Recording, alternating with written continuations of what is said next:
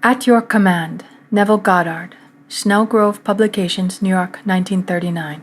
Excerpts. Can man decree a thing and have it come to pass? Most decidedly he can. Man has always decreed that which has appeared in his world, and is today decreeing that which is appearing in his world and shall continue to do so as long as man is conscious of being man.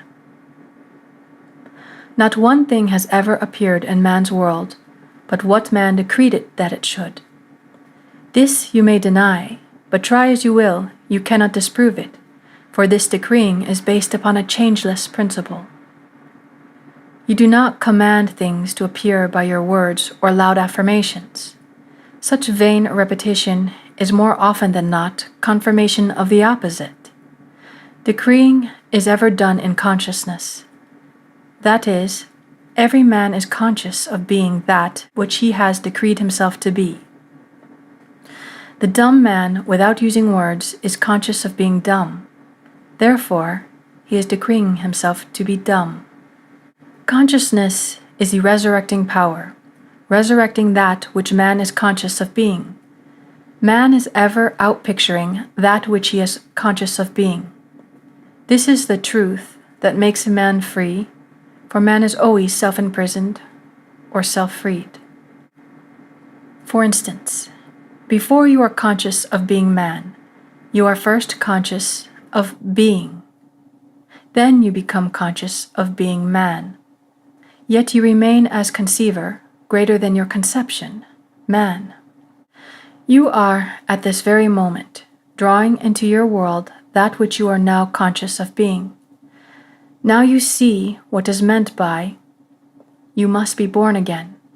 If you are dissatisfied with your present expression in life, the only way to change it is to take your attention away from that which seems so real to you and rise in consciousness, so that which you desire to be, to that which you desire to be.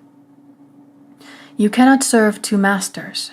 Therefore, to take your attention from one state of consciousness and place it upon another is to die to one and live to the other.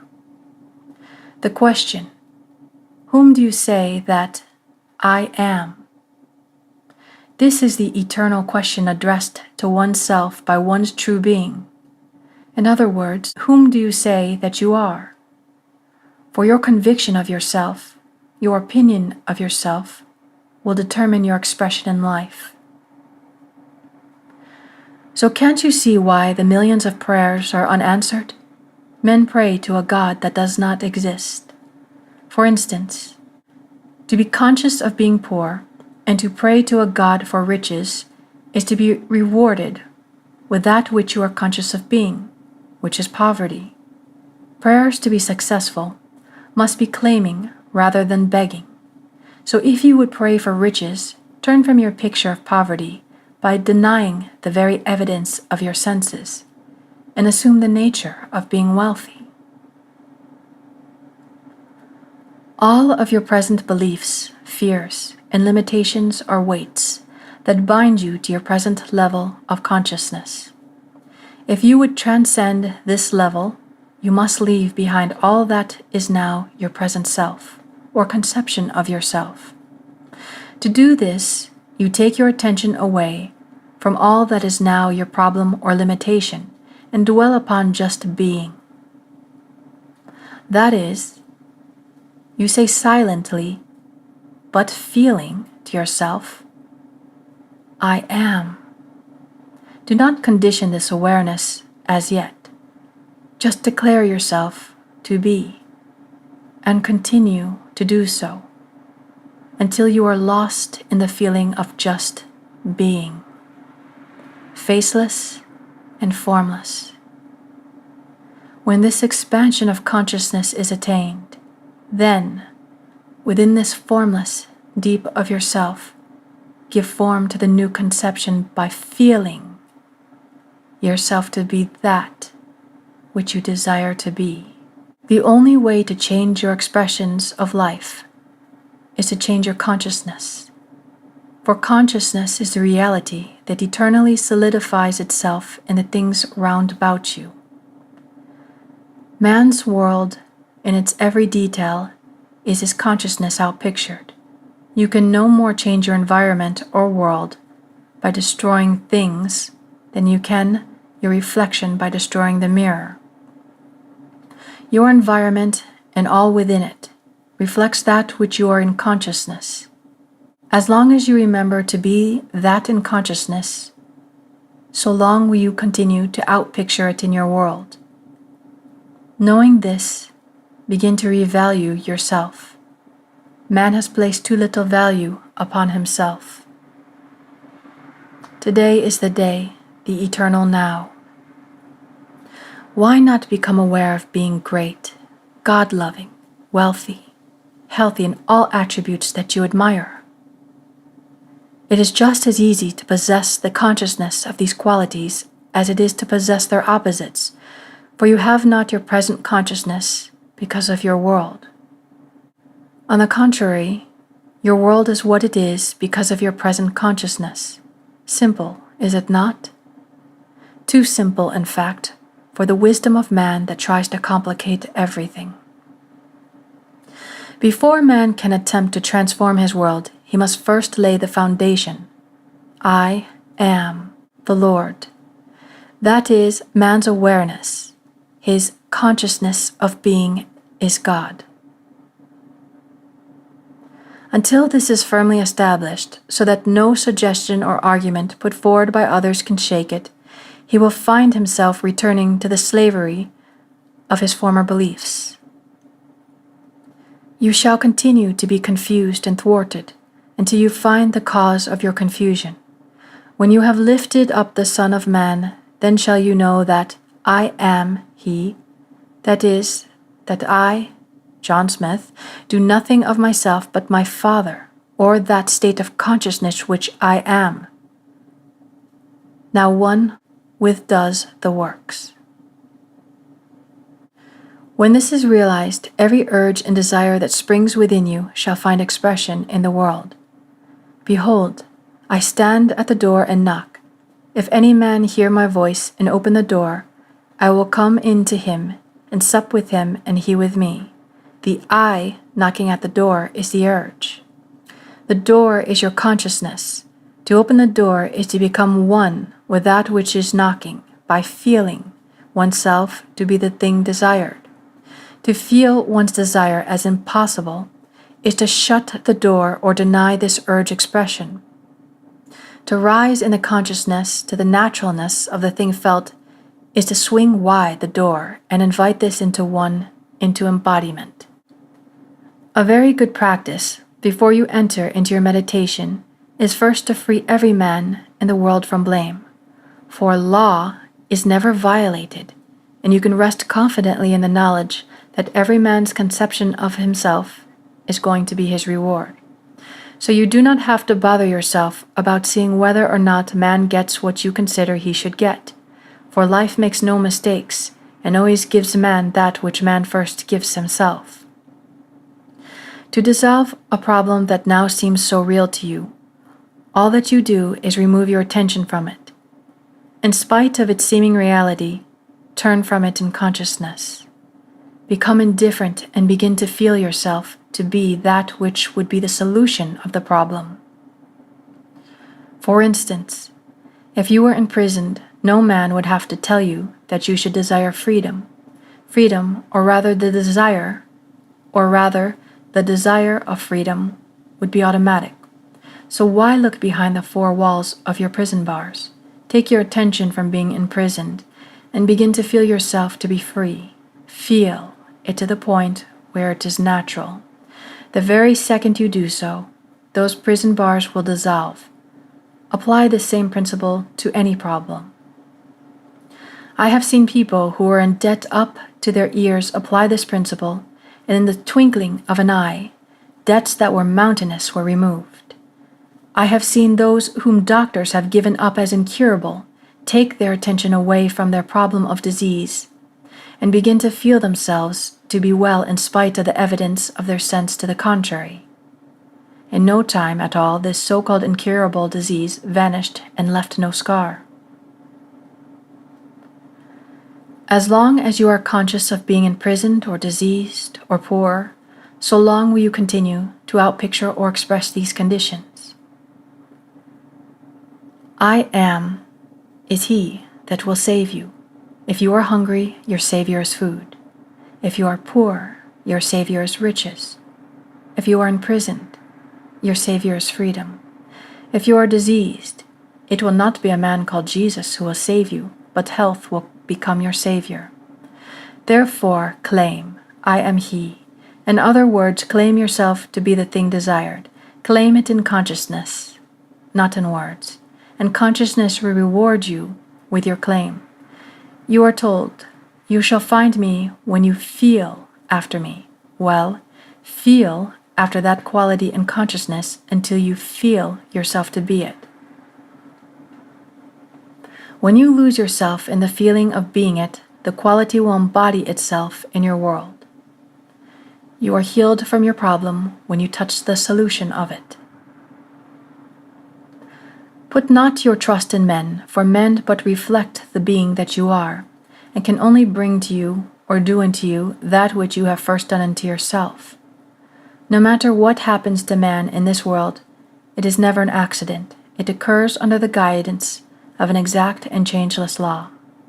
Man has always blamed others for that which he is and will continue to do so until he finds himself as cause of all. I am comes not to destroy but to fulfill. I am, the awareness within you, destroys nothing but ever fill full the molds or conception one has of oneself.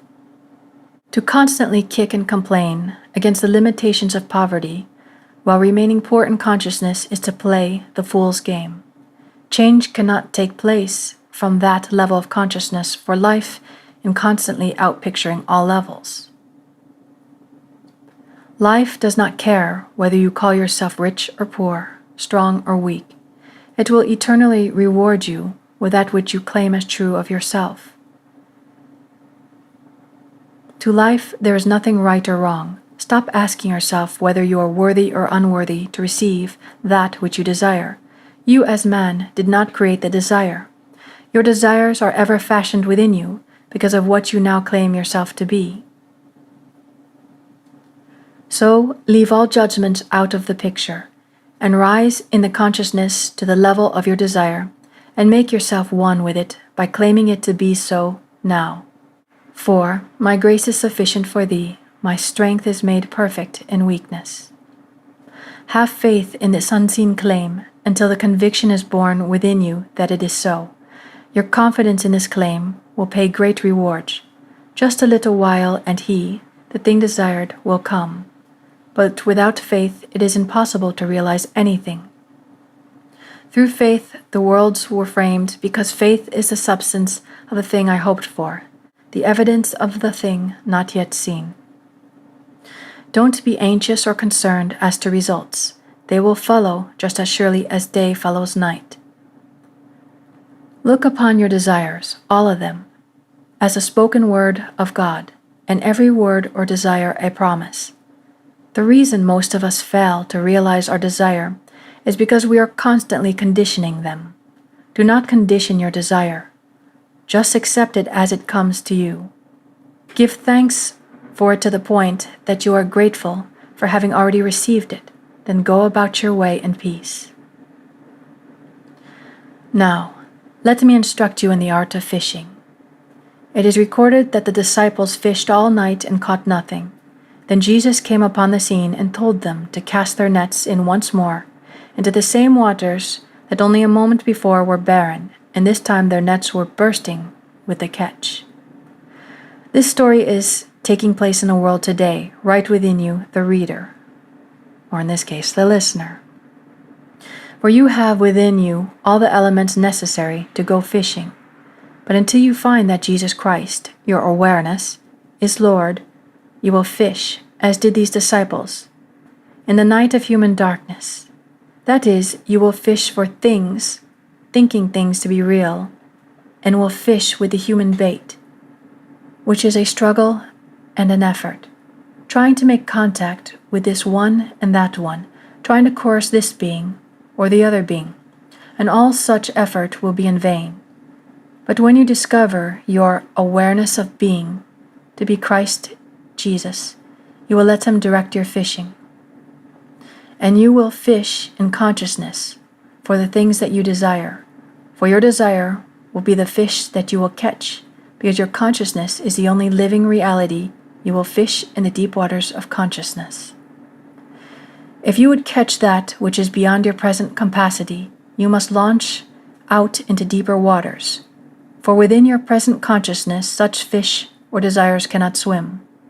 To launch out into deeper waters, you leave behind you all that is now your present problem or limitation. By taking your attention away from it, turn your back completely upon every problem and limitation that you now possess.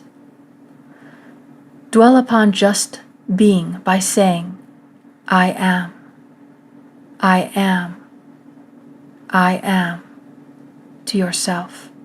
Continue to declare to yourself that you just are. Do not condition this declaration. Just continue to feel yourself to be. And without warning, you will find yourself slipping the anchor that tied you to the shallow of your problems and moving out into the deep. This is usually accompanying with the feeling of expansion. You will feel yourself expand, as though you were actually growing. Don't be afraid, for courage is necessary. You are not going to die to anything by your former limitations, but they are going to die as you move away from them, for they live only in your consciousness. In this deep or expanded consciousness, you will find yourself to be a power that you had never dreamt of before. The things before you shoved off from the shores of limitation are the fish you are going to catch in this deep. Because you have lost all consciousness of your problems and barriers, it is now the easiest thing in the world to feel yourself to be one with the thing desired. Because I am, your consciousness, is the resurrection and the life, you must attach this resurrecting power that you are to the thing desired if you would make it appear and live in your world. Now you begin to assume the nature of the thing desired by feeling, I am wealthy, I am free, I am strong. When these feels are fixed within yourself, your formless being will take upon itself the forms of the things felt. You become crucified upon the feeling of wealth, freedom, and strength. Remain buried in the stillness of these convictions. Then, as a thief in the night, and when you least expect it, these qualities will be resurrected in your world as living realities. The world shall touch you and see that you are flesh and blood, for you shall begin to bear fruit of the nature of these qualities newly appropriated. This is the art of successful fishing for the manifestations of life. If we do not look back in consciousness to our problems, but continue in faith, believing ourselves to be that which we seek, we too will find our prison walls open and the things sought, yes, whatsoever things realized. You have become so enmeshed in the belief that you are man, that you have forgotten the glorious being that you are. Now, with your memory restored, decree the unseen to appear, and it shall appear. For all things are compelled to respond to the voice of God, your awareness of being. The world is at your command. Awakened Imagination and the Search Book Excerpts. Neville Goddard, 1954-1946. Chapter 1. Who is your imagination? I want this book to be the simplest, clearest, frankest work I have the power to make it, that I may encourage you to function imaginatively, that you may open your immortal eyes inwards into the worlds of thought. William Blake. Imagination's birth and growth is a gradual transition from a God of tradition to a God of experience. If the birth of Christ in man seems slow, It is only because man is unwilling to let go the comfortable but false anchorage of tradition. Suppose I am capable of acting with continuous imagination. That is, suppose I am capable of sustaining the feeling of my wish fulfilled. Will my assumption harden into fact? And if it does harden into fact, shall I on reflection find that my actions through the period of incubation have been reasonable? Is my imagination a power sufficient, not merely to assume the feeling of the wish fulfilled, but is it also of itself capable of incarnating the idea? After assuming that I am already what I want to be, must I continually guide myself by reasonable ideas and actions in order to bring about the fulfillment of my assumption? Experience has convinced me that an assumption, though false, if persisted in, will harden into fact, that continuous imagination is sufficient for all things, and all my reasonable plans and actions will never make up for my lack of continuous imagination. Truth depends upon the intensity of the imagination, not upon external facts. Facts are the fruit bearing witness of the use or misuse of the imagination. Man becomes what he imagines. He has a self-determined history. Imagination is the way, the truth, the life revealed. We cannot get hold of truth with the logical mind. Where the natural man of sense sees a bud, imagination sees a rose full-blown. Truth cannot be encompassed by facts. As we awaken to the imaginative life, we discover that to imagine a thing is to make it so, that a true judgment need not conform to the external reality to which it relates. The imaginative man does not deny the reality of the sensuous outer world of becoming, but he knows that it is the inner world of continuous imagination that is the force by which the sensuous outer world of becoming is brought to pass. He sees the outer world and all its happenings as projections of the inner world of imagination. To him, everything is a manifestation of the mental activity which goes on in man's imagination, without the sensuous, reasonable man being aware of it. To him, everything is a manifestation of the mental activity which goes on in man's imagination, without the sensuous, reasonable man being aware of it. But he realizes that every man must become conscious of the inner activity and see the relationship between the inner causal world of imagination and the sensuous outer world of effects. It is a marvelous thing to find that you can imagine yourself into the state of your fulfilled desire and escape from the jails which ignorance built. The real man is a magnificent imagination. It is this self that must be awakened. The moment a man discovers that his imagination is Christ, he accomplishes acts which on this level can only be called miraculous. But until man has the sense of Christ as his imagination, he will see everything in pure objectivity without any subjective relationship. Not realizing that all that he encounters is part of himself, he rebels at the thought that he has chosen the conditions of his life, that they are related by affinity to his own mental activity. Man must firmly come to believe that reality lies within him and not without. Although others have bodies, a life of their own, their reality is rooted in you, ends in you, as yours ends in God. This concludes Chapter 1.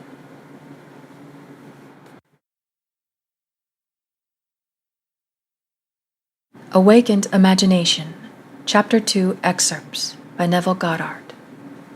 Sealed Instructions. Outer reforms are useless if the inner state is not changed. Success is gained not by imitating the outer actions of the successful, but by right inner actions in inner talking. If we detach ourselves from a state, that we may at any moment, the conditions and circumstances to which that union gave being vanish. It was in the fall of 1933 in New York City that I approached Abdullah with a problem. He asked me one simple question: "What do you want?" I told him that I would like to spend the winter in Barbados, but that I was broke. I literally did not have a nickel. "If you will imagine yourself to be in Barbados," said he, "thinking and viewing the world from that state of consciousness, instead of thinking of Barbados, you will spend the winter there. You must not concern yourself with the ways and means of getting there, for the state of consciousness of already being in Barbados, if occupied by your imagination, will devise the means best suited to realize itself. Man lives by committing himself to invisible states, by fusing his imagination with what he knows to be other than himself, and in this union he experiences the results of that fusion. No one can lose what he has, save by detachment from the state where the things experienced have their natural life. You must imagine yourself right into the state of your fulfilled desire," Abdullah told me, "and fall asleep viewing the world from Barbados. The world which we describe from observation must be as we describe it relative to ourselves. Our imagination connects us with the state desired, but we must use imagination masterfully, not as an onlooker thinking of the end, but as a partaker thinking from the end. We must actually be there in imagination. If we do this, our subjective experience will be realized objectively. This is not mere fancy," said he, "but a truth you can prove by experience." His appeal to enter into the wish fulfilled was the secret of thinking from the end. Every state is already there as mere possibility, as long as you think of it, but it is overpoweringly real when you think from it. I began right there and then, fixing my thoughts beyond the limits of sense, beyond that aspect to which my present state gave being, towards the feeling of already being in Barbados, and viewing the world from that standpoint. He emphasized the importance of the state from which man views the world as he falls asleep. All prophets claim that the voice of God is chiefly heard by man in dreams. That night, and for several nights thereafter, I fell asleep in the assumption that I was in my father's house in Barbados. Within a month, I received a letter from my brother saying that he had a strong desire to have the family together at Christmas, and asking me to use the enclosed steamship ticket for Barbados. I sailed 2 days after I received my brother's letter and spent a wonderful winter in Barbados. This experience has convinced me that man can be anything he pleases, if he will make the conception habitual and think from the end. It has also shown me that I can no longer excuse myself by placing the blame on the world of external things, that my good and my evil have no dependency except from myself, that it depends on the state from which I view the world how things present themselves. Man who is free in his choice acts from conceptions which he freely, though not always wisely, chooses. All conceivable states are awaiting our choice and occupancy, but no amount of rationalizing will of itself yield us the state of consciousness which is the only thing worth having. The imaginative image is the only thing to seek. The ultimate purpose of imagination is to create in us the spirit of Jesus, which is continual forgiveness of sin, continual identification of man with his ideal. Only by identifying ourselves with our aim can we forgive ourselves for having missed it. All else is labor in vain. On this path, to whatever place or state we convey our imagination, to that place or state we will gravitate physically also. In my Father's house there are many mansions. If it were not so, I would have told you. I go to prepare a place for you, and if I go and prepare a place for you, I will come again and receive you unto myself, that where I am, there ye may be also. John 14:2-3. By sleeping in my Father's house in my imagination, as though I slept there in the flesh, I fused my imagination with that state, and was compelled to experience that state in the flesh also. So vivid was this state to me, I could have been seen in my Father's house had any sensitive entered the room where in imagination I was sleeping. A man can be seen where in imagination he is, for a man must be where his imagination is, for his imagination is himself. This I know from experience, for I have been seen by a few of whom I desired to be seen, when physically I was hundreds of miles away. I, by the intensity of my imagination and feeling, imagining and feeling myself to be in Barbados, instead of merely thinking of Barbados, I had spanned the vast Atlantic to influence my brother into desiring my presence to complete the family circle at Christmas. Thinking from the end, from the feeling of my wish fulfilled, was the source of everything that happened as outer cause, such as my brother's impulse to send me a steamship ticket, and it was also the cause of everything that appeared as results. In Ideas of Good and Evil, W.B. Yeats, having described a few experiences similar to this experience of mine, writes, "If all who have described events like this have not dreamed, we should rewrite our histories, for all men, certainly all imaginative men, must be forever casting forth enchantment, glamour, illusions, and all men, especially tranquil men who have no powerful egotistic life, must be continually passing under their power. Determined imagination, thinking from the end, is the beginning of all miracles. I would like to give you an immense belief in miracles, but a miracle is only the name given by those who have no knowledge of the power and function of imagination to the works of imagination. Imagining oneself into the feeling of the wish fulfilled is the means by which a new state is entered. This gives the state the quality of isness. The future must become the present in the imagination of the one who would wisely and consciously create circumstances. We must translate vision into being, thinking of into thinking from. Imagination must center itself in some state and view the world from that state. Thinking from the end is an intense perception of the world of fulfilled desire. Thinking from the state desired is creative living. Ignorance of this ability to think from the end is bondage. It is the root of all bondage with which man is bound. To passively surrender to the evidence of the senses underestimates the capacities of the inner self. Once man accepts thinking from the end as a creative principle in which he can cooperate, then he is redeemed from the absurdity of ever attempting to achieve his objective by merely thinking of it. Construct all ends according to the pattern of fulfilled desire. The whole of life is just the appeasement of hunger, and the infinite states of consciousness from which a man can view the world are purely a means of satisfying that hunger. The principle upon which each state is organized is some form of hunger to lift the passion for self-gratification to even higher and higher levels of experience. Desire is the mainspring of the mental machinery. It is a blessed thing. It is a right and natural craving which has a state of consciousness as its right and natural satisfaction. It is necessary to have an aim in life. Without an aim we drift.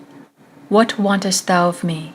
What wilt thou I shall do unto thee? Luke 18:41 is the implied question asked most often by the central figure of the Gospels. In defining your aim, you must want it. It is lack of this passionate direction to life that makes man fail of accomplishment. The spanning of this bridge between desire, thinking of, and satisfaction, thinking from, is all important. We must move mentally from thinking of the end to thinking from the end. This reason could never do. By its nature, it is restricted to the evidence of the senses. But imagination, having no such limitation, can. Desire exists to be gratified in the activity of imagination. Through imagination, man escapes from the limitation of the senses and the bondage of reason. There is no stopping the man who can think from the end. Nothing can stop him. He creates the means and grows his way out of limitation into ever greater and greater mansions of the Lord. It does not matter what he has been or what he is. All that matters is what does he want.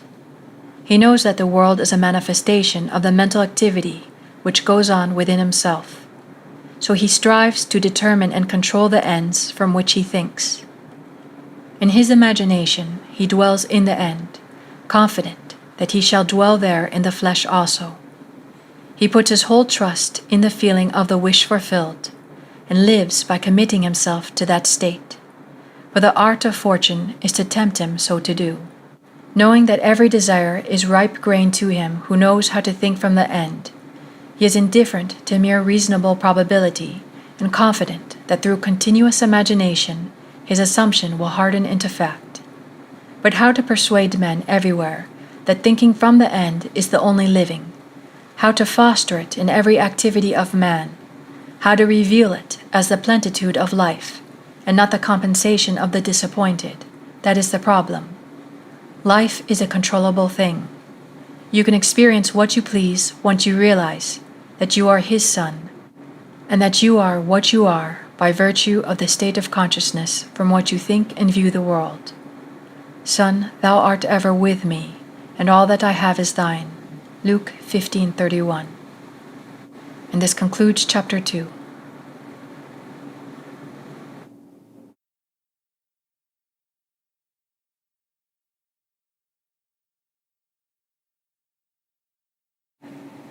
Awakened Imagination, Chapter 3 Excerpts by Neville Goddard.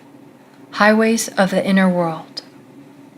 Duality is an inherent condition of life. Everything that exists is double. Man is a dual creature with contrary principles embedded in his nature. They war within him and present attitudes to life which are antagonistic. This conflict is the eternal enterprise, the war in heaven, the never-ending struggle of the younger or inner man of imagination to assert his supremacy over the elder or outer man of sense. Man begins to awaken to the imaginative life the moment he feels the presence of another being in himself.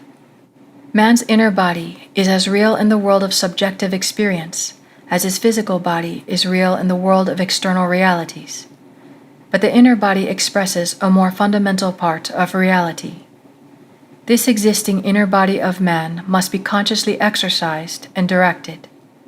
The inner world of thought and feeling, to which the inner body is attuned, has its real structure and exists in its own higher space. There are two kinds of movement, one that is according to the inner body and another that is according to the outer body. The movement which is according to the inner body is causal, but the outer movement is under compulsion. The inner movement determines the outer which is joined to it, bringing into the outer a movement that is similar to the actions of the inner body. Inner movement is the force by which all events are brought to pass. Outer movement is subject to the compulsion applied to it by the movement of the inner body. Whenever the actions of the inner body match the actions which the outer body must take to appease desire, that desire will be realized. Construct mentally a drama which implies that your desire is realized, and make it one which involves movement of self. Immobilize your outer physical self. Act precisely as though you are going to take a nap, and start the predetermined action in imagination. A vivid representation of the action is the beginning of that action. Then, as you are falling asleep, consciously imagine yourself into the scene. The length of the sleep is not important. A short nap is sufficient, but carrying the action into sleep thickens fancy into fact. At first your thoughts may be like rambling sheep that have no shepherd. Don't despair. Should your attention stray 70 times 7, bring it back 70 times 7 to its predetermined course, until from sheer exhaustion it follows the appointed path. The inner journey must never be without direction. When you take to the inner road, it is to do what you did mentally before you started. You go for the prize you have already seen and accepted. In The Road to Xanadu, Professor John Livingston Lowes says, "But I have long had the feeling, which this study has matured to a conviction, that fancy and imagination are not two powers at all, but one. The valid distinction which exists between them lies, not in the materials with which they operate, but in the degree of intensity of the operant power itself. Working at high tension, the imaginative energy assimilates and transmutes. The imaginative energy assimilates and transmutes. Keyed low, the same energy aggregates and yokes together those images which at its highest pitch, it merges indissolubly into one. Fancy assembles, imagination fuses. Here is a practical application of this theory. A year ago, a blind girl living in the city of San Francisco found herself confronted with a transportation problem. A rerouting of buses forced her to make 3 transfers between her home and her office. This lengthened her trip from 15 minutes to 2 hours and 15 minutes. She thought seriously about this problem and came to the decision that a car was the solution. She knew that she could not drive a car, but felt that she could be driven in one. Putting this theory to the test, that whenever the actions of the inner self correspond to the actions which the outer physical self must take to appease desire, that desire will be realized. She said to herself, "I will sit here and imagine that I am being driven to my office." Sitting in a living room, she began to imagine herself seated in a car. She felt the rhythm of the motor. She imagined that she smelled the odor of gasoline, felt the motion of the car, touched the sleeve of the driver, and felt that the driver was a man. She felt the car stop, and turning to her companion said, "Thank you very much, sir." To which he replied, "The pleasure is all mine." Then she stepped from the car and heard the door snap shut as she closed it. She told me that she centered her imagination on being in a car, and although blind, viewed the city from her imaginary ride. She did not think of the ride. She thought from the ride and all that it implied. This controlled and subjectively directed, purposive ride raised her imagination to its full potency. She kept her purpose ever before her, knowing there was cohesion in purposive inner movement. In these mental journeys, an emotional continuity must be sustained, the emotion of fulfilled desire. Expectancy and desire were so intensely joined that they passed at once from a mental state into a physical act. The inner self moves along the predetermined course best when the emotions collaborate. The inner self must be fired, and it is best fired by the thought of great deeds and personal gain. We must take pleasure in our actions. On 2 successive days, the blind girl took her imaginary ride, giving it all the joy and sensory vividness of reality. A few hours after her second imaginary ride, a friend told her of a story in the evening paper. It was a story of a man who was interested in the blind. The blind girl phoned him and stated her problem. The very next day on his way home, he stopped in at a bar, and while there had the urge to tell the story of the blind girl to his friend the proprietor. A total stranger, on hearing the story, volunteered to drive the girl home every day. The man who told the story then said, "If you will take her home, I will take her to work." This was over a year ago, and since that day, this blind girl has been driven to and from her office by these 2 gentlemen. Now instead of spending 2 hours and 15 minutes on 3 buses, she is at her office in less than 15 minutes. And on that first ride to her office, she turned to her Good Samaritan and said, "Thank you very much, sir," and he replied, "The pleasure is all mine." Thus the objects of her imagination were to her the realities of which the physical manifestation was only the witness.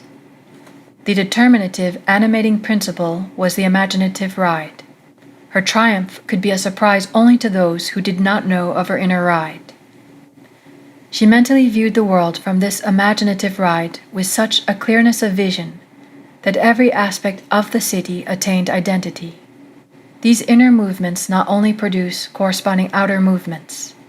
This is the law which operates beneath all physical appearances. He who practices these exercises of bilocation will develop unusual powers of concentration and quiescence, and will inevitably achieve waking consciousness on the inner and dimensionally larger world. To receive your desire, an action must start in your imagination, apart from the evidence of the senses, involving movement of self and implying fulfillment of your desire. Whenever it is the action which the outer self takes to appease desire, that desire will be realized. The movement of every visible object is caused not by things outside the body, but by things within it, which operate from within outward. The journey is in yourself. You travel along the highways of the inner world. Without inner movement, it is impossible to bring forth anything. Inner action is introverted sensation.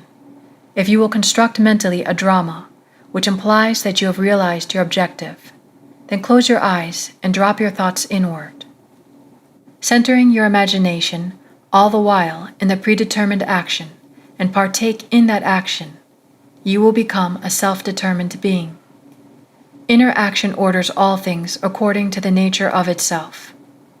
Try it and see whether a desirable ideal, once formulated, is possible. For only by this process of experiment can you realize your potentialities. It is thus that this creative principle is being realized. So the clue to purposive living is to center your imagination in the action and feeling of fulfilled desire with such an awareness, such sensitiveness, that you initiate and experience movement upon the inner world. Ideas only act if they are felt. Inner movement is conditioned by self-motivation, outer movement by compulsion. This concludes Chapter 3.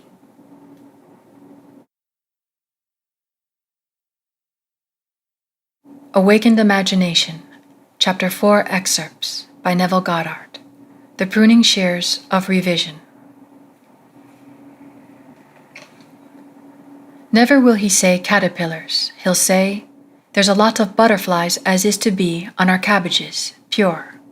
He won't say it's winter. He'll say summer's sleeping. And there's no bud little enough nor sad colored enough for Kester not to collen it in the beginnings of the blow. Mary Webb, Precious Bane. The very first act of correction or cure is always revise. One must start with oneself. It is one's attitude that must be changed. What we are, that only we can see. Emerson. It is a most healthy and productive exercise to daily relive the day as you wish you had lived it, revising the scenes to make them conform to your ideals. For instance, suppose today's mail brought disappointing news. Revise the letter, mentally rewrite it, and make it conform to the news you wish you had received. Then, in imagination, read the revised letter over and over again. This is the essence of revision, and revision results in repeal. The one requisite is to arouse your attention in a way and to such intensity that you become wholly absorbed in the revised attention. You will experience an expansion and refinement of the senses by this imaginative exercise and eventually achieve vision.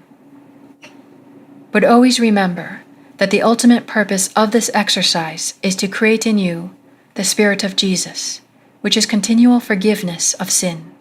Revision is of greatest importance when the motive is to change oneself, when there is a sincere desire to be something different, when the longing is to awaken the ideal active spirit of forgiveness. When there is a more sincere desire to be something different, when the longing is to awaken the ideal active spirit of forgiveness. Without imagination, man remains a being of sin. Man either goes forward to imagination or remains imprisoned in his senses. To go forward to imagination is to forgive. Forgiveness is the life of the imagination. The art of living is the art of forgiving. Forgiveness is, in fact, experiencing in imagination the revised revision of the day, experiencing in imagination what you wish you had experienced in the flesh. Every time one really forgives, that is, every time that one relives the event as it should have been lived, one is born again, and that should be almost a continuous process. Freedom and forgiveness are indissolubly linked. Not to forgive is to be at war with ourselves, for we are freed according to our capacity to forgive. You must take pleasure in revision. You can forgive others effectively only when you have a sincere desire to identify them with their ideal. Duty has no momentum. Forgiveness is a matter of deliberately withdrawing attention from the unrevised day and giving it full strength and joyously to the revised day. If a man begins to revise even a little of the vexations and troubles of the day, then he begins to work practically on himself.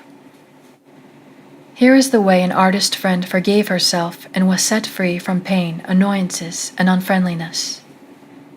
Knowing that nothing but forgetfulness and forgiveness will bring us to new values, she cast herself upon her imagination and escaped from the prison of her senses. She writes, "Thursday, I taught all day in the art school. Only one small thing marred the day. Coming into my afternoon classroom, I discovered the janitor had left all the chairs on top of the desks after cleaning the floor. As I lifted a chair down, it slipped from my grasp and struck me a sharp blow on the instep of my right foot. I immediately examined my thoughts and found that I had criticized the man for not doing his job properly, since he had lost his helper.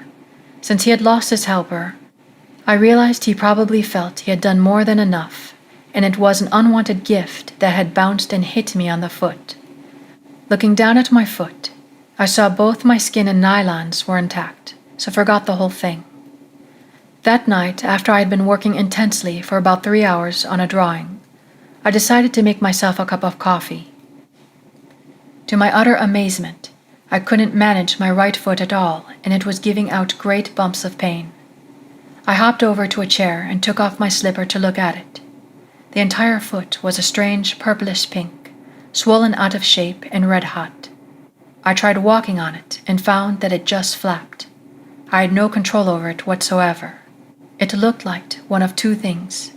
Either I had cracked a bone when I dropped the chair on it, or something could be dislocated.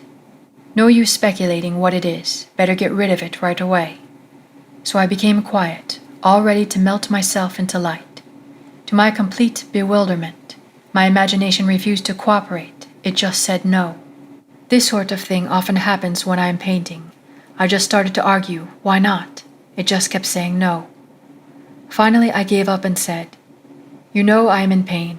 I am trying hard not to be frightened, but you are the boss. What do you want to do?" The answer, "Go to bed and review the day's events." So I said, "All right, but let me tell you, if my foot isn't perfect by tomorrow morning, you've only yourself to blame." After arranging the bedclothes so they didn't touch my foot, I started to review the day. It was slow going as I had difficulty keeping my attention away from my foot. I went through the whole day, saw nothing to add to the chair incident. But when I reached the early evening, I found myself coming face to face with a man who for the past year had made a point of not speaking. The first time this happened, I thought he had grown deaf. I had known him since school days, but we had never done more than say hello and comment on the weather. Mutual friends assured me I had done nothing, that he had said he never liked me and finally decided it was not worthwhile speaking. I had said hi. He hadn't answered. I found that I thought, poor guy, what a horrid state to be in. I shall do something about this ridiculous state of affairs. So in my imagination, I stopped right there and redid the scene. I said hi. He answered hi and smiled. I now thought, good old Ed. I ran the scene over a couple of times and went on to the next incident and finished up the day. Now what? Do we do my foot or the concert? I had been melting and wrapping up a wonderful present of courage and success for a friend who was to make her debut the following day, and I had been looking forward to giving it to her tonight. My imagination sounded a little bit solemn as it said, "Let us do the concert, it will be more fun." But first, couldn't we just take my perfectly good imaginary foot out of this physical one before we start? I pleaded, by all means. That done, I had a lovely time at the concert, and my friend got a tremendous ovation. By now, I was very, very sleepy and fell asleep doing my project. The next morning, as I was putting on my slipper, I suddenly had a quick memory picture of withdrawing a discolored and swollen foot from the same slipper. I took my foot out and looked at it. It was perfectly normal in every respect. There was a tiny pink spot on the instep where I remembered I'd hit it with the chair. What a vivid dream that was, I thought and dressed. While waiting for my coffee, I wandered over to my drafting table and saw that all my brushes were lying helter-skelter and unwashed. Whatever possessed you to leave your brushes like that? Don't you remember it was because of your foot? So it hadn't been a dream after all, but a beautiful healing. She had won by the art of revision what she would never have won by force. We should take our life not as it appears to be, but from the vision of this artist, from the vision of the world made perfect, that is buried under all minds, buried in waiting for us to revise the day. We are led to believe a lie when we see with, not through the eye, Blake. A revision of the day, and what she held to be so stubbornly real was no longer so to her, like a dream had quietly faded away. You can revise the day to please yourself, and by experiencing in imagination the revised speech and actions not only modify the trend of your life story, but turn all its discords into harmonies. The one who discovers the secret of revision cannot do otherwise than let himself be guided by love. Your effectiveness will increase with practice. Revision is the way by which right can find its appropriate might. To know the truth, you must live the truth, and to live the truth, your inner actions must match the actions of your fulfilled desire. Expectancy and desire must become one. Your outer world is only actualized inner movement. Through ignorance of the law of revision, those who take to warfare are perpetually defeated. Only concepts that idealize depict the truth. Don't blame, only resolve. It is not man and the earth at their loveliest, but you, practicing the art of revision, makes paradise. The evidence of this truth can lie only in your own experience of it. Try revising the day. It is to the pruning shears of revision that we owe our prime fruit. This concludes Chapter 4. Awakened Imagination, Chapter 5 Excerpts by Neville Goddard. The Coin of Heaven. Does a firm persuasion that a thing is so make it so? And the prophet replied, all poets believe that it does, and in ages of imagination, this firm persuasion removed mountains. But many are not capable of a firm persuasion of anything. Blake, Marriage of Heaven and Hell. Persuasion is an inner effort of intense attention. To listen attentively as though you heard is to evoke, to activate. By listening, you can hear what you want to hear, and persuade those beyond the range of the outer ear. Speak it inwardly in your imagination only. Make your inner conversation match your fulfilled desire. What desire to hear without? What you desire to hear without, you must hear within. Embrace the without within, and become one who hears only that which implies the fulfillment of his desire, and all the external happenings in the world will become a bridge leading to the objective realization of your desire. Your inner speech is perpetually written all around you in happenings. Learn to radiate these happenings to your inner speech, and you will become self-taught. By inner speech is meant those mental conversations which you carry on with yourself. They may be inaudible when you awake because of the noise and distractions of the outer world of becoming, but they are quite audible in deep meditation and dream.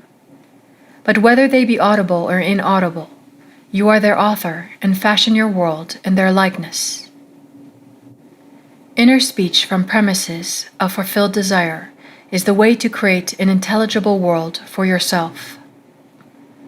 Observe your inner speech, for it is the cause of future action. Inner speech reveals the state of consciousness from which you view the world. Make your inner speech match your fulfilled desire, for your inner speech is manifested all around you in happenings. The whole manifested world goes to show us what use we have made of the word, inner speech. An uncritical observation of our inner talking will reveal to us the ideas from which we view the world. Inner talking mirrors our imagination, and our imagination mirrors the state with which it is fused. If the state with which we are fused is the cause of the phenomenon of our life, then we are relieved of the burden of wondering what to do, for we have no alternative but to identify ourselves with our aim. And inasmuch as the state with which we are identified mirrors itself in our inner speech, then to change the state with which we are fused, we must first change our inner talking. It is our inner conversations which make tomorrow's facts. Stop all of the old mechanical negative inner talking and start a new positive and constructive inner speech from premises of fulfilled desire. Inner talking is the beginning, the sowing of the seeds of future action. To determine the action, you must consciously initiate and control your inner talking. Construct a sentence which implies the fulfillment of your aim, such as, I have a large, steady, dependable income consistent with integrity and mutual benefit, or I am happily married, or I am wanted, I am contributing to the good of the world, and repeat such a sentence over and over until you are inwardly affected by it. Our inner speech represents in various ways the world we live in.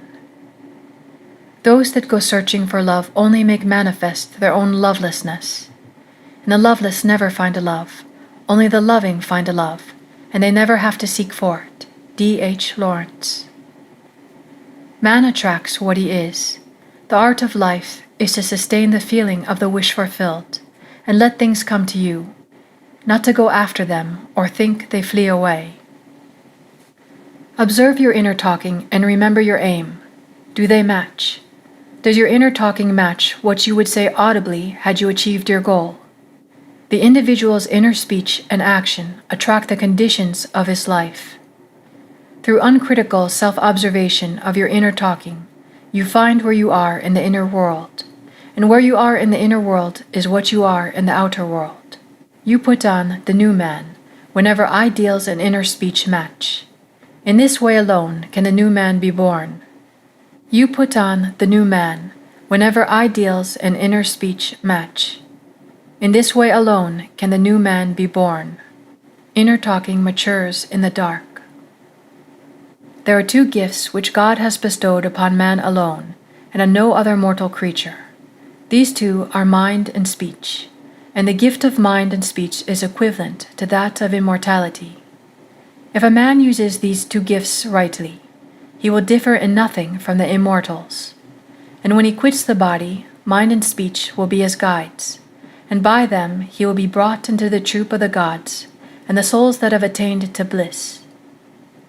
Hermetica, Walter Scott's translation. The circumstances and conditions of life are outpictured inner talking, solidified sound. Inner speech calls events into existence. In every event is the creative sound that is its life and being. All that a man believes and consents to as true reveals itself in his inner speech. It is his word, his life. Try to notice what you are saying in yourself at this moment, to what thoughts and feelings you are consenting. They will be perfectly woven into your tapestry of life. When imagination matches your inner speech to fulfilled desire, there will then be a straight path in yourself from without out, and the without will instantly reflect the within for you, and you will know reality is only actualized inner talking. Every stage of man's progress is made by the conscious exercise of his imagination, matching his inner speech to his fulfilled desire. Because man does not perfectly match them, the results are uncertain, while they might be perfectly certain. Persistent assumption of the wish fulfilled is the means of fulfilling the intention. As we control our inner talking, matching it to our fulfilled desires, we can lay aside all other processes. Then we simply act by clear imagination and intention. We imagine the wish fulfilled and carry on mental conversations from that premise. Through controlled inner talking from premises of fulfilled desire, seeming miracles are performed.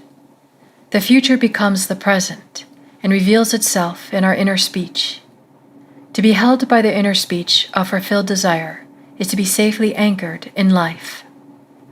Our lives may seem to be broken by events, but they are never broken so long as we retain the inner speech of fulfilled desire. All happiness depends on the active, voluntary use of imagination to construct and inwardly affirm that we are what we want to be. We match ourselves to our ideals by constantly remembering our aim and identifying ourselves with it. We fuse with our aims by frequently occupying the feeling of our wish fulfilled. It is the frequency, the habitual occupancy, that is the secret of success. The oftener we do it, the more natural it is. Fancy assembles, continuous imagination fuses.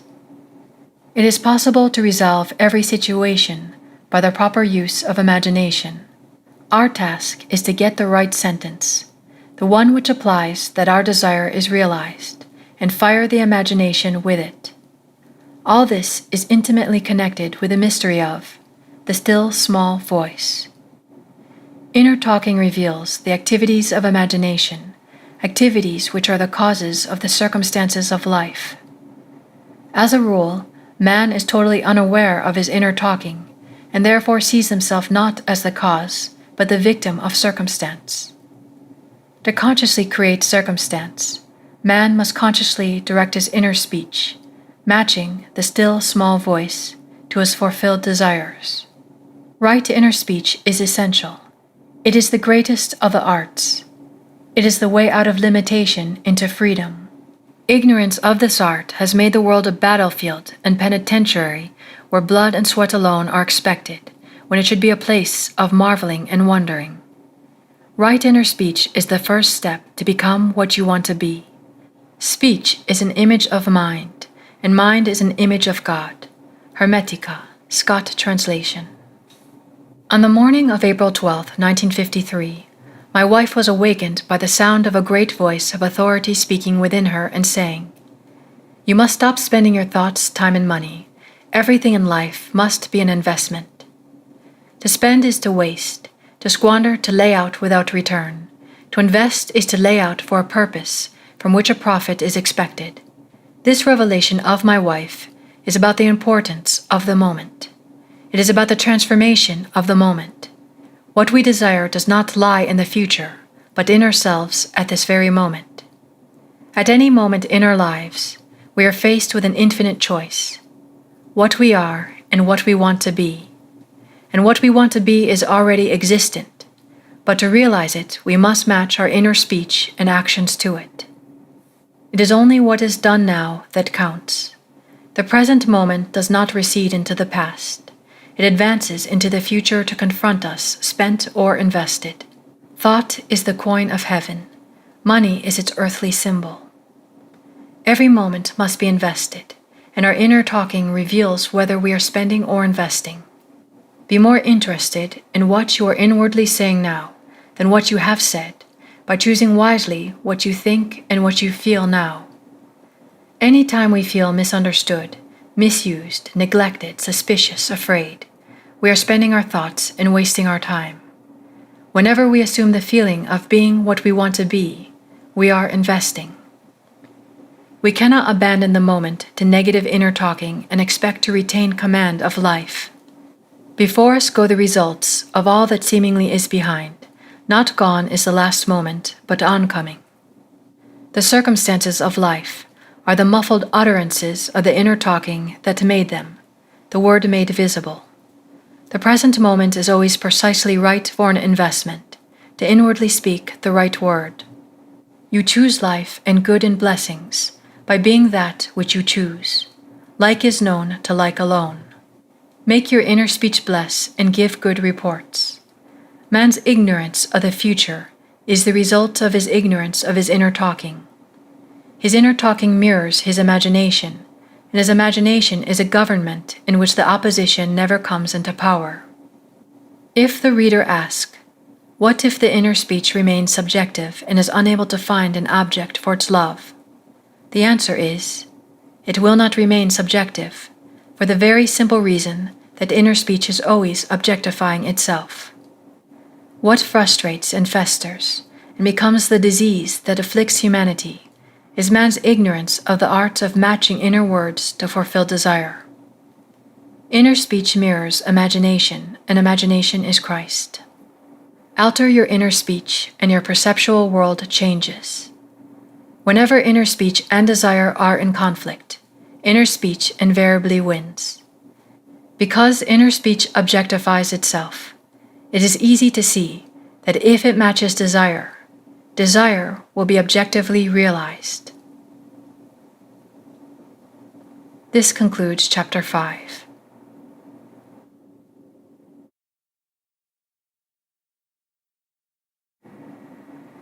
Awakened Imagination, Chapter 6, Excerpts by Neville Goddard. It is within. The world which is described from observation is a manifestation of the mental activity of the observer. When man discovers that his world is his own mental activity made visible, that no man can come unto him except he draws him, and that there is no one to change but himself, his own imaginative self, his first impulse is to reshape the world in the image of his ideal. But his ideal is not so easily incarnated. In that moment, when he ceases to conform to external discipline, he must impose upon himself a far more rigorous discipline, the self-discipline upon which the realization of his ideal depends. Imagination is not entirely untrammeled and free to move at will without any rules to constrain it. In fact, the contrary is true. Imagination travels according to habit. Imagination has choice, but it chooses according to habit. Awake or asleep, man's imagination is constrained to follow certain definite patterns. It is this benumbing influence of habit that the man must change. If he does not, his dreams will fade under the paralysis of custom. Imagination, which is Christ in man, is not subject to the necessity to produce only that which is perfect and good. It exercises its absolute freedom from necessity by endowing the outer physical self with free will to choose to follow good or evil, order or disorder. But after the choice is made and accepted, so that it forms the individual's habitual consciousness, then imagination manifests its infinite power and wisdom by molding the outer sensuous world of becoming in the image of the habitual inner speech and actions of the individual. To realize his ideal, man must first change the pattern which his imagination has followed. Habitual thought is indicative of character. The way to change the outer world is to make the inner speech and action match the outer speech and action of fulfilled desire. Our ideals are waiting to be incarnated.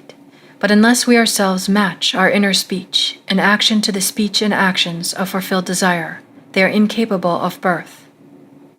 Our ideals are waiting to be incarnated, but unless we ourselves match our inner speech and action to the speech and action of fulfilled desire, they are incapable of birth. The outer behavior of man is mechanical. It is subject to the compulsion applied to it by the behavior of the inner self, and old habits of the inner self hang on till replaced by new ones.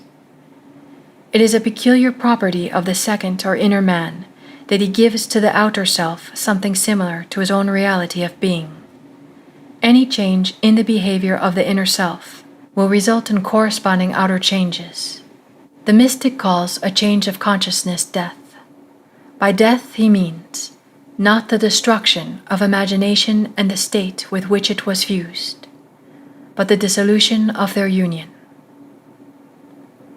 This concludes Chapter 6.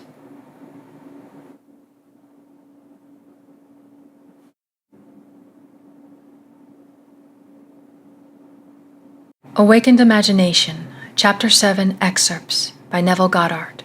Creation is finished. This truth is common to all men, but the consciousness of it, and much more, the self-consciousness of it, is another matter. The day I realized this great truth, that everything in my world is a manifestation of the mental activity which goes on within me, and that the conditions and circumstances of my life only reflect the state of consciousness with which I am fused, is the most momentous in my life.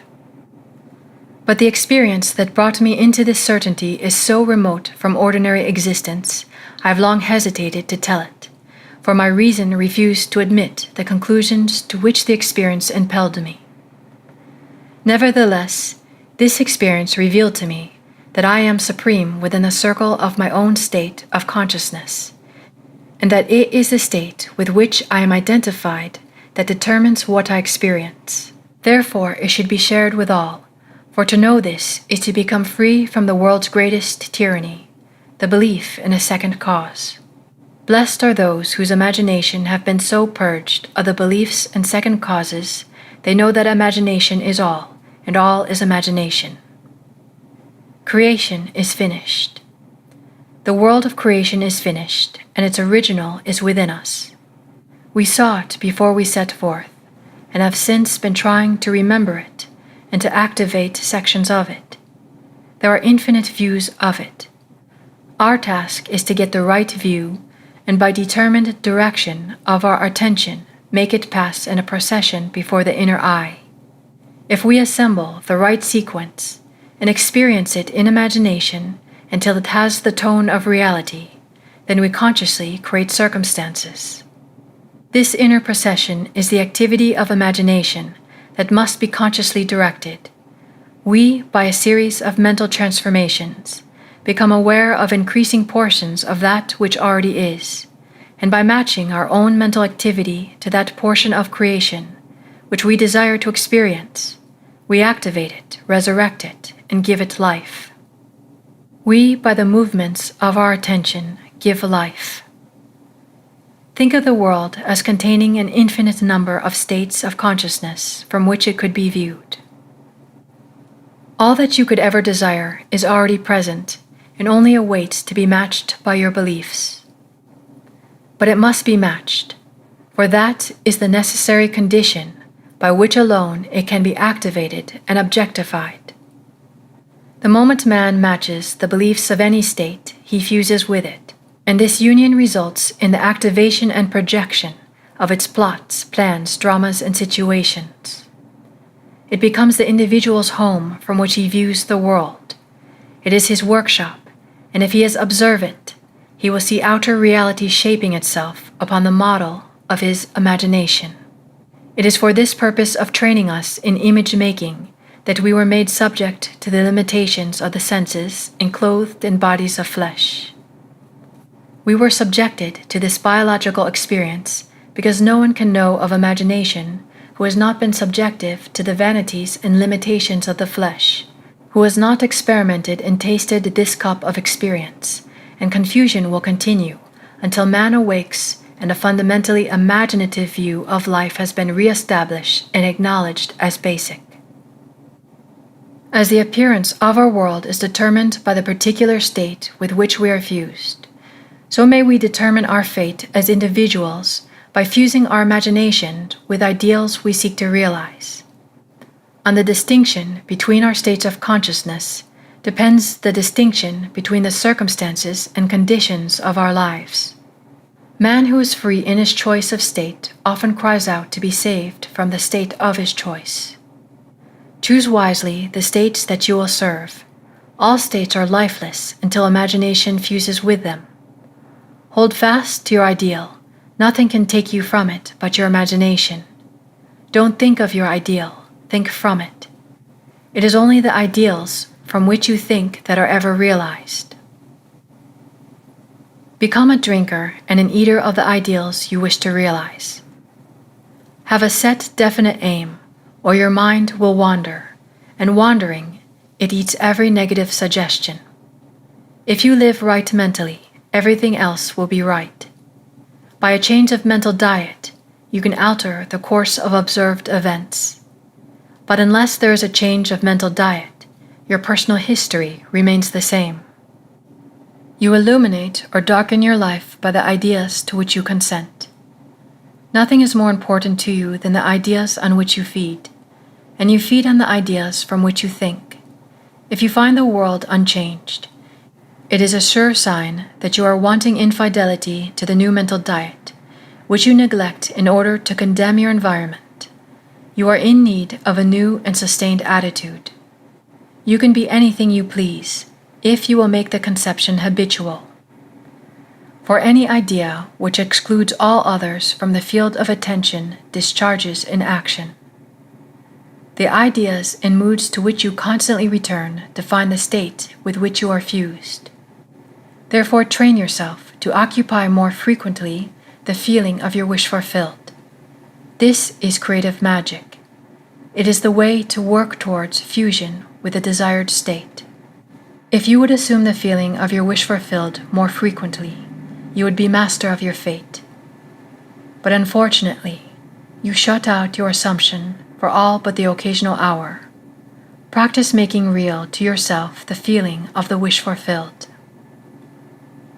After you have assumed the feeling of the wish fulfilled, do not close the experience as you would a book, but carry it around like a fragrant odor. Instead of being completely forgotten, let it remain in the atmosphere, communicating its influence automatically to your actions and reactions.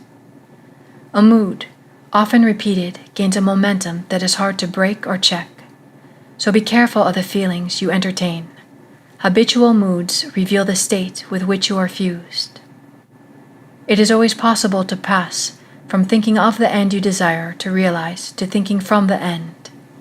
But the crucial matter is thinking from the end, for thinking from means unification or fusion with the idea, whereas in thinking of the end, there is always subject and object, the thinking individual and the thing thought.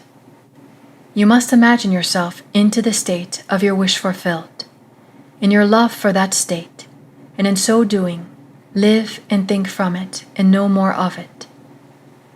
You pass from thinking of to thinking from by centering your imagination in the feeling of the wish fulfilled. This concludes Chapter 7. Neville Goddard, Feeling is the Secret. Forward. This book is concerned with the art of realizing your desire. It gives you an account of the mechanism used in the production of the visible world. It is a small book, but not slight. There is a treasure in it, a clearly defined road to the realization of your dreams. Were it possible to carry conviction to another by means of reasoned arguments and detailed instances, this book would be many times its size. It is seldom possible, however, to do so by means of written statements or arguments, since to the suspended judgment, it always seems plausible to say that the author was dishonest or deluded, and therefore his evidence was tainted. Consequently, I have purposely omitted all arguments and testimonials, and simply challenged the open-minded reader to practice the law of consciousness as revealed in this book. Personal success will prove far more convincing than all the books that could be written on the subject. Neville. Chapter 1. Law and its Operation. The world and all within it is man's conditioned consciousness objectified. Consciousness is the cause as well as the substance of the entire world. So it is to consciousness that we must turn if we would discover the secret of creation. Knowledge of the law of consciousness and the method of operating this law will enable you to accomplish all you desire in life. Armed with a working knowledge of this law, you can build and maintain an ideal world. Consciousness is the one and only reality, not figuratively but actually.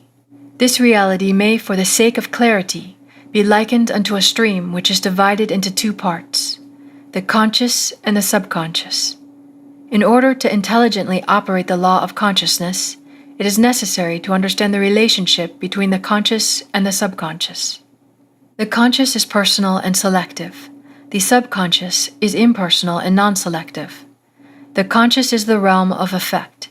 The subconscious is the realm of cause. These two aspects are the male and female divisions of consciousness. The conscious is male, the subconscious is female. The conscious generates ideas and impresses these ideas on the subconscious. The subconscious receives ideas and gives form and expression to them. By this law, first conceiving an idea and then impressing the idea conceived on the subconscious, all things evolve out of consciousness, and without this sequence, there is not anything made that is made. The conscious impresses the subconscious, while the subconscious expresses all that is impressed upon it. The subconscious does not originate ideas, but accepts true those which the conscious mind feels to be true, and in a way known only to itself, objectifies the accepted ideas. Therefore, through his power to imagine and feel his freedom to choose the idea he will entertain, man has control over creation. Control of the subconscious is accomplished through control of your ideas and feelings. The mechanism of creation is hidden in the very depth of the subconscious, the female aspect or womb of creation. The subconscious transcends reason and is independent of induction. It contemplates a feeling as a fact existing within itself, and on this assumption proceeds to give expression to it. The creative process begins with an idea, and its cycle runs its course as a feeling and ends in a volition to act. Ideas are impressed on the subconscious through the medium of feeling. No idea can be impressed on the subconscious until it is felt, but once felt, be it good, bad, or indifferent, it must be expressed. Feeling is the one and only medium through which ideas are conveyed to the subconscious. Therefore, the man who does not control his feeling may easily impress the subconscious with undesirable states.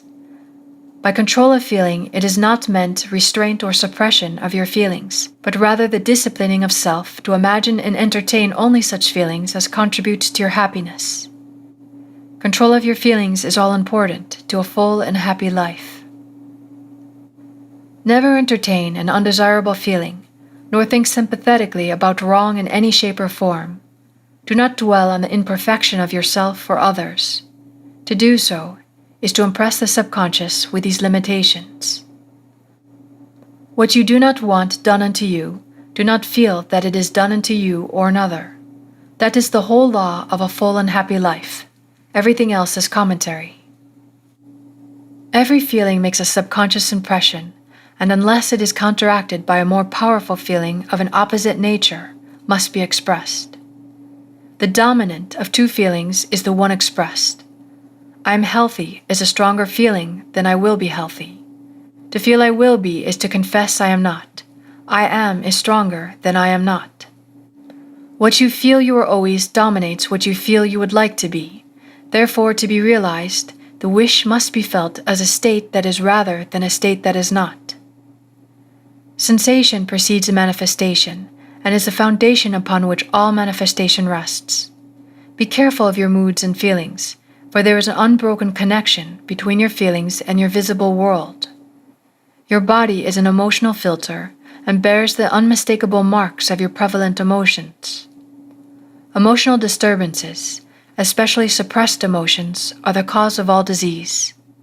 To feel intensely about a wrong without voicing or expressing that feeling is the beginning of disease, dis-ease, in both body and environment. Do not entertain the feeling of regret or failure, for frustration or detachment from your objective results in disease. Think feelingly over the state you desire to realize. Feeling the reality of the state sought, and living and acting on that conviction, is the way of all seeming miracles. All changes of expression are brought about through a change of feeling. A change of feeling is a change of destiny. All creation occurs in the domain of the subconscious. What you must acquire, then, is a reflective control of the operation of the subconscious, that is, control of your ideas and feelings. Chance or accident is not responsible for the things that happen to you, nor is predestined fate the author of your fortune or misfortune. Your subconscious impressions determine the conditions of your world. The subconscious is not concerned with the truth or falsity of your feeling. It always accepts as true that which you feel to be true. Feeling is the assent of the subconscious to the truth of that which is declared to be true. Because of the quality of the subconscious, there is nothing impossible to a man. Whatever the mind of man can conceive and feel as true, the subconscious can and must objectify. Your feelings create the pattern from which your world is fashioned, and a change of feeling is a change of pattern. The subconscious never fails to express that which has been impressed upon it. The moment it receives an impression, It begins to work out the ways of its expression. It accepts the feelings impressed upon it, your feeling, as a fact existing within itself, and immediately sets about to produce in the outer or objective world the exact likeness of that feeling. The subconscious never alters the accepted beliefs of man. It outpictures them to the last detail, whether or not they are beneficial. To impress the subconscious with a desirable state, you must assume the feeling that would be yours had you already realized your wish. In defining your objective, you must be concerned only with the objective itself. The manner of expression or the difficulties involved are not to be considered by you. To think feelingly on any state impresses it on the subconscious. Therefore, if you dwell on difficulties, barriers, or delay, the subconscious, by its very non-selective nature, accepts the feelings of difficulties and obstacles as your request and proceeds to produce them in your outer world. The subconscious is the womb of creation. It receives the idea unto itself through the feelings of man. It never changes the idea received, but always gives it form. Hence the subconscious outpictures the idea in the image and likeness of the feeling received. To feel a state as hopeless or impossible is to impress the subconscious with the idea of failure. The subconscious does serve man and faithfully gives form to his feelings. However, the subconscious has a distinct distaste for compulsion and responds to persuasion rather than to command.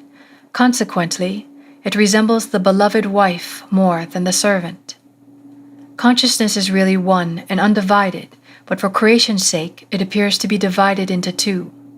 The conscious objective or male aspect truly is the head and dominates the subconscious, subjective, or female aspect. However, this leadership is not that of a tyrant, but of the lover. So by assuming the feeling that would be yours were you already in possession of your objective, the subconscious is moved to build the exact likeness of your assumption. Your desires are not subconsciously accepted until you assume the feeling of their reality. For only through feeling is an idea subconsciously accepted, and only through this subconscious acceptance is it ever expressed. It is easier to ascribe your feelings to events in the world than to admit that the conditions of the world reflect your feeling. However, it is eternally true that the outside mirrors the inside. It is impossible for you to see other than the contents of your consciousness. Your world, in its every detail, is your consciousness objectified. Objective states bear witness of subconscious impressions. A change of impression results in a change of expression.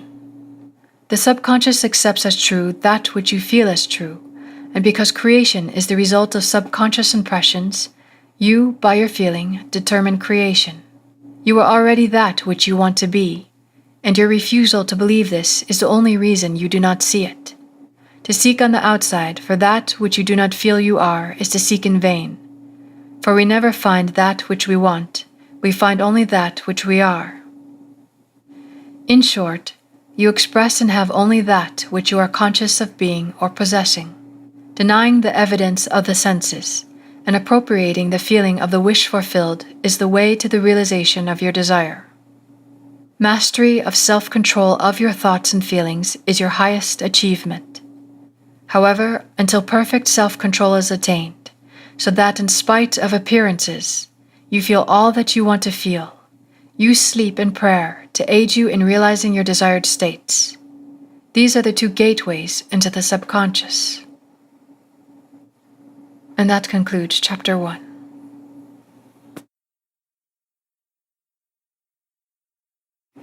Neville Goddard, Feeling is the Secret. Chapter 2, Sleep. Sleep, the life that occupies 1/3 of our stay on earth, is the natural door into the subconscious. So it is with sleep that we are now concerned. The conscious 2/3 of our life on earth is measured by the degree of attention we give sleep. Our understanding of and delight in what sleep has to bestow will cause us, night after night, to set out for it as though we were keeping an appointment with a lover. It is in sleep and in prayer, a state akin to sleep, that man enters the subconscious to make his impressions and receive his instructions. In these states, the conscious and subconscious are creatively joined. The male and female become one flesh. Sleep is the time when the male or conscious mind turns from the world of sense to seek its lover or subconscious self. The subconscious, unlike the woman of the world who marries her husband to change him, has no desire to change the conscious, waking state, but loves it as it is and faithfully reproduces its likeness in the outer world of form. The conditions and events of your life are your children, formed from the molds of your subconscious impressions in sleep. They are made in the image and likeness of your innermost feeling, that they may reveal you to yourself. Whatever you have in consciousness as you go to sleep is the measure of your expression in the waking 2/3 of your life on earth. Whatever you have in consciousness as you go to sleep is the measure of your expression in the waking 2/3 of your life on earth. Nothing stops you from realizing your objective, save your failure to feel that you are already that which you wish to be, or that you are already in possession of the things sought. Your subconscious gives form to your desires only when you feel your wish fulfilled. The unconsciousness of sleep is the normal state of the subconscious. Because all things come from within yourself, and your conception of yourself determines that which comes, you should always feel the wish fulfilled before you drop off to sleep. You never draw out of the deep of yourself that which you want. You always draw that which you are, and you are that which you feel yourself to be, as well as that which you feel as true of others.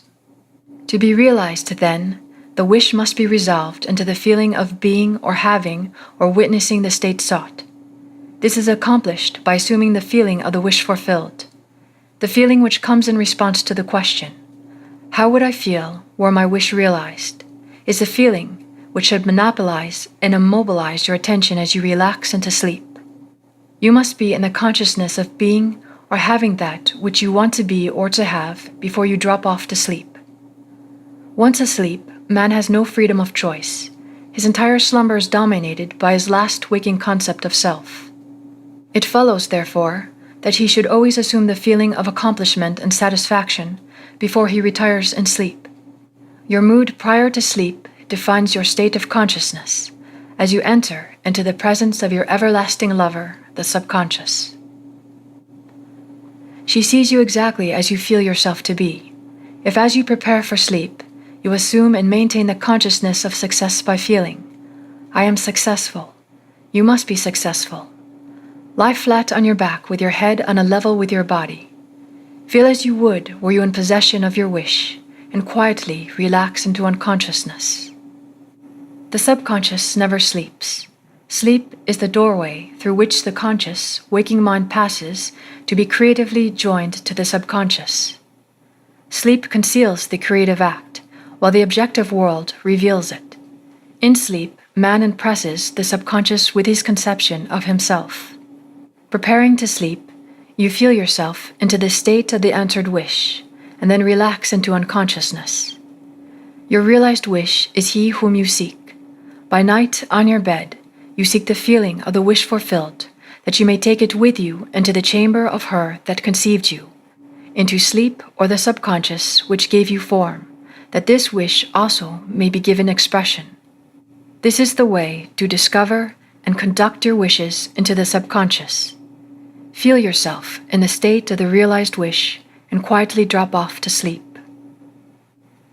Night after night, you should assume the feeling of being, having and witnessing that which you seek to be, possess and see manifested. Never go to sleep feeling discouraged or dissatisfied. Never sleep in the consciousness of failure. Your subconscious, whose natural state is sleep, sees you as you believe yourself to be, and whether it be good, bad, or indifferent, the subconscious will faithfully embody your belief. As you feel so, do you impress her, and she, the perfect lover, gives form to these impressions and outpictures them as the children of her beloved. Disregard appearances and feel that things are as you wish them to be. To assume the feeling of satisfaction is to call conditions into being which will mirror satisfaction. Signs follow, they do not precede. Proof that you are will follow the consciousness that you are. It will not precede it. You are an eternal dreamer dreaming non-eternal dreams. Your dreams take form as you assume the feeling of their reality. Do not limit yourself to the past. Knowing that nothing is impossible to consciousness, begin to imagine states beyond the experience of the past. Whatever the mind of man can imagine, man can realize. All objective, visible states were first subjective, invisible states, and you called them into visible by assuming the feeling of their reality. The creative process is first imagining and then believing the state imagined, always imagined and expect the best. The world cannot change until you change your conception of it, as within, so without. Nations, as well as people, are only what you believe them to be, no matter what the problem is, no matter where it is, no matter whom it concerns. You have no one to change but yourself. And you have neither opponent nor helper in bringing about the change within yourself. You have nothing to do but convince yourself of the truth of that which you desire to see manifested. As soon as you succeed in convincing yourself of the reality of the state sought, results follow to confirm your fixed belief. You never suggest to another the state which you desire to see him express. Instead, you convince yourself that he is already that which you desire him to be. Realization of your wish is accomplished by assuming the feeling of the wish fulfilled. You cannot fail unless you fail to convince yourself of the reality of your wish. A change of belief is confirmed by a change of expression. Every night, as you drop off to sleep, feel satisfied and spotless, for your subjective lover always forms the objective world in the image and likeness of your conceptions of it, the conception defined by your feeling. The waking 2/3 of your life on earth ever corroborates or bears witness to your subconscious impressions. The actions and events of the day are effects. They are not causes. Free will is only freedom of choice. The subconscious receives impressions only through the feelings of man, and in a way known only to itself, gives these impressions form and expression. The actions of man are determined by his subconscious impressions. His illusion of free will, his belief in freedom of action, is but ignorance of the causes which make him act. He thinks himself free because he has forgotten the link between himself and the event. Man awake is under compulsion to express his subconscious impressions. If in the past he unwisely impressed himself, then let him begin to change his thought and feeling, for only as he does so will he change his world. Do not waste one moment in regret, for to think feelingly of the mistakes of the past is to reinfect yourself. Turn from appearances and assume the feeling that would be yours were you already the one you wish to be. Feeling a state produces that state. The part you play on the world stage is determined by your conception of yourself. By feeling your wish fulfilled and quietly relaxing into sleep, you cast yourself in a star role to be played on earth tomorrow, and while asleep you are rehearsed and instructed in your part. The acceptance of the end automatically wills the means of realization. Make no mistake about this. If, as you prepare for sleep, you do not consciously feel yourself into the state of the answered wish, then you will take with you into the chamber of her who conceived you the sum total of the reactions and feelings of the waking day, and while asleep you will be instructed in the manner in which they will be expressed tomorrow. You will rise believing that you are a free agent, not realizing that every action and event of the day is predetermined by the concept of self as you fell asleep. Your only freedom, then, is your freedom of reaction. You are free to choose how you feel and react to the day's drama, but the drama, the actions, events, and circumstances of the day have already been determined. Unless you consciously and purposely define the attitude of mind with which you go to sleep, you consciously go to sleep in the composite attitude of the mind made up of all feelings and reactions of the day. Every reaction makes a subconscious impression, and unless counteracted by an opposite and more dominant feeling, is the cause of future action. Ideas enveloped in feeling are creative actions. Use your divine right wisely. Through your ability to think and feel, you have dominion over all creation. While you are awake, you are a gardener selecting seed for your garden. Your conception of yourself as you fall to sleep is the seed you drop into the ground of the subconscious. Dropping off to sleep, feeling satisfied and happy, compels conditions and events to appear in your world which confirm these attitudes of mind. Sleep is the door into heaven. When you take in as a feeling, you bring out as a condition, action, or object in space. So sleep in the feeling of the wish fulfilled. This ends Chapter 2.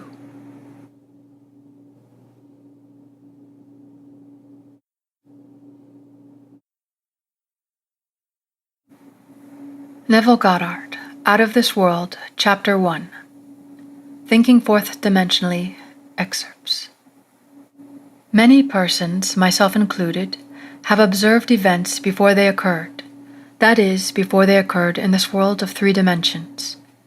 Since man can observe an event before it occurs in the 3 dimensions of space, life on Earth must proceed according to plan, and this plan must exist elsewhere in another dimension and be slowly moving through our space. If the occurring events were not in this world when they were observed, then to be perfectly logical, they must have been out of this world. And whatever is there to be seen before it occurs here must be predetermined from the point of view of man awake in a 3-dimensional world. Thus the question arises, are we able to alter our futures?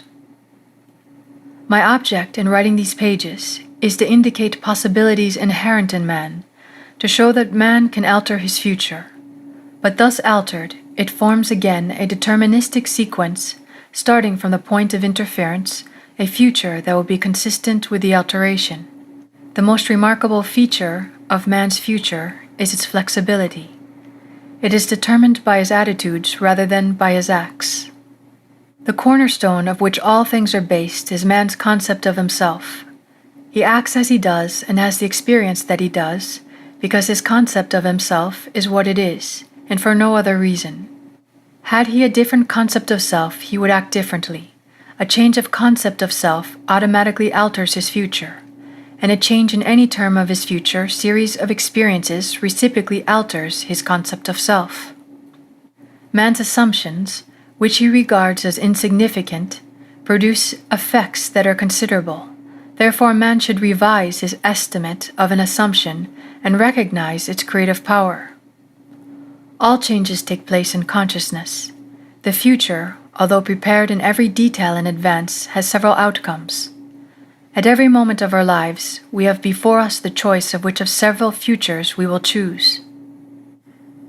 We may differentiate them as ordinary waking consciousness, governed by our senses, and a controlled imagination, governed by desire. The natural view confines reality to the moment called now. To the natural view, the past and future are purely imaginary. The spiritual view, on the other hand, sees the contents of time. It sees events as distinct and separated as objects in space. The past and future are present whole to the spiritual view. What is mental and subjective to the natural man is concrete and objective to the spiritual man. The habit of seeing only that which our senses permit renders us totally blind to what we otherwise could see.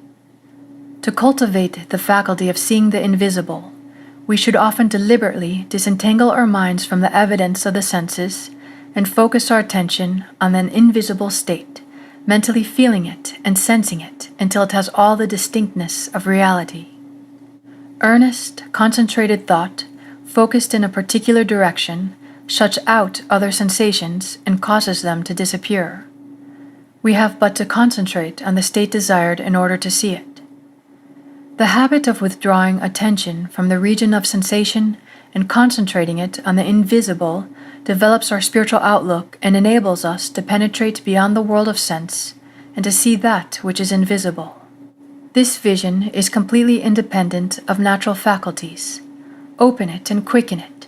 Without it, these instructions are useless, for the things of the Spirit are spiritually discerned.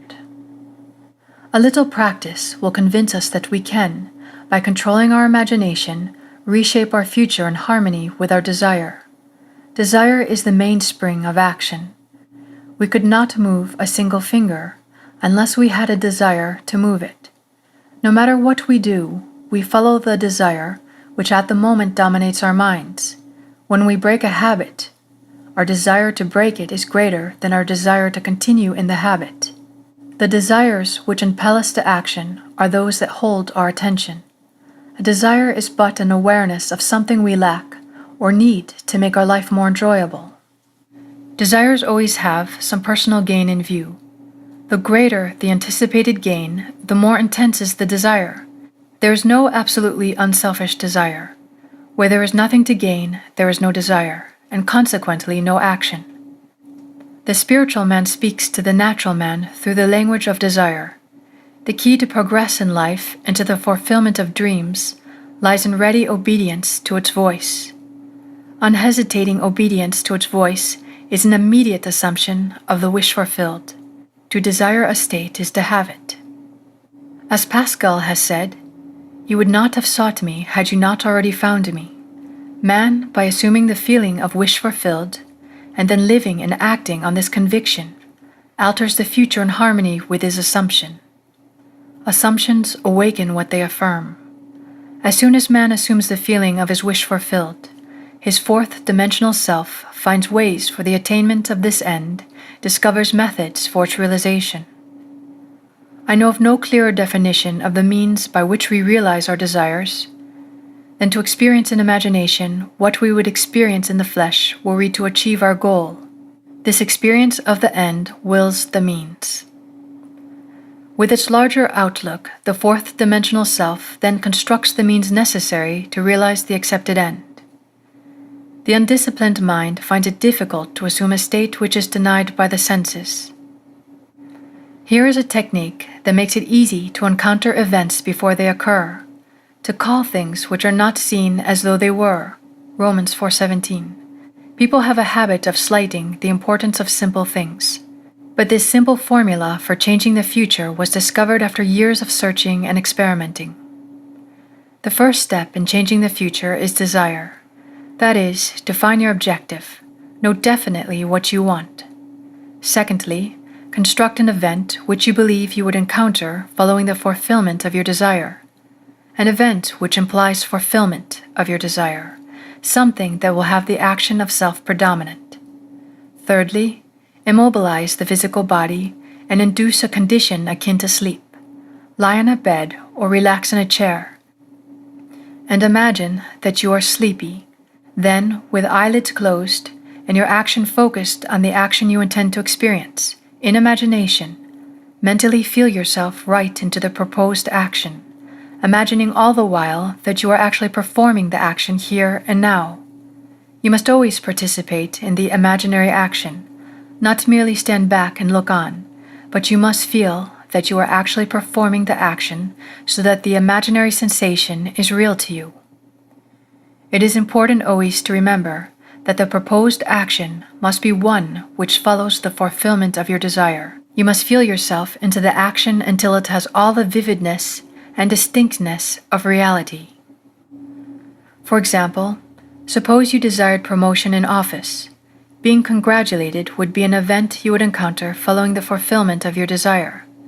Having selected this action as the one you will experience in imagination, immobilize the physical body and induce a state akin to sleep, a drowsy state, but one in which you are still able to control the direction of your thoughts, a state in which you are attentive without effort.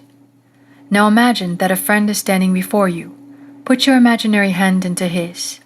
First feel it to be solid and real, then carry on an imaginary conversation with him in harmony with the action.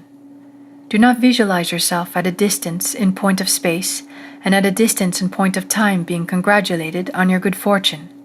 Instead, make yourself here and the future now. The future event is a reality now in a dimensionally larger world. And oddly enough, now in a dimensionally larger world is equivalent to here in the ordinary three-dimensional space of everyday life. The difference between feeling yourself in action here and now and visualizing yourself in action as though you were on a motion picture screen is the difference between success and failure. The difference between feeling yourself in action here and now and visualizing yourself in action as though you were on a motion picture screen is the difference between success and failure. The difference will be appreciated if you will now visualize yourself climbing a ladder. Then with eyelids closed, imagine that a ladder is right in front of you and feel you are actually climbing it. Desire, physical immobility, bordering on sleep, and imaginary action in which self feelingly predominates here and now are not only important factors in altering the future, but they are essential conditions in consciously projecting the spiritual self. If when the physical body is immobilized, we become possessed of the idea to do something, and imagine that we are doing it here and now, and keep the imaginary action feelingly going right up until sleep ensues, we are likely to awaken out of the physical body to find ourselves in a dimensionally larger world with a dimensionally larger focus and actually doing what we desired and imagined we were doing in the flesh. But whether we awaken there or not, we are actually performing the action in the fourth dimensional world, and we will reenact it in the future here in the third dimensional world. Experience has taught me to restrict the imaginary action, to condense the idea which is to be the object of our meditation into a single act, and to reenact it over and over again until it has the feeling of reality. Otherwise, the attention will wander off along an associational track, and hosts of associated images will be presented to our attention. In a few seconds, they will lead us hundreds of miles away from our objective in points of space and years away in point of time. If we decide to climb a particular flight of stairs, because that is the likely event to follow the realization of our desire, then we must restrict the action to climbing that particular flight of stairs. Should our attention wander off, we must bring it back to its task of climbing that flight of stairs and keep on doing so until the imaginary action has all the solidity and distinctness of reality. The idea must be maintained in the field of presentation without any sensible effort on our part. We must, with the minimum of effort, permeate the mind with a feeling of the wish fulfilled.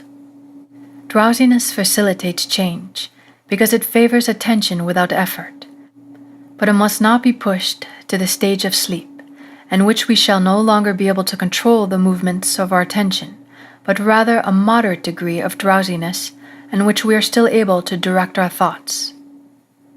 A most effective way to embody a desire is to assume the feeling of the wish fulfilled, and then, in a relaxed and sleepy state, repeat over and over again, like a lullaby, any short phrase which implies fulfillment of desire, such as thank you, as though we addressed a higher power for having done it for us. If, however, we seek a conscious projection into a dimensionally larger world, then we must keep the action going right up until sleep ensues. Experience in imagination, with all the distinctness of reality, what would be experienced in the flesh were you to achieve your goal, and you shall in time meet it in the flesh as you met it in your imagination. Feed the mind with premises, that in assertions presumed to be true, because assumptions, though unreal to the senses if persisted in, until they have the feeling of reality, will harden into facts. To an assumption, all means which promote its realization are good. It influences the behavior of all by inspiring in all the movements, the actions, and the words which tend towards its fulfillment. To understand how man molds his future in harmony with his assumption, we must know what we mean by a dimensionally larger world, for it is to a dimensionally larger world that we go to alter our future. The observation of an event before it occurs implies that an event is predetermined from the point of view of man in a three-dimensional world. Therefore, to change the conditions here in the three dimensions of space, we must first change them in the four dimensions of space. Man does not know exactly what is meant by a dimensionally larger world, and would no doubt deny the existence of a dimensionally larger self. He is quite familiar with the three dimensions of length, width, and height, and he feels that if there were a fourth dimension, it should be just as obvious to him as the dimensions of length, width, and height. A dimension is not a line. It is any way in which a thing can be measured that is entirely different from all other ways. That is, to measure a solid fourth dimensionally, we simply measure it in any direction except that of its length, width, and height. Is there another way of measuring an object other than those of its length, width, and height? Time measures my life without employing the three dimensions of length, width, and height. There's no such thing as an instantaneous object. Its appearance and disappearance are measurable. It endures for a definite length of time. We can measure its lifespan without using the dimensions of length, width, and height. Time is definitely a fourth way of measuring an object. The more dimensions an object has, the more substantial and real it becomes. A straight line, which lies entirely in one dimension, acquires shape, mass, and substance by the addition of dimensions. What new quality would time, the fourth dimension, give which would make it just as vastly superior to solids as solids are to surfaces and surfaces are to lines? Time is a medium for changes in experience because all changes take time. The new quality is changeability. Observe that if we bisect a solid, its cross-section will be a surface. By bisecting a surface, we obtain a line, and by bisecting a line, we get a point. This means that a point is but a cross-section of a line, which is in turn but a cross-section of a surface, which is, in turn, but a cross-section of a solid, which is in turn, if carried to its logical conclusion, but a cross-section of a fourth-dimensional object. We cannot avoid the inference that all three-dimensional objects are but cross-sections of fourth-dimensional bodies, which means when I meet you, I meet a cross-section of the fourth-dimensional you, the fourth-dimension self that is not seen. To see the fourth-dimensional self, I must see every cross-section or moment of your life from birth to death, and see them all as coexisting. My focus should take in the entire array of sensory impressions which you have experienced on earth plus those you might encounter. I should see them, not in the order in which they were experienced by you, but as a present whole. Because change is the characteristic of the fourth dimension, I should see them in a state of flux as a living animated whole. If we have all this clearly fixed in our minds, what does it mean to us in this three-dimensional world? It means that if we can move along time's length, we can see the future and alter it as we so desire. This world, which we think so solidly real, is a shadow out of which and beyond which we may at any time pass. It is an abstraction from a more fundamental and dimensionally larger world, a more fundamental world abstracted from a still more fundamental and dimensionally larger world, and so on to infinity. The absolute is unattainable by any means or analysis, no matter how many dimensions we add to the world. Man can prove the existence of a dimensionally larger world simply by focusing his attention on an invisible state and imagining that he sees and feels it. If he remains concentrated in this state, his present environment will pass away, and he will awaken in a dimensionally larger world where the object of his contemplation will be seen as a concrete objective reality. Intuitively, I feel that, were he to abstract his thoughts from this dimensionally larger world and retreat still farther within his mind, he would again bring about an externalization of time. He would discover that every time he retreats into his inner mind and brings about an externalization of time, space becomes dimensionally larger, and he would, therefore, conclude that both time and space are serial, and that the drama of life is but the climbing of a multitudinous dimensional time block. Scientists will one day explain why there is a serial universe. But in practice, how we use this serial universe to change the future is more important. To change the future, we need only concern ourselves with two worlds in the infinite series: the world we know by reason of our bodily organs, and the world we perceive independently of our bodily organs. And that concludes Chapter 1.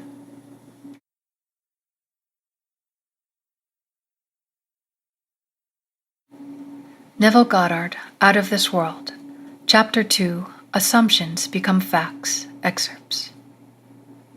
Men believe in the reality of the external world, because they do not know how to focus and condense their powers to penetrate its thin crust. This book has only one purpose: the removing of the veil of the senses, the traveling into another world. To remove the veil of the senses, we do not employ great effort. The objective world vanishes by turning our attention away from it. We have only to concentrate on the state desired in order to mentally see it, but to give it reality so that it will become an objective fact. We must focus attention upon the invisible state until it has the feelings of reality. When, through concentrated attention, our desire appears to possess the distinctness and feeling of reality, we have given it the right to become a visible concrete fact. If it is difficult to control the direction of your attention while in a state akin to sleep, you may find gazing fixedly into an object very helpful. Do not look at its surface, but into and beyond any plain object, such as a wall, a carpet, or any other object which possesses depth. Arrange it to return as little reflection as possible. Imagine then that in this depth you are seeing and hearing what you want to see and hear until your attention is exclusively occupied by the imagined state. At the end of your meditation, when you awake from your controlled waking dream, you feel as though you had returned from a great distance. The visible world which you had shut out returns to consciousness, and by its very presence informs you that you have been self-deceived into believing that the object of your contemplation was real. But if you know that consciousness is the one and only reality, you will remain faithful to your vision, and by this sustained mental attitude, confirm your gift of reality, and prove that you have the power to give reality to your desires, that they may become visible concrete facts. Define your ideal and concentrate your attention upon the idea of identifying yourself with your ideal. Assume the feeling of being it, the feeling that would be yours were you already the embodiment of your ideal. Then live and act upon this conviction. This assumption, though denied by the senses, if persisted in, will become fact. You will know when you have succeeded in fixing the desired state in consciousness by simply looking mentally at the people you know. In dialogues with yourself, you are less inhibited and more sincere than in actual conversations with others. Therefore, the opportunity for self-analysis arises when you are surprised by your mental conversations with others. If you see them as you formerly saw them, you have not changed your concept of self. For all changes of concepts of self result in a changed relationship to your world. In your meditation, allow others to see you as they would see you were this new concept of self a concrete fact. You always seem to others an embodiment of the ideal you inspire. Therefore, in meditation, when you contemplate others, you must be seen by them mentally as you would be seen by them physically, were your concept of self an objective fact. That is, in meditation, you imagine that they see you expressing that which you desire to be. If you assume that you are what you want to be, your desire is fulfilled, and in fulfillment, all longing is neutralized. You cannot continue desiring what you have already realized. Your desire is not something you labor to fulfill. It is recognizing something you already possess. It is assuming the feeling of being that which you desire to be. Believing and being are one. The conceiver and his conception are one. Therefore, that which you conceive yourself to be can never be so far off as ever to be near, for nearness implies separation. Being is the substance of things hoped. If you assume that you are what you want to be, then you will see others as they are related to your assumption. If, however, it is the good of others that you desire, then in meditation you must represent them to yourself as already being that which you desire them to be. It is through desire that you rise above your present sphere, and the road from longing to fulfillment is shortened, as you experience in imagination what you would experience in the flesh, were you already the embodiment of the ideal you desire to be. I have stated that man has at every moment of time the choice before him which of several futures he will encounter, but the question arises, how is that possible when the experiences of man awake in the three-dimensional world are predetermined, as his observation of an event before it occurs implies? This ability to change the future will be seen if we liken the experiences of life on earth to this printed page. Man experiences events on earth singly and successively in the same way that you are now experiencing the words of this page. Imagine that every word on this page represents a single sensory impression. To get the contents, to understand my meaning, you focus your vision of the first word in the upper left-hand corner and then move your focus across the page from left to right, letting it fall on the words singly and successfully. By the time your eyes reach the last word on this page, you've extracted my meaning. Suppose, however, on looking at the page, with all the printed words thereon equally present, you decided to rearrange them. You could, by rearranging them, tell an entirely different story. In fact, you could tell many different stories. A dream is nothing more than uncontrolled fourth-dimensional thinking, or the rearrangement of both past and future sensory impressions. Man seldom dreams of events in the order in which he experiences them when awake. He usually dreams of two or more events which are separated in time, fused into a single sensory impression. In his dream, he so completely rearranges his single waking sensory impressions that he does not recognize them when he encounters them in his waking state. For example, I dreamed that I delivered a package to the restaurant in my apartment building. The hostess said to me, "You can't leave that there." Whereupon, the elevator operator gave me a few letters, and as I thanked him for them, he in turn thanked me. At this point, the night elevator operator appeared and waved a greeting to me. The following day, as I left my apartment, I picked up a few letters which had been placed at my door.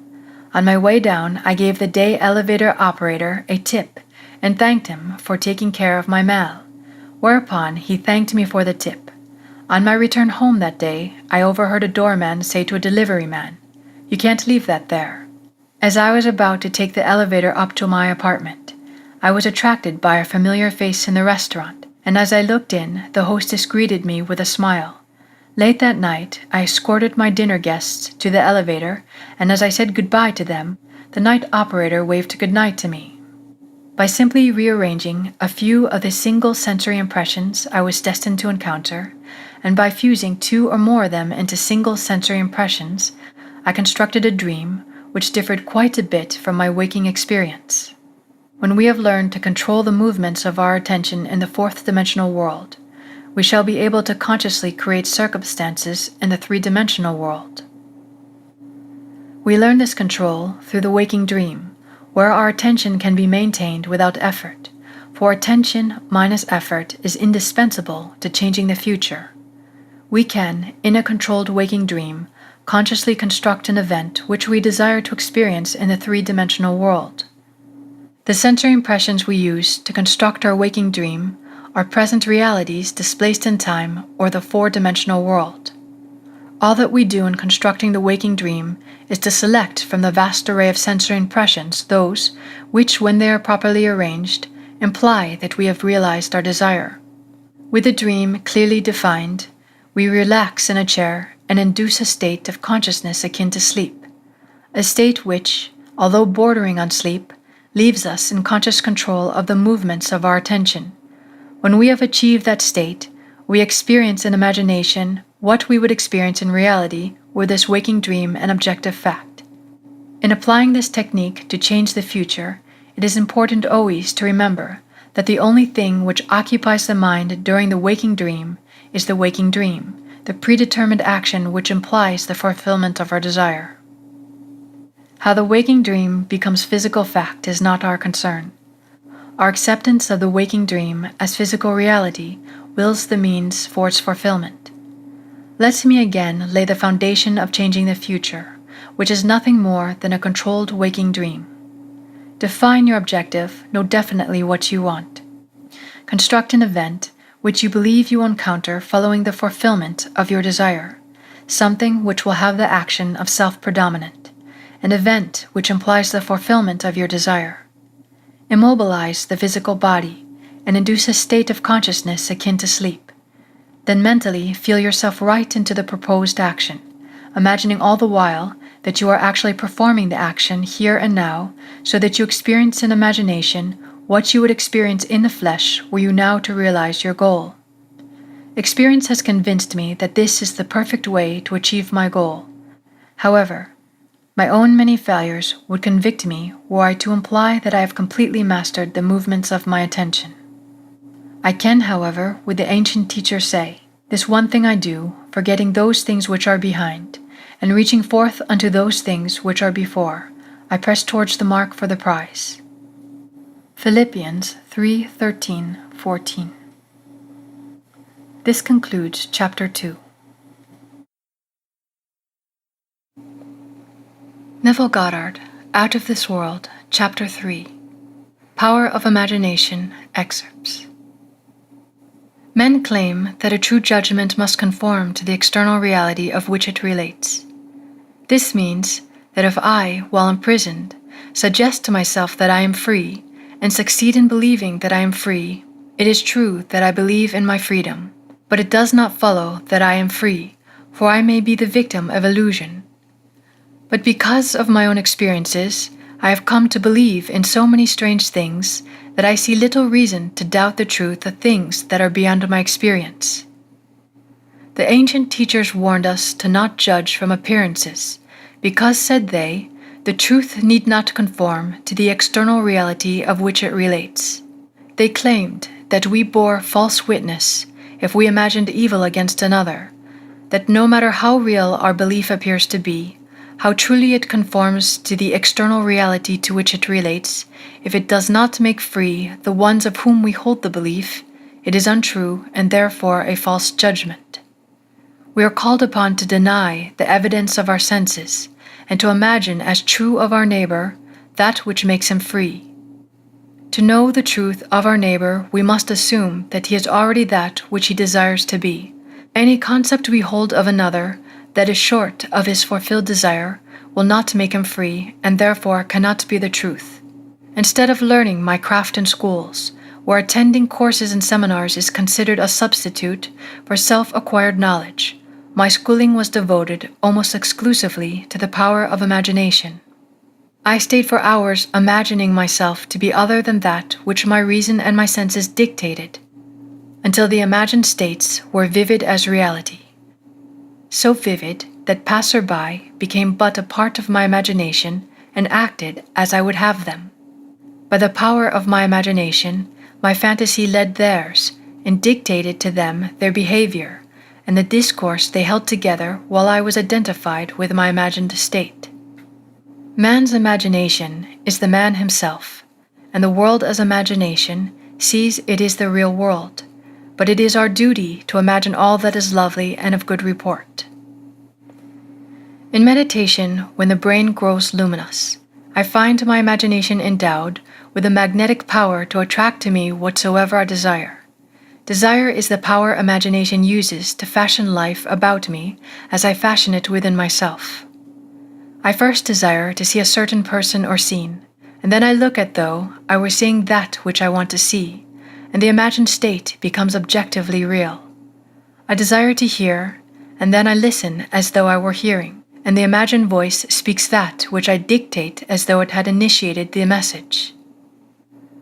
I could give you many examples to prove my arguments, to prove that these imagined states do become physical realities.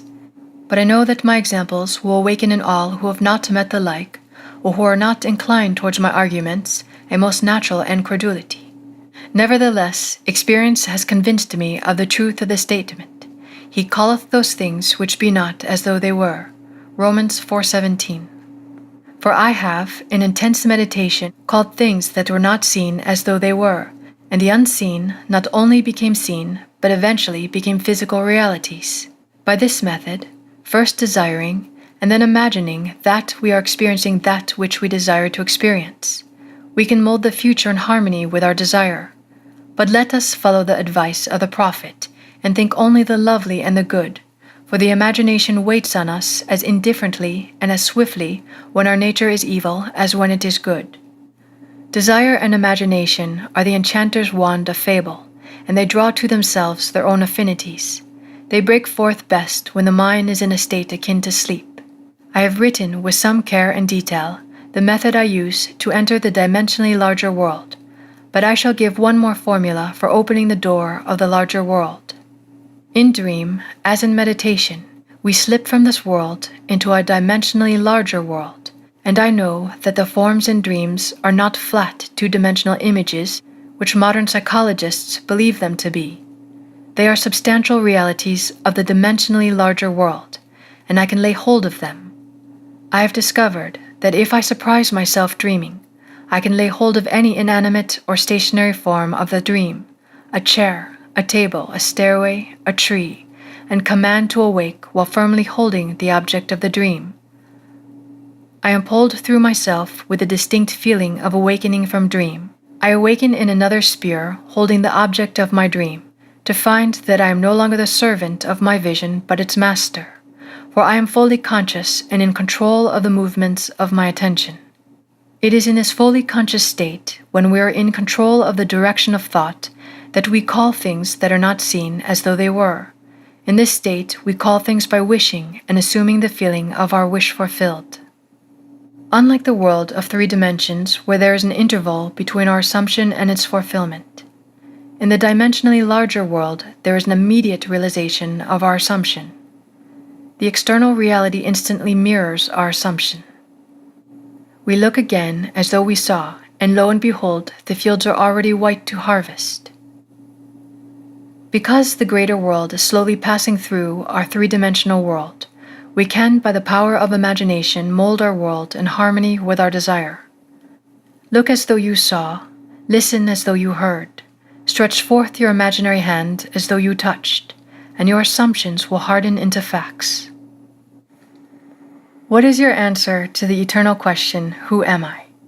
Your answer determines the part you play in the world's drama. Your answer, that is your concept of self, need not conform to the external reality to which it relates. Look back over the good resolutions with which many past New Years are encumbered. They lived a little while and then they died. Why? Because they were severed from their root. Assume that you are that which you want to be. Experience in imagination what you would experience in the flesh, were you already that which you want to be. Remain faithful to your assumption, so that you define yourself as that which you have assumed. Things have no life if they are severed from their roots, and our consciousness, our I-amness, is the root of all that springs in our world.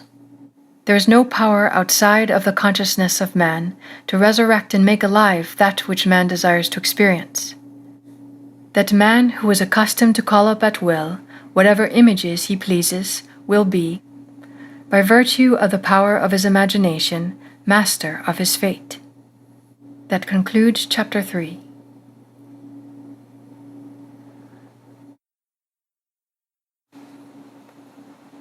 Neville Goddard, Out of This World, Chapter 4, No One to Change But Self, excerpts. The ideal we serve and strive to attain could never be evolved from us were it not potentially involved in our nature.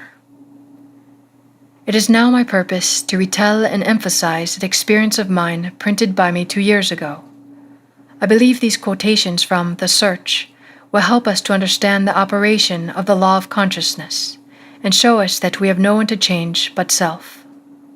Once in the idle interval at sea, I meditated on the perfect state and wondered what I would be were I too pure of eyes to behold inequity, if to me all things were pure and were without condemnation. As I became lost in this fury brooding, I found myself lifted above the dark environment of the senses. So intense was feeling, I felt myself a being of fire dwelling in a body of air. Voices as from a heavenly chorus, with the exultation of those who had been conquerors in a conflict with death, were singing, "He has risen, he has risen," and intuitively I knew they meant me. Then I seemed to be walking in the night. I soon came upon a scene that might have been the ancient pool of Bethesda, for in this place lay a great multitude of impotent folk, blind, halt, withered, waiting not for the moving of the water as of tradition, but waiting for me. As I came near, without thought or effort on my part, they were, one after the other, molded as by the magician of the beautiful. Eyes, hands, feet, all missing members, were drawn from some invisible reservoir and molded in harmony with that perfection which I felt springing within me. When all were made perfect, the chorus exulted, "It is finished." Then the scene dissolved and I awoke. I know the vision was the result of my intense meditation upon the idea of perfection, for my meditations invariably bring about union with the state contemplated. I had been so completely absorbed within the idea that for a while I had become what I contemplated, and the high purpose with which I had for that moment identified myself drew the companionship of high things and fashioned the vision in harmony with my inner nature. The ideal with which we are united works by association of ideals to awaken 1,000 moods to create a drama in keeping with the central idea. My mystical experiences have convinced me that there is no way to bring about the outer perfection we seek other than by the transformation of ourselves. In the divine economy, nothing is lost. We cannot lose anything save by descent from the sphere where the thing has its natural life. There is no transforming power in death, and when we are here or there, we fashion the world that surrounds us by the intensity of our imagination and feeling, and we illuminate or darken our lives by the concepts we hold of ourselves. Nothing is more important to us than our conception of ourselves, and especially is this true of our concept of the dimensionally great one within us. Those who help or hinder us, whether they know it or not, are the servants of that law which shapes outward circumstances in harmony with our inner nature. It is our conception of ourselves which frees or constrains us, though it may use material agencies to achieve its purpose. Because life molds the outer world to reflect the inner arrangement of our minds, there is no way of bringing about the outer perfection we seek other than by the transformation of ourselves. No help cometh from without. The hills to which we lift our eyes are those of an inner range. It is thus to our own consciousness that we must turn as to the only reality, the only foundation on which all phenomena can be explained. We can rely absolutely on the justice of this law to give us only that which is of the nature of ourselves.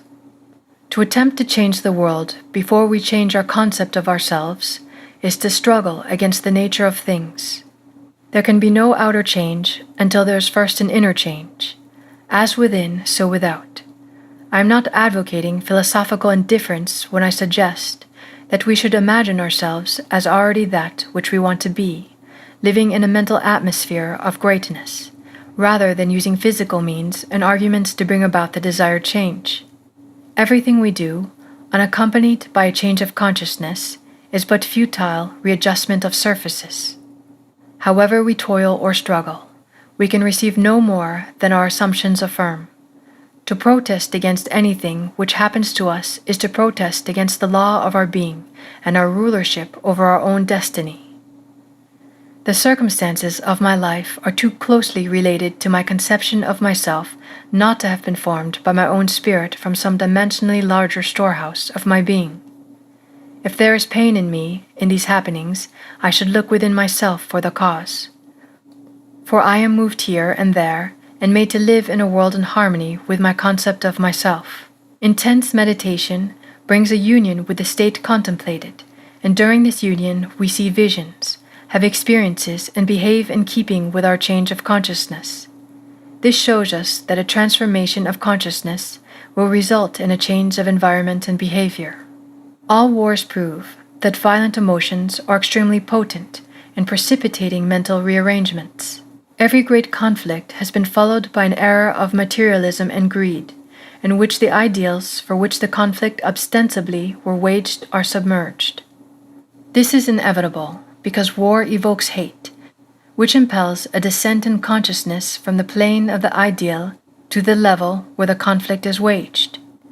If we could become as emotionally aroused over our ideals as we become over our dislikes, we would ascend to the plane of our ideal as easily as we now descend to the level of our hates.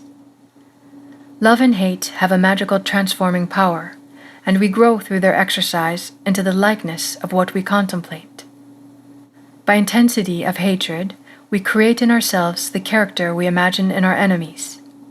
Qualities die for want of attention, so the unlovely states might best be rubbed out by imagining beauty for ashes and joy for mourning, Isaiah 61:3, rather than by direct attacks on the state from which we would be free.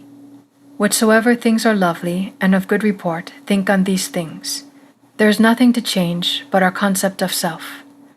As soon as we succeed in transforming self, our world will dissolve and reshape itself in harmony with that which our change affirms.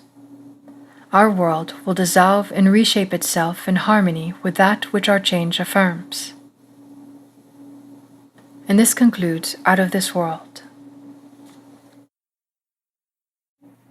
Neville Goddard, Seedtime and Harvest, excerpts. Chapter 4, The Scale of Being. In the beginning was the intention, the meaning, and the intention was with the intender, and the intention was the intender. The objects and events in time and space occupy a lower level of significance than the level of meaning which produced them. All things were made by meaning, and without meaning was not anything made that was made. The fact that everything seen can be regarded as the effect, on a lower level of significance, of an unseen higher order of significance is a very important one to grasp.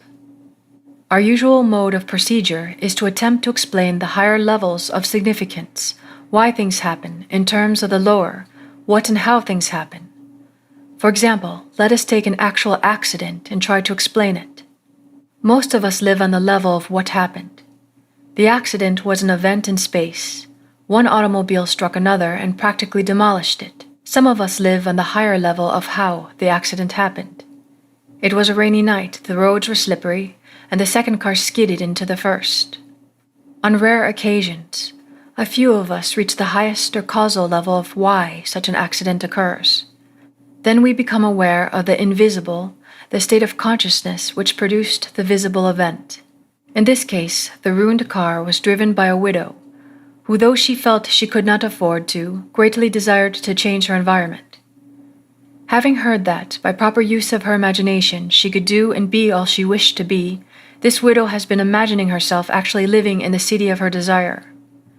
At the same time, she was living in a consciousness of loss, both personal and financial. Therefore, she brought upon herself an event, which was seemingly another loss, but the sum of money the insurance company paid her allowed her to make the desired change in her life. When we see the why behind the seeming accident, the state of consciousness that produced the accident, we are led to the conclusion that there is no accident. Everything in life has its invisible meaning. The man who learns of an accident, the man who knows how it happened, and the man who knows why it happened are on 3 different levels of awareness in regard to that accident. On the ascending scale, each higher level carries us a step in advance towards the truth of the accident. We should strive constantly to lift ourselves to the higher level of meaning, the meaning that is always invisible and above the physical event. But remember, the meaning or cause of the phenomena of life can be found only within the consciousness of man. Man is so engrossed in the visible side of the drama of life, the side of what has happened and how it happened, that he rarely rises to the invisible side of why it happened. His descriptions of what has happened and how it happened are true in terms of his corresponding level of thought. But when he asks why it happened, all physical explanations break down, and he is forced to seek the why, or meaning of it, on the invisible and higher level. The mechanical analysis of events deals only with the external relationships of things. Such a course will never reach the level which holds the secret of why the events happen. Man must recognize that the lower and visible sides flow from the invisible and higher level of meaning. Intuition is needed to lift us up to the level of meaning, to the level of why things happen. Let us follow the advice of the Hebrew prophet of old, and lift up our eyes unto the hills, within ourselves, and observe what is taking place there. See what ideas we have accepted as true, what states we have consented to, what dreams, what desires, and above all, what intentions. It is from these hills that all things come to reveal our stature, our height, on the vertical scale of meaning. If we lift our eyes to the thee and me who works behind the veil, we will see the meaning of the phenomena of life. Events appear on the screen of space to express the different levels of consciousness of man. A change in the level of his consciousness automatically results in a change of the phenomena of his life. To attempt to change the conditions before he changes the level of consciousness from which they came is to struggle in vain. Man redeems the world as he ascends the vertical scale of meaning. We saw in the analogy of the book that as consciousness was lifted up to the level where man could see the meaning expressed in the arrangement of its letters, it also included the knowledge that the letters were arranged according to certain rules, and that such arrangements, when printed on paper and bound together, formed a book. What is true of the book is true of every event in the world. Chapter 5. The Game of Life. What would you think and say and do were you already the one you want to be? Begin to think and say and do this inwardly. You are told that there is a rod in heaven that revealeth secrets. And you must always remember that heaven is within you. And to make it crystal clear who God is, where He is, and what His secrets are, Daniel continues, "Thy dream and the visions of thy head are these. They reveal the tracks to which you are tied, and point the direction in which you are going." This is what one woman did, to turn the tracks to which she had been unhappily tied in the direction in which she wanted to go. For 2 years, she had kept herself estranged from the 3 people she loved most. She had had a quarrel with her daughter-in-law, who ordered her from her home. For those 2 years, she had not seen or heard from her son, her daughter-in-law, or her grandson, though she had sent her grandson numerous gifts in the meantime. Every time she thought of her family, which was daily, she carried on a mental conversation with her daughter-in-law, blaming her for the quarrel and accusing her of being selfish. Upon hearing a lecture of mine one night, it was this very lecture on the game of life and how to play it, she suddenly realized that she was the cause of the prolonged silence, and that she, and she alone, must do something about it. Recognizing that her goal was to have the former loving relationship, she set herself the task of completely changing her inner talking. That very night, in her imagination, she constructed 2 loving, tender letters written to her, one from her daughter-in-law and the other from her grandson. In her imagination, she read them over and over again until she fell asleep in the joyful mood of having received the letters. She repeated this imaginary act each night for 8 nights. On the morning of the 9th day, she received one envelope containing 2 letters, one from her daughter-in-law, one from her grandson. They were loving, tender letters inviting her to visit them, almost replicas of those she had constructed mentally. By using her imagination consciously and lovingly, she had turned the tracks to which she was tied in the direction she wanted to go towards a happy family reunion. A change of attitude is a change of position on the playing field of life. The game of life is not being played out there in what is called space and time. The real moves in the game of life take place within, on the playing field of the mind. Chapter 6. Time times and a half. A number of years ago, a widow living in the same apartment house we are came to see me about her cat. The cat was her constant companion and dear to her heart. He was, however, 8 years old, very ill and in great pain. He had not eaten for days and would not move from under her bed. 2 veterinarians had seen the cat and advised the woman that the cat could not be cured, and that he should be put to sleep immediately. I suggested that that night, before retiring, she create in her imagination some action that would indicate the cat was its former healthy self. I advised her to do it over and over again until it took on the tones of reality. This she promised to do. However, either from lack of faith in my advice or from lack of faith in her own ability to carry out the imaginary action, she asked her niece to spend the night with her. This request was made, so that if the cat were not well by morning, the niece would take it to the veterinarians, and she, the owner, would not have to face such a dreaded task herself. That night, she settled herself in an easy chair and began to imagine the cat was romping beside her, scratching at the furniture and doing many things she would not normally have allowed. Each time she found that her mind had wandered from its predetermined task to see a normal, healthy, frisky cat. She brought her attention back to the room and started the imaginary action over again.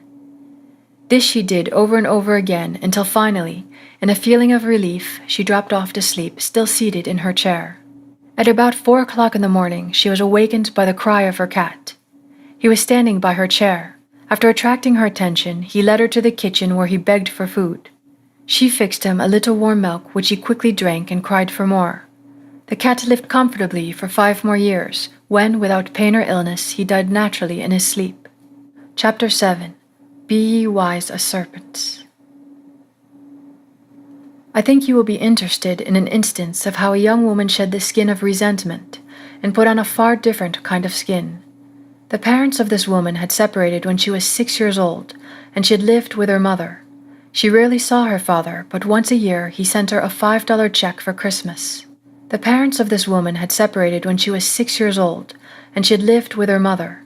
She rarely saw her father, but once a year he sent her a $5 check for Christmas. Following her marriage, he did increase the Christmas gift to $10.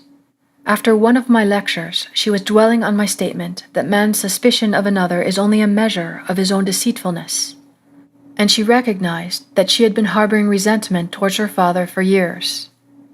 That night, she resolved to let go her resentment and put a fond reaction in its place. In her imagination, she felt she was embracing her father in the warmest way. She did it over and over again until she caught the spirit of her imaginary act, and then she fell asleep in a very contented mood. The following day, she happened to pass through the fur department of one of our large stores in California. For some time she had been toying with the idea of having a new fur scarf, but felt she could not afford it. This time her eye was caught by a stone marten scarf, and she picked it up and tried it on. After feeling it and seeing herself in it, reluctantly she took off the scarf and returned it to the salesman, telling herself she really could not afford it. As she was leaving the department, she stopped and thought, "Neville tells we can have whatever we desire, if we will only capture the feeling of already having it." In her imagination, she put the scarf back on, felt the reality of it, and went about her shopping, all the while enjoying the imagined wearing of it. This young woman never associated these two imaginary acts. In fact, she had almost forgotten what she had done until a few weeks later on Mother's Day, the doorbell rang unexpectedly. There was her father. As she embraced him, she remembered her first imaginary action. As she opened the package he had brought her, the first gift in these many years, she remembered her second imaginary action, for the box contained a beautiful stone marten scarf. Chapter 8. The Water and the Blood. As I talked, one student kept impinging upon the teacher's mind, but this, thought she, would be a too difficult case on which to test the truth of what I was telling her concerning the mystery of rebirth. All knew, teachers and students alike, that this particular student was incorrigible. The outer facts of her case were these. The teachers, including the principal and school psychiatrist, had sat in judgment on the student just a few days before. They had come to a unanimous decision that the girl, for the good of the school, must be expelled upon reaching her 16th birthday. She was rude, crude, unethical, and used most vile language. The date for dismissal was but a month away. As she rode home that night, the teacher kept wondering if she could really change her mind about the girl, and if so, would the student undergo a change of behavior because she herself had undergone a change of attitude? The only way to find out would be to try. This would be quite an undertaking, for it meant assuming full responsibility for the incarnation of the new values in the student.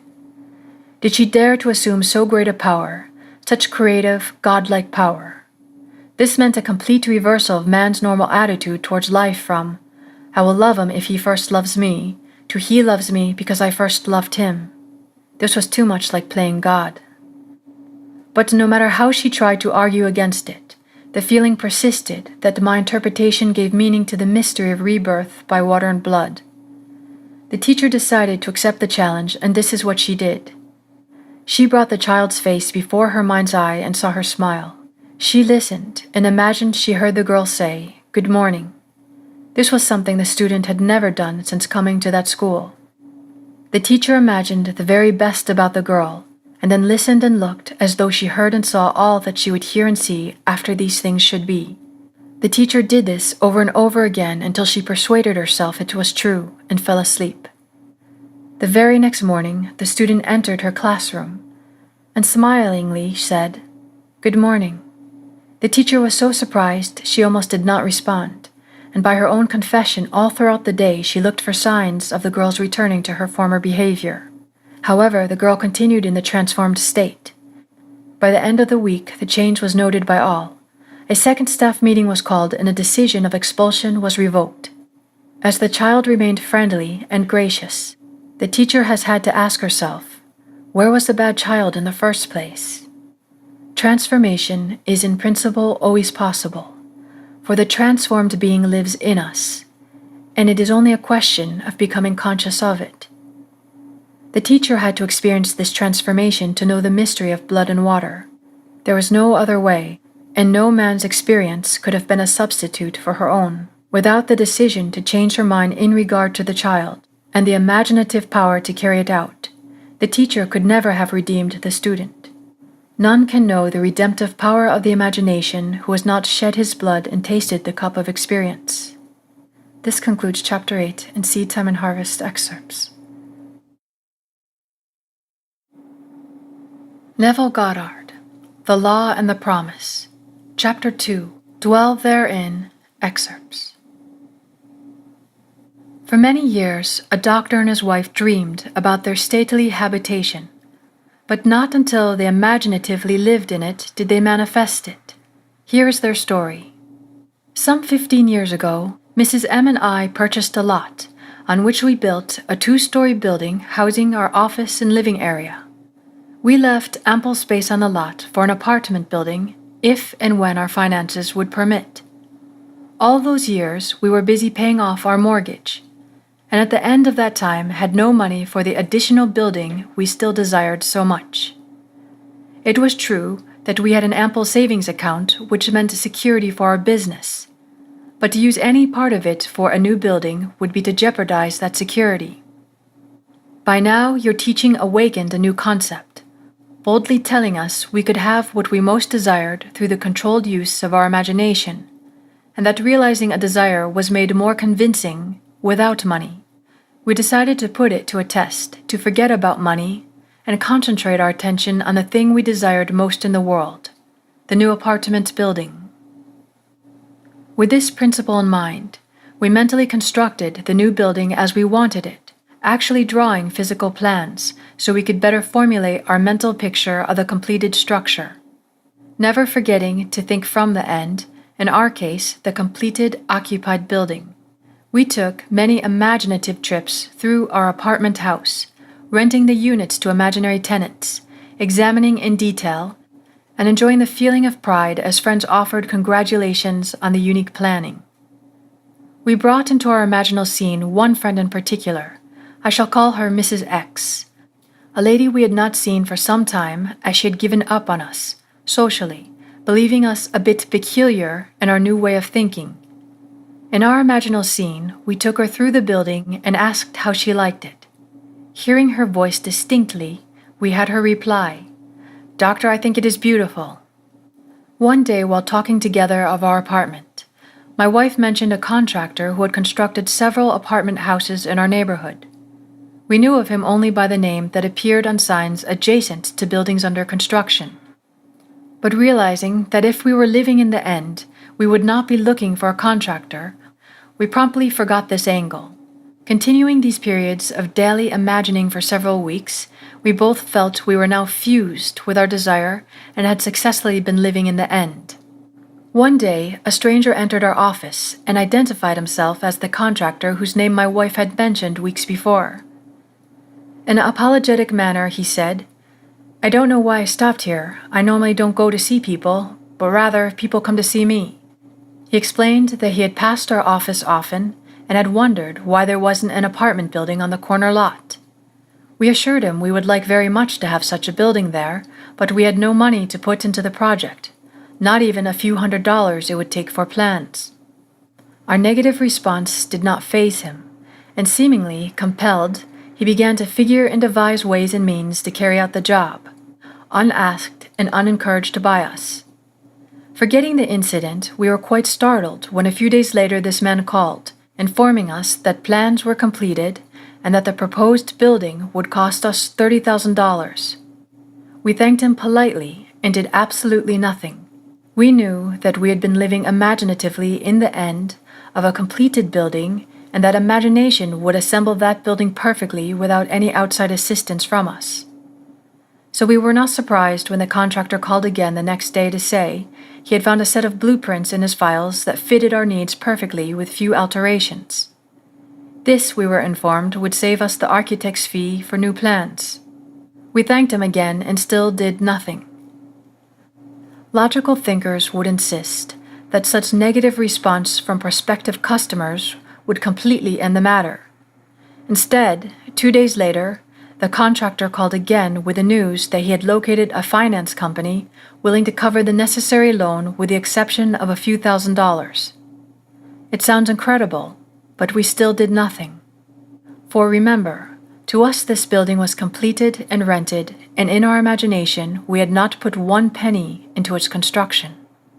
The balance of this tale reads like a sequel to Alice in Wonderland, for the contractor came to our office the next day and said, as though presenting us with a gift, "You people are going to have this new building anyway.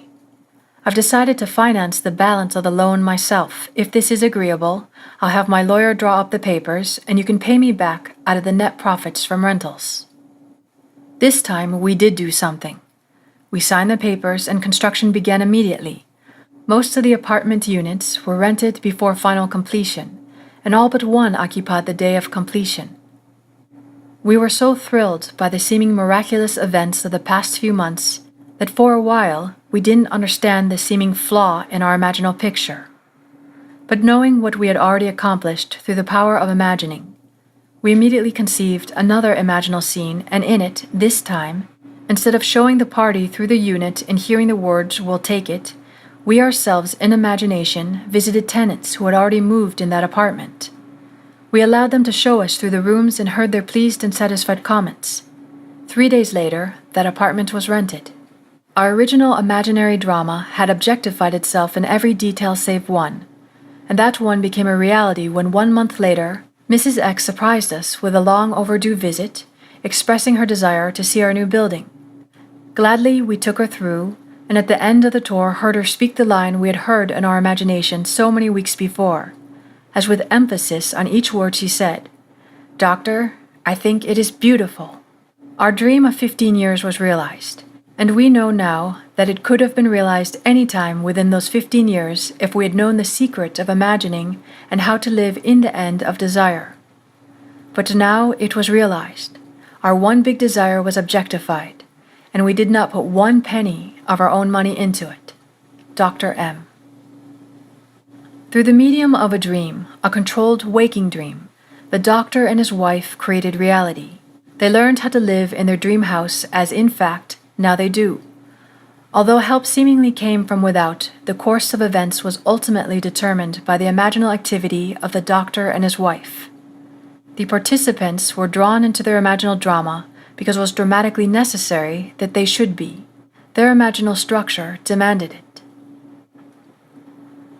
The following story illustrates the way in which a lady prepared her stately habitation by imaginatively sleeping in it or dwelling therein. A few months ago, my husband decided to place our home on the market. The main object for the move, which we had discussed many times, was to find a home large enough for the two of us, my mother and my aunt, in addition to 10 cats, 3 dogs, and 1 parakeet. Believe it or not, the contemplated move was my husband's idea, as he loved my mother and aunt and said I was at their house most of the time anyways. So why not live together and pay one tax bill? I liked the idea tremendously, but I knew that this new home would have to be something very special in size, location, and arrangement, as I insisted on privacy for all concerned. So at the moment, I was undecided whether to sell our present home or not. But I didn't argue, as I knew quite well from past experience with imagining that our house would never sell until I stopped sleeping in it. 2 months and 4 or 5 real estate brokers later, my husband had given up on the sale of our house, and so had the brokers. At this point, I had convinced myself I now wanted the change. So for 4 nights in my imagination, I went to sleep in the kind of home I would like to own. On the 5th day, my husband had an appointment at a friend's home, and while there, met a stranger who just happened to be looking for a house in the hills. He was, of course, brought swiftly back to see our house, which he walked through once and said, "I'll buy it." This didn't make us very popular with the brokers, but that was all right with me, as I was happy to keep the broker's commission in the family. We moved within 10 days and stayed with my mother while looking for a new home. We listed our requirements with every agent on the Sunset Strip only, because I wouldn't move out of the area, and each one of them without exception informed us we were both mad. It was entirely possible, they said, to find an older home of English style, with 2 separate living rooms, separate apartments, a library, and built on a flat knoll with enough ground space to fence for large dogs, and located in one particular area. When we told them the price we would pay for this house, they just looked sad. I said that wasn't all we wanted. We wanted wood paneling all through the house, a huge fireplace, a magnificent view and seclusion. No close neighbors, please. At this point, the lady agent would giggle and remind me that there was no such house. But if there were, they would realize 5 times what we were willing to pay. But I knew there was such a house, because my imagination had been sleeping in it. And if I am my imagination, then I had been sleeping in it. By the 2nd week, we had exhausted 5 real estate offices, and the gentleman in the 6th office was looking a little wild when one of his partners, who had not spoken until then, said, "Why don't you show them the place up King's Road?" A 3rd partner in the office laughed sourly and said, "That property isn't even listed. Besides, the old lady would throw you off the property.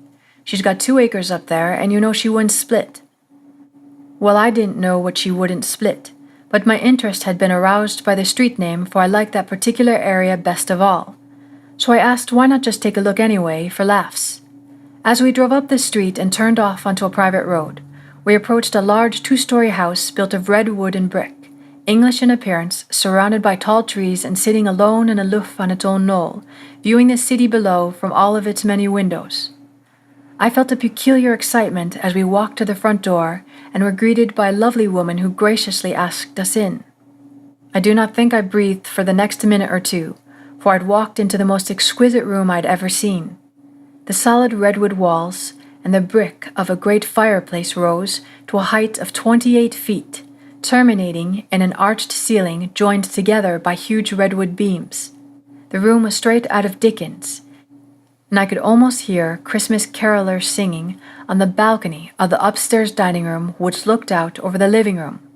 A great cathedral window gave a view of sky, mountains, and city far below, and the beautiful old redwood walls glowed in the sunlight.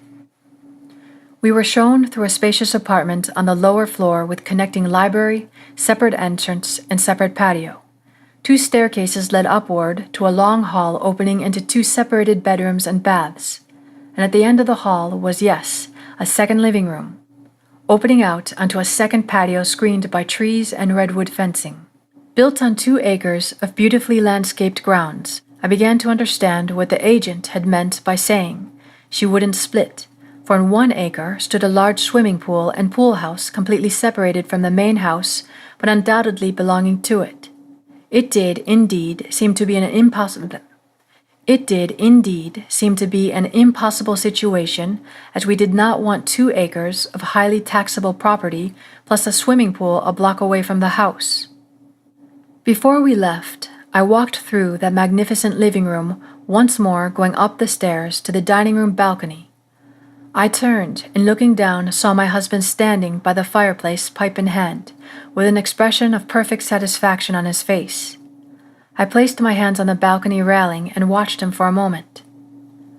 When we were back in the real estate office, the 3 agents were ready to close for the day, but my husband detained them saying, "Let's make her an offer anyways.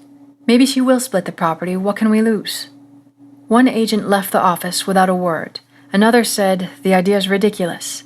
The agent we had originally talked to said, "Forget it, it's a pipe dream." My husband is not easily annoyed, but when he is, there is no more stubborn creature on earth. He was now annoyed. He sat down and slammed his head on the desk and roared, "It's your business to submit offers, isn't it?" They agreed that this was so and finally promised to submit our offer on the property. We left, and that night, in my imagination, I stood on that dining room balcony and looked down at my husband standing by the fireplace. He looked up at me and said, "Well, honey, how do you like our new home?" I said, "I love it." I continued to see that beautiful room and my husband in it and felt the balcony railing gripping in my hands until I fell asleep. The next day, as we were having dinner in my mother's house, the telephone rang and the agent, in an unbelieving voice, informed me that we had just purchased a house. The owner had split the property right down the middle, giving us the house and the acre it stood for on the price we offered. J.R.B. Dreamers often lie in bed awake, while they do dream things true. William Shakespeare, Romeo and Juliet. One must adopt either the way of imagination or the way of sense. No compromise or neutrality is possible. When man finally identifies himself with his imagination rather than his senses, he has at long last discovered the core of reality. I've often been warned by self-styled realists that man will never realize his dream by simply imagining that he is already here. Yet man can realize his dream by simply imagining that it is already here.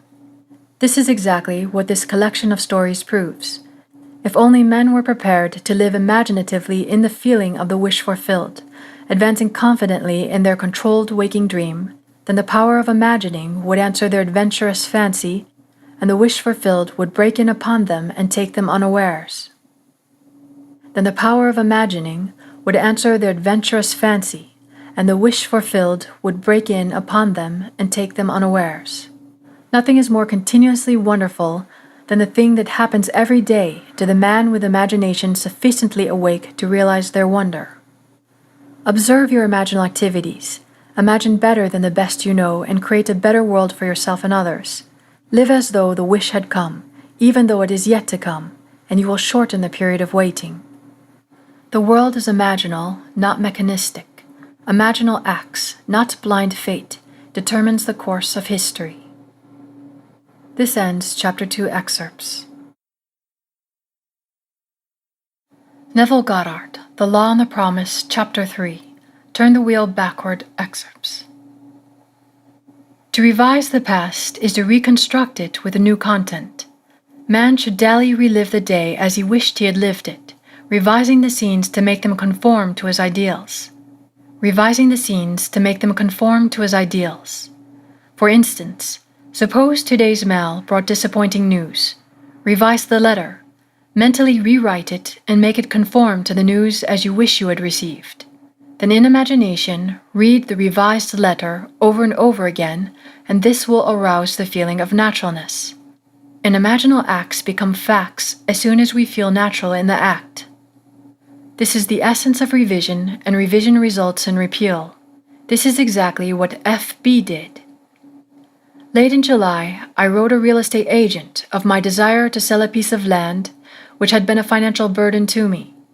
His negative reply listed all the reasons why sales were at a standstill in that area, and he forecast a bleak period of waiting until after the first of the year. I received his letter on a Tuesday, and in my imagination, I rewrote it with words indicating that the agent was eager to take my listing. I read this revised letter over and over, and I extended my imaginal drama using your theme of the four mighty ones of our imagination, from your book Seedtime Harvest, the producer, the author, the director, and the actor. In my imaginal scene as producer, I suggested the theme. The lot is sold for a profit. As the author, I wrote this simple scene which to me implied fulfillment. Standing in the real estate office, I extended my hand to the agent and said, "Thank you, sir," and he replied, "It was a pleasure doing business with you." As director, I rehearsed myself as actor until the scene was vividly real, and I felt the relief which would be mine if the burden were really lifted. 3 days later, the agent I had originally written phoned me saying he had a deposit for my lot at the price I had specified. I signed the papers in his office the next day, extended my hand, and said, "Thank you, sir." The agent replied, "It was a pleasure doing business with you."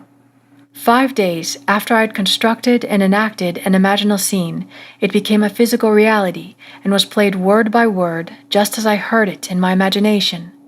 The feeling of relief and joy came, not so much from selling the property, but from the incontrovertible proof that my imagined drama worked.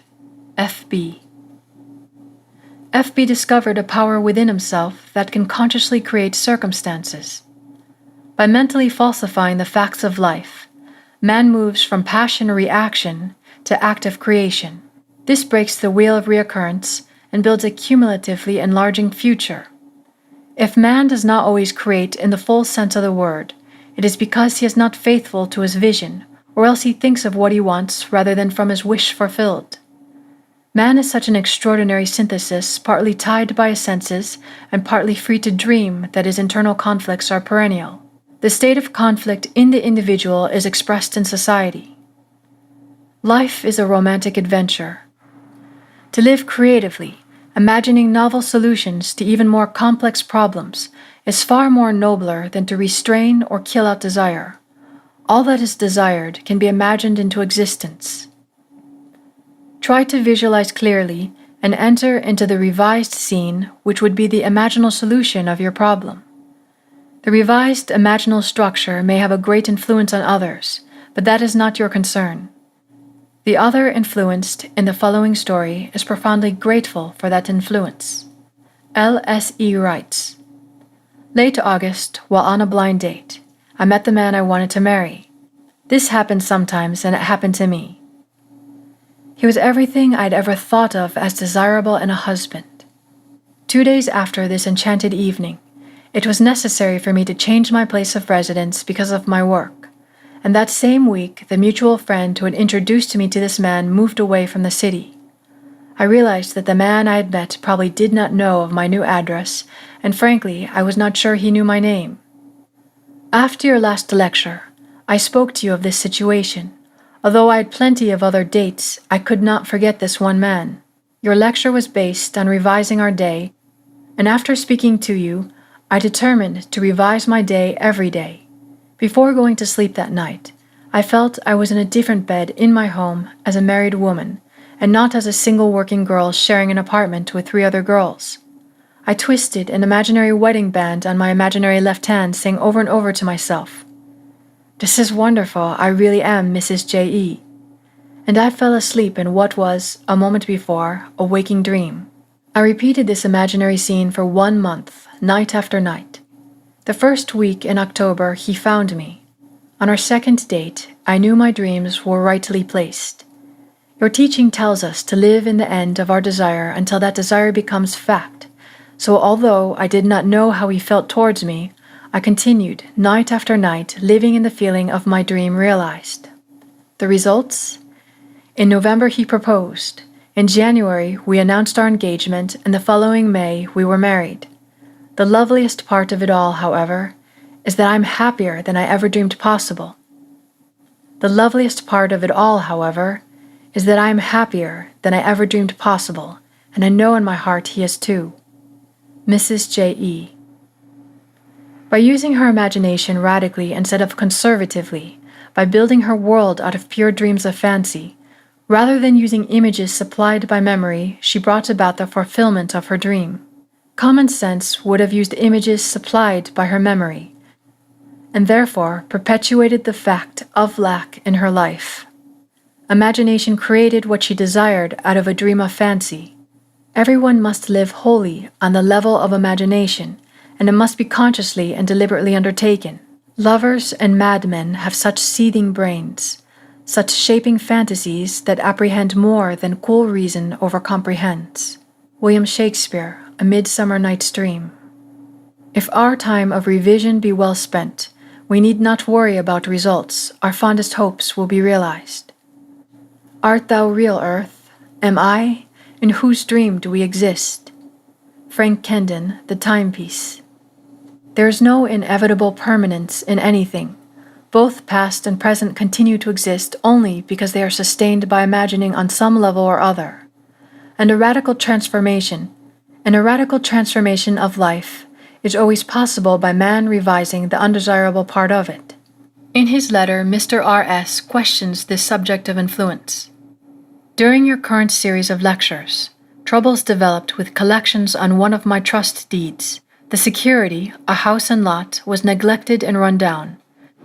The owners were apparently spending their money in bars while their 2 little girls, aged 9 and 11, were noticeably uncared for. However, forgetting appearances, I began to revise the situation. In my imagination, I drove my wife past the property and said to her, "Isn't the yard beautiful? It's so neat and well cared for. Those people really show their love for their home.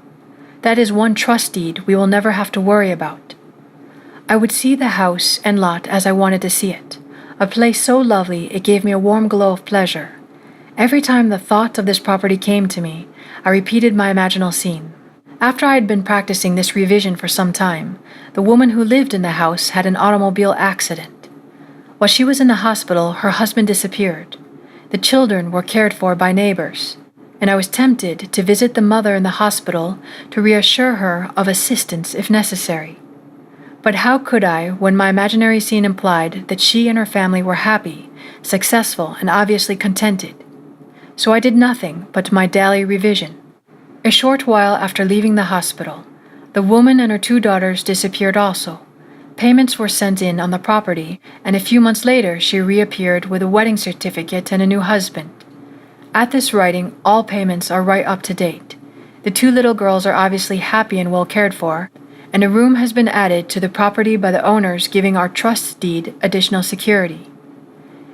It was mighty nice to solve my problem without threats, unkind words, eviction, or worry about the little girls. But was there something in my imagining that sent that woman to the hospital? R.S. Any imaginal activity, acquiring intensity through our concentrated attention to clarity of the end desired, tends to overflow into regions beyond where we are, but we must leave it to take care of such imaginal activity itself. It is marvelously resourceful and adapting and adjusting means to realize itself. Once we think in terms of influence rather than of clarity of the end desired, the effort of imagination becomes an effort of will, and the great art of imagining is perverted into tyranny. The buried past usually lies deeper than our surface mind can plumb, but fortunately for this lady, she remembered and proved that the made past can also be unmade through revision.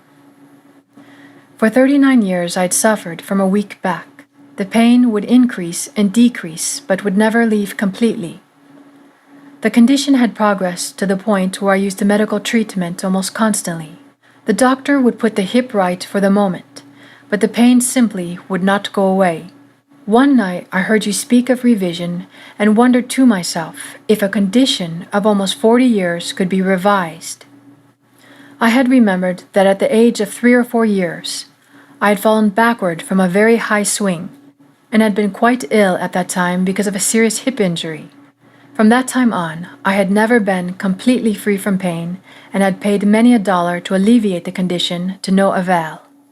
This year, during the month of August, the pain had become more intense, and one night I decided to test myself and attempt to revise that ancient accident which had been the cause of much distress and pain and costly medical fees most of my adult life. Many nights passed before I could feel myself back to the age of childhood play, but I succeeded. One night I actually felt myself on that swing, feeling the rush of wind as the swing rose higher and higher. As the swing slowed down, I jumped forward, landing solidly and easily on my feet. In the imaginal action, I ran to my mother and insisted that she come watch what I could do. I did it again, jumping down from the swing and landing safely on my 2 feet. I repeated this imaginal act over and over until I fell asleep in the doing of it. Within 2 days, the pain in my back and hip began to recede, and within 2 months, pain no longer existed for me. A condition that had plagued me for more than 39 years, that had cost a small fortune in attempted cure, was no more. L.H. It is to the pruning shears of revision that we owe our prime fruit. The reader will find it worthwhile to follow these clues: imaginal construction of scenes implying the wish fulfilled, and imaginative participation in these scenes until tones of reality are reached. The reader will find it worthwhile to follow these clues: imaginal construction of scenes implying the wish fulfilled, and imaginative participation in these scenes until tones of reality are reached.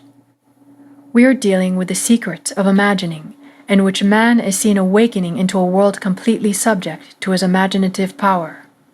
Man can understand reoccurrence of events well enough, the building of a world from images supplied by memory, things remaining as they are. This gives him a sense of security in the stability of things. However, the presence within him of a power which awakens and becomes what it wills, radically changing its form, its environment and the circumstances of life, inspires in him a feeling of insecurity, a dreadful fear of the future. Now it is high time to awake out of sleep. Romans 13:11, and put an end to all the unlovely creations of sleeping man. Revise each day. This concludes Chapter 3 excerpts. Neville Goddard, The Law and the Promise, Chapter 4, There is no fiction, excerpts. Man believes that reality resides in the solid objects he sees around him, that it is in this world that the drama of life originates, that events spring suddenly into existence, created moment by moment out of antecedent physical facts. But causation does not lie in the external world of facts. The drama of life originates in the imagination of man. The real act of becoming takes place within man's imagination and not without. The real act of becoming takes place within man's imagination and not without.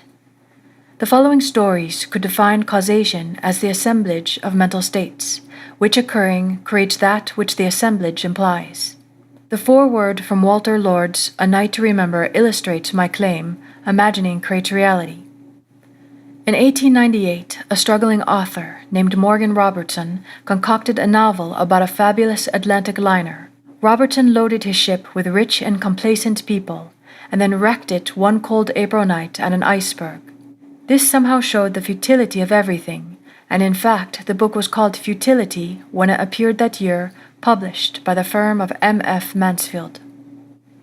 14 years later, a British shipping company, named the White Star Line, built a steamer remarkably like the one in Robertson's novel. The new liner was 66,000 tons displacement. Robertson's was 70,000 tons. The real ship was 882.5 feet long. The fictional one was 800 feet. Both could carry about 3,000 people, and both had enough lifeboats for only a fraction of this number. But then this didn't seem to matter because both were labeled unshakable. On April 19, 1912, the real ship left Southampton on her maiden voyage to New York. Her cargo included a priceless copy of the Rubaiyat of Omar Khayyam and a list of passengers collectively worth $250 million. On her way over, she too struck an iceberg and went down on a cold April night. Robertson called his ship the Titan. The White Star Line called its ship the Titanic. Had Morgan Robertson known that imagining creates reality, that today's fiction is tomorrow's fact, would he have written the novel Futility? In the moment of the tragic catastrophe, writes Schopenhauer, the conviction becomes more distinct to us than ever that life is a bad dream from which we have to awake, and the bad dream is caused by the imaginal activity of sleeping humanity. Imaginal activities may be remote from their manifestation, and unobserved events are only appearance. Causation, as seen in this tragedy, is elsewhere in space-time. Far off from the scene of action, invisible to all, was Robertson's imaginal activity, like a scientist in a control room directing his guided missile through space-time. As my story begins at the age of 19, I was a mildly successful dancing teacher and continued in this static state of almost 5 years. At the end of this time, I met a young lady who talked me into attending your lectures. My thought upon hearing you say, imagining creates reality, was that the entire idea was ridiculous. However, I decided to accept your challenge and disprove your thesis. I bought your book Out of This World and read it many times. Still unconvinced, I set myself a rather ambitious goal. My present position was an instructor with the Arthur Murray Dance Studio, and my goal was to own a franchise and be boss of an Arthur Murray studio myself. This seemed the most unlikely thing in the world, as franchises were extremely difficult to secure. But on top of this fact, I was completely without the necessary funds to begin such an operation. Nevertheless, I assumed the feeling of my wish fulfilled as night after night, in my imagination, I went to sleep managing my own studio. 3 weeks later, a friend called me from Reno, Nevada. He had the Murray studio there and said it was too much for him to cope with alone. He offered me a partnership, and I was delighted. So delighted, in fact, that I hastened to Reno on borrowed money and promptly forgot all about you and your story of imagination. My partner and I worked hard and were very successful, and after a year I was still not satisfied. I wanted more. I began thinking of ways and means to get another studio. All my efforts failed. One night, as I retired, I was restless and decided to read. As I looked through my collection of books, I noticed your slender volume, Out of This World. I thought of the silly nonsense I had gone through 1 year ago before getting my own studio. Getting my own studio. The words in my mind electrified me. I reread that book that night, and later, in my imagination, I heard my superior praise the good job we had done in Reno and suggest we acquire a second studio, as he had a second location ready for us if we desired to expand. I reenacted this imaginal scene nightly without fail. 3 weeks from the first night of my imaginal drama, it materialized, almost word for word. My partner accepted the new studio in Bakersfield, and I had the Reno studio alone. Now I was convinced of the truth of your teaching, and never again will I forget. Now I wanted to share this wonderful knowledge, my imaginal powers, with my staff. I tried to tell them of the marvels they could accomplish, but I was unable to reach many, although one fantastic incident resulted through my efforts to tell this story. A young teacher told me he believed my story, but said it would have probably happened anyway in time. He insisted the entire theory was nonsense, but stated that if I could tell him something of an incredible nature that would actually happen and which he could witness, then he would believe. I accepted this challenge and conceived a truly fantastic test. The Reno studio is the most insignificant in the entire Murray system because of the small population count in the city itself. There are over 300 Murray studios in the country, with much larger populations, therefore providing greater possibilities to draw from. So my test was this. I told the teacher that within the next 3 months, at the time of the National Dance Convention, the Little Reno studio would be the foremost topic of conversation at that convention. He calmly stated that this was quite impossible.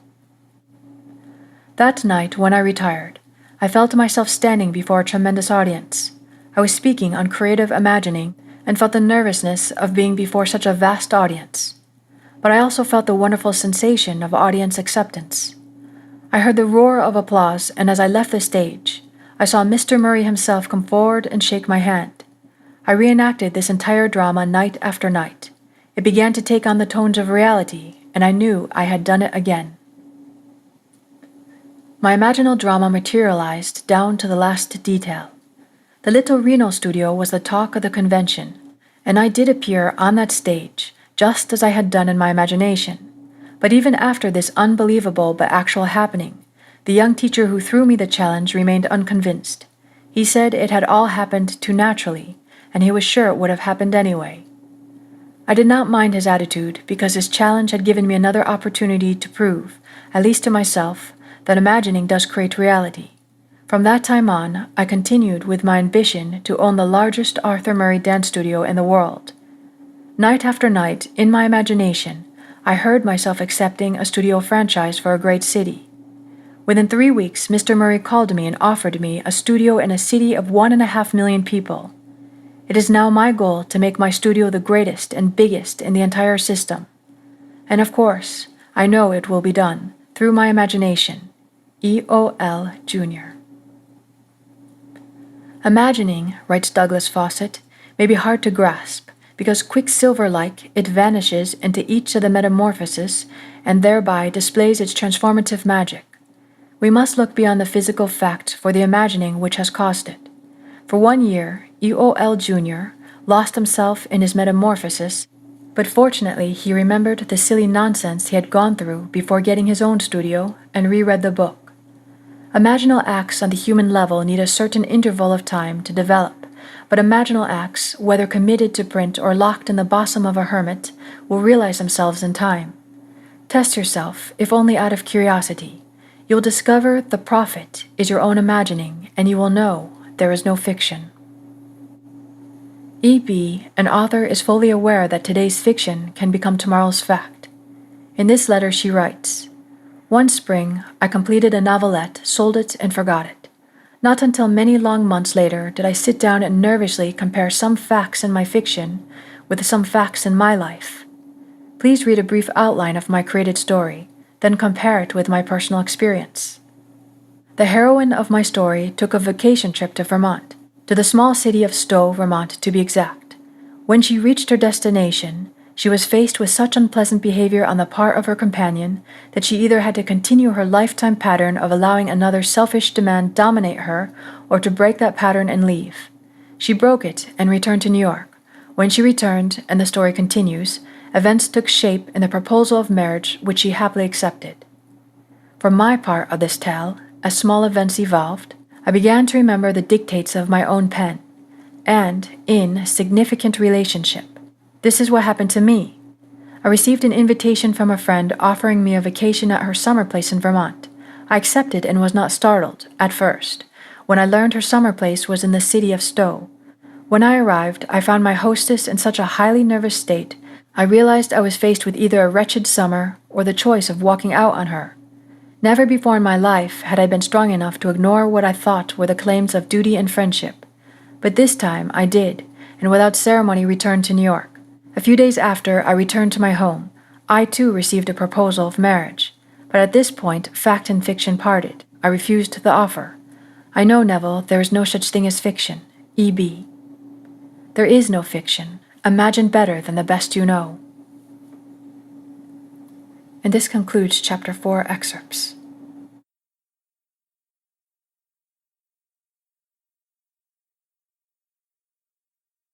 Neville Goddard, The Law and the Promise, Chapter 6, Visionary Fancy excerpts. Here is the story of one who was faithful to his vision. F.B., being a true imaginist, remembered what he had heard in his imagination. Thus he writes, "A friend who knows my passionate fondness for opera tried to get Kirsten Flagstad's complete recording of Tristan and Isolde for me at Christmas. In over a dozen record stores, he was told the same thing. RCA Victor is not reissuing this recording. RCA Victor is not reissuing this recording, and there have been no copies available since June. On December 27th, I determined to prove your principle again by getting the album I desired so intensely. Lying down in my living room, I mentally walked into a record shop I patronize and asked the salesman whose face and voice I would recall, 'Do you have Flagstad's Complete Isolde?' He replied, 'Yes, I have.' That ended the scene, and I repeated it until it was real to me. Late that afternoon, I went to the record shop to physically enact the scene. Not one detail supplied by the senses had encouraged me to believe I could walk out of that shop with those records. I had been told last September by the same salesman in the same shop the same story my friend had received there before Christmas. Approaching the salesman I had seen in imagination that morning, I said, 'Do you have Flagstad's Complete Isolde?' He replied, 'No, we haven't.' Without saying anything audible to him, I said inwardly, 'That's not what I heard you say.' As I turned to leave the shop, I noticed on a top shelf that I thought to be an advertisement of this set of records and remarked to the salesman, 'If you don't have the merchandise, you shouldn't advertise it.' 'That's right,' he replied, and as he reached up to take it down, discovered it to be a complete album with all 5 records. The scene wasn't played exactly as I had constructed it, but the result confirmed what my imagined scene implied. How can I thank you? F.B. After reading F.B.'s letter, we must agree with Anthony Eden that an assumption, though false, if persisted in, will harden into fact. F.B.'s fancy, fusing with the sense field of the record shop, enriched aspects of it and made them his, what he perceived. Our future is our imagining in its creative march. F.B. used his imagination for a conscious purpose, representing life as he desired it to be, and thereby affecting life instead of merely reflecting it. So sure was he that his imaginal drama was the reality, and the physical act but a shadow, that when the salesman said, 'No, we haven't,' F.B. mentally said, 'That's not what I heard you say.' He not only remembered what he had heard, but he was still remembering it. Imagining the wish fulfilled is the seeking that finds, the asking that receives, the knocking to which is opened. He saw and heard what he desired to see and hear, and would not take 'No, we haven't' for an answer. The imaginist dreams while awake. He is not the servant of his vision, but the master of the direction of his attention. Imaginative constancy controls perception of events in space-time. Unfortunately, most men are ever-changing like a joyless eye that finds no object worth its constancy. Percy Bysshe Shelley, To the Moon. Mrs. G.R. too had imaginatively heard what she wanted to physically hear and knew the outer world would confirm it. This is her story. Some time ago, we advertised our home for sale, which was necessary for us to buy a larger property on which we had placed a deposit. Several people would have bought our house immediately, but we were obliged to explain that we could not close any deal until we learned whether or not our offer for the property we wanted had been accepted. At this time, a broker called and literally begged us to allow him to show our home to a client of his who was eager for this location and would be glad to pay even more than we were asking. We explained our situation to the broker and to his client. They both stated they did not mind waiting for our deal to be consummated. The broker asked us to sign a paper which he said was not binding in any way, but would give him first chance at the sale if our other deal went through. We signed the paper and later learned that in California real estate law, nothing could have been more binding. A few days later, our deal for the new property fell through, so we notified this broker and his verbal response was, "Well, just forget it." 2 weeks later, he filed suit against us for $1,500 commission. Trial date was set and we asked for a jury trial. Our attorney assured us he would do all he could, but that the law on this particular point was so stringent that he could not see any possibility of our winning the case. When time for the trial arrived, my husband was in the hospital and could not appear with me in our defense. But the broker brought 3 attorneys and a number of witnesses into court against us. Our attorney now told me we had not the slightest chance to win. I turned to my imagination, and this is what I did, completely disregarding all that had been said by attorneys, witnesses, and the judge who seemed to favor the plaintiff. I thought only of the words I wanted to hear. In my imagination, I listened intently and heard the foreman of the jury say, "We find the defendant not guilty." I listened until I knew it was true. I closed my mind's ears to everything said in that courtroom and heard only those words. "We find the defendant not guilty." The jury deliberated from noon recess until 4:30 that afternoon, and all during those hours I sat in the courtroom and heard those words over and over in my imagination. When the jurors returned, the judge asked the foreman to stand and give their verdict. The foreman stood up and said, "We find the defendant not guilty. Mrs. G.R." If there were dreams to sell, what would you buy? Thomas Lovell Beddoes, Dream Peddlery. Would you not buy your wish fulfilled? Your dreams are without price and without money. By locking up the jury in her imagination, hearing only what she wanted to hear, she called the jury to unanimity on her behalf. Imagining being the reality of all that exists, with it the lady achieved her wish fulfilled. Nothing is so fatal as conformity. We must not allow ourselves to be girt about by the ringed fixity of fact. Change the image and thereby change the fact. R.O. employed the art of being and feeling to create her vision and imagination. A year ago, I took my children to Europe, leaving my furnished apartment in the care of my maid. When we returned a few months later to the United States, I found my maid and all my furniture gone. The apartment superintendent stated that the maid had had my furniture moved by my request. There was nothing I could do at the moment, so I took my children and moved into a hotel. I of course reported the incident to the police and also brought in private detectives on the case. Both organizations investigated every moving company and every storage warehouse in New York City, but to no avail. There seemed to be absolutely no trace of my furniture, nor of my maid. Having exhausted all outside sources, I remembered your teaching and decided I would try using my imagination in this matter. So while seated in my hotel room, I closed my eyes and imagined myself in my own apartment, sitting in my favorite chair and surrounded by all of my personal furnishings. I looked across the living room at the piano on which I kept pictures of my children. I would continue to stare at my piano until the entire room became vividly real to me. I would see my children's pictures and actually feel the upholstery of the chair in which, in my imagination, I sat. The next day, as I came out of my bank, I turned to walk in the direction of my vacant apartment instead of towards my hotel. When I reached the corner, I discovered my mistake and was just about to turn back when my attention was drawn to a very familiar pair of ankles. Yes, the ankles belonged to my maid. I walked up to her and took hold of her arm. She was quite frightened, but I assured her all I wanted from her was my furniture.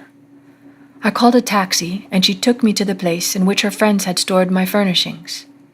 In one day, my imagination had found what an entire big city police force and private investigators could not find in weeks.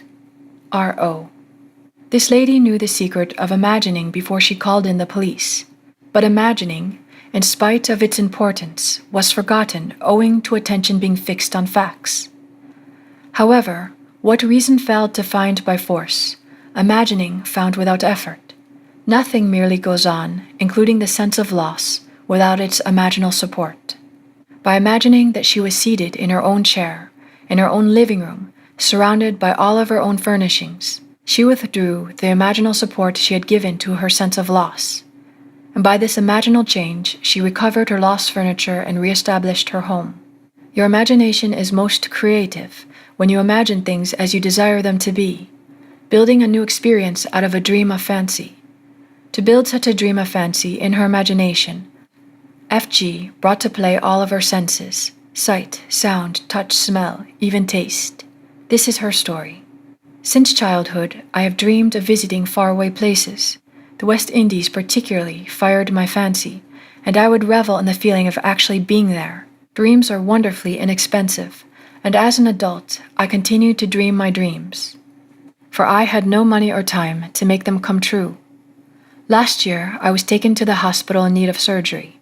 I had heard your teachings, and while recuperating, had decided to intensify my favorite daydream while I had time on my hands. I actually wrote to the Alcoa steamship line asking for free travel folders and pored over them hour after hour, choosing the ship and the stateroom and the 7 ports I desired most to see. I would close my eyes and in my imagination would walk up the gangplank of that ship and feel the movement of water as the great liner pushed its way into free ocean. I heard the thud of waves breaking against the sides of the ship, felt the steaming warmth of a tropical sun on my face, and smelled and tasted salt in the air as we all sailed through the blue waters. For 1 solid week, confined to a hospital bed, I lived the free and happy experience of actually being on that ship. Then the day before my release from the hospital, I tucked the colored folders away and forgot them. 2 months later, I received a telegram from an advertising agency telling me I had won a contest. I remembered having deposited a contest coupon some months before in a neighborhood supermarket, but had completely forgotten the act. I had won first prize, and wonder of wonders, it entitled me to a Caribbean cruise sponsored by the Alcoa steamship line. But the wonder didn't stop there. The very stateroom I had imaginatively lived in and moved about in while confined to a hospital bed had been assigned to me. And to make an unbelievable story even more unbelievable, I sailed on the one ship I had chosen, which stopped in not one, but all of the 7 ports I had desired to visit. F.G. To travel is the privilege not of the rich, but of the imaginative. Stephen Berrien Stanton, The Essential Life, 1908. And this concludes Chapter 6. Neville Goddard, The Law and the Promise, Chapter 7, Moods, Excerpts. The lady in the following story so successfully felt the feeling of her wish fulfilled. She made her mood the character of the night, frozen in a delightful dream. Most of us read and love fairy stories, but we all know that stories of improbable riches and good fortune are for the highest delight of the very young. But are they? I want to tell you of something unbelievably wonderful that happened to me through the power of my imagination, and I am not young in years. We live in an age which believes in neither fable nor magic, and yet everything I could possibly want in my wildest daydreams was given to me by the simple use of what you teach, that imagining creates reality, and that feeling is the secret of imagining. At the time this wonderful thing happened to me, I was out of a job and had no family to fall back upon for support. I needed just about everything. To find a decent job, I needed a car to look for it, and though I had a car, it was so worn out it was ready to fall apart. I was behind in my rent, I had no proper clothes to seek a job, and today it's no fun for a woman of 55 to apply for a job of any kind. My bank account was almost depleted, and there was no friend to whom I could turn. But I had been attending your lectures for almost a year, and my desperation forced me to put my imagination to the test. Indeed, I had nothing to lose. It was natural for me, I suppose, to begin by imagining myself having everything I needed. But I needed so many things and in such a short order that I found myself exhausted when I finally got through the list. And by that time I was so nervous I could not sleep. One lecture night I heard you tell of an artist who captured the feeling, or word as you called it, of "Isn't it wonderful?" in his personal experience. I began to apply this idea to my case. Instead of thinking of and imagining every article I needed, I tried to capture the feeling that something wonderful was happening to me, not tomorrow, not next week, but right now. I would say over and over to myself as I fell asleep, "Isn't it wonderful? Something marvelous is happening to me now." And as I fell asleep, I would feel the way I would expect to feel under such circumstances. I repeated that imaginary action and feeling for 2 months, night after night, and one day in early October, I met a casual friend I hadn't seen for months who informed me he was about to leave on a trip to New York. I had lived in New York many years ago, and we talked of the city a few moments and then parted. I completely forgot the incident. 1 month later, to the day, this man called at my apartment and simply handed me a certified check in my name for $2,500. After I got over the initial shock of seeing my name on a check for so much money, the story that unfolded seemed to me like a dream.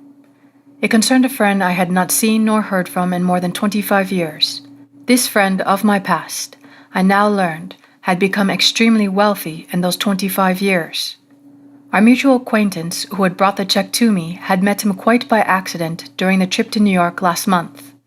During their conversation they spoke of me, and for reasons I was not to know, for to this day I have not heard from him personally and have never attempted to contact him, this old friend decided to share portions of his great wealth with me.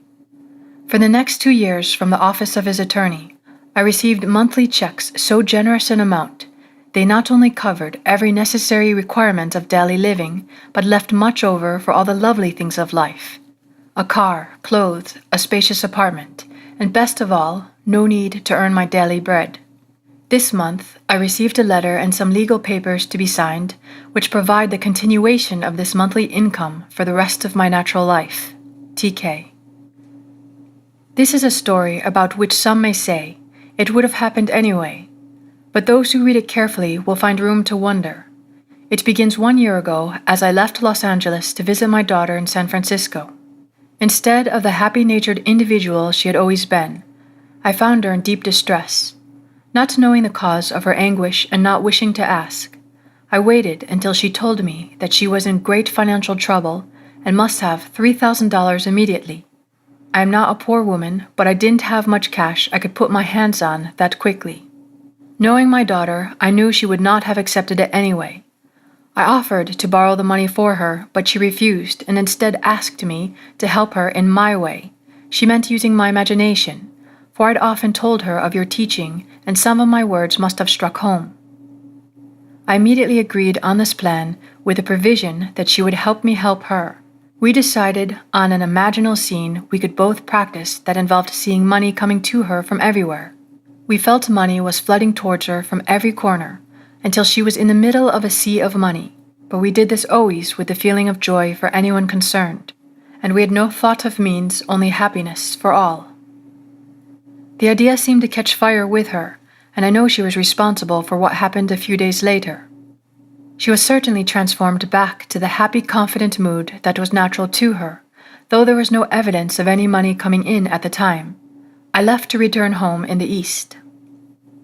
When I arrived home, I called my mother, a lovely young lady of 91, who immediately asked me to come and see her. I wanted a day's rest, but she couldn't wait. It had to be now. Of course I went, and after greeting her she handed me a check for $3,000 made out to my daughter. Before I could speak, she handed me 3 additional checks totaling $1,500 made in favor of my daughter's children. Her reason?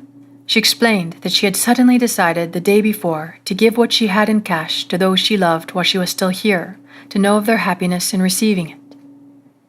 It would have happened anyway? No, not like this. Not within days of my daughter's frantic need, and then her sudden transformation to a mood of joy. I know that her imaginal act caused this wonderful change, and bringing not only great joy to the receiver, but to the giver as well. P.S. I almost forgot to add that among the checks so lavishly given was one for me too, for $3,000. M.B. The boundless opportunities opened by recognizing the shift of the focus of imagining are beyond measure. There are no boundaries. The drama of life is an imaginal activity in which we bring to pass by our moods rather than by our physical acts.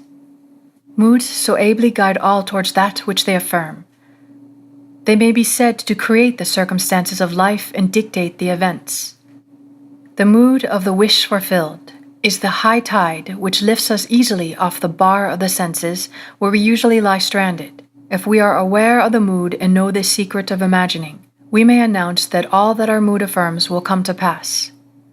The following story is by a mother who succeeded in sustaining a seemingly playful mood with startling results. Surely you've heard the old wives' tale about warts, that if a wart is bought, it will disappear. I've known this story from childhood, but not until I heard your lectures did I realize the truth in the old tale. My boy, a lad of 10, had many large ugly warts on his legs, causing an irritation which had plagued him for years. I decided that my sudden insight could be used to his advantage. A boy has a lot of faith in his mother as a rule, so I asked him if he would like to get rid of his warts. He quickly said yes, but he did not want to go to a doctor. I asked him to play a little game with me, that I would pay him a sum of money for each wart. This suited him fine, he said. He didn't see how he could lose. We arrived at a fair price. He thought, and then I said, "Now I'm paying you good money for those warts. They no longer belong to you.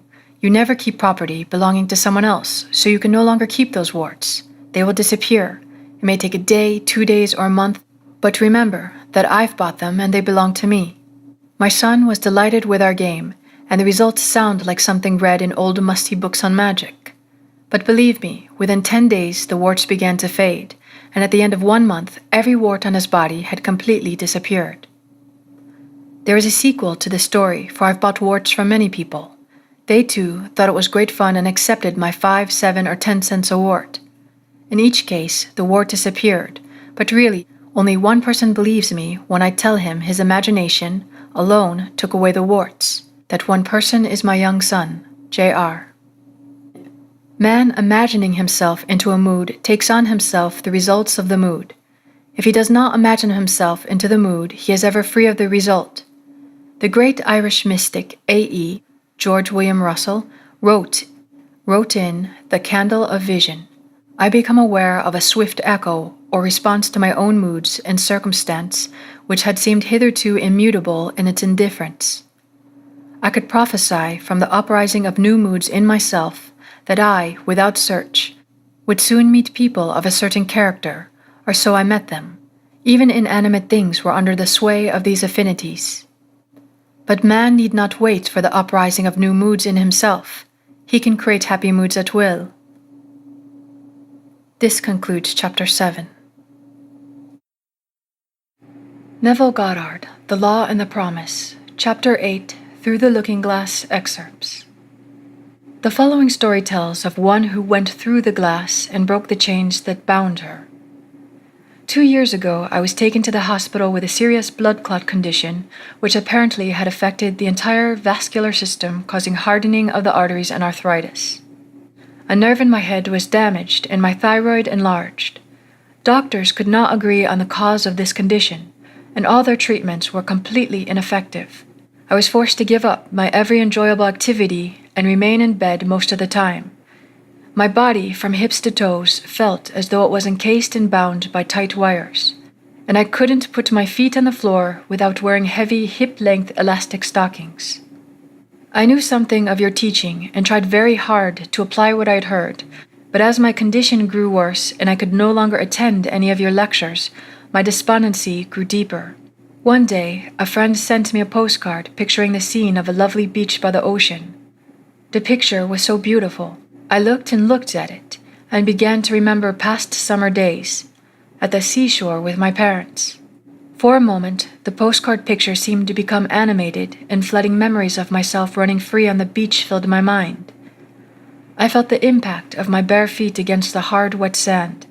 I felt the icy water running over my toes and heard the crash of waves breaking on shore.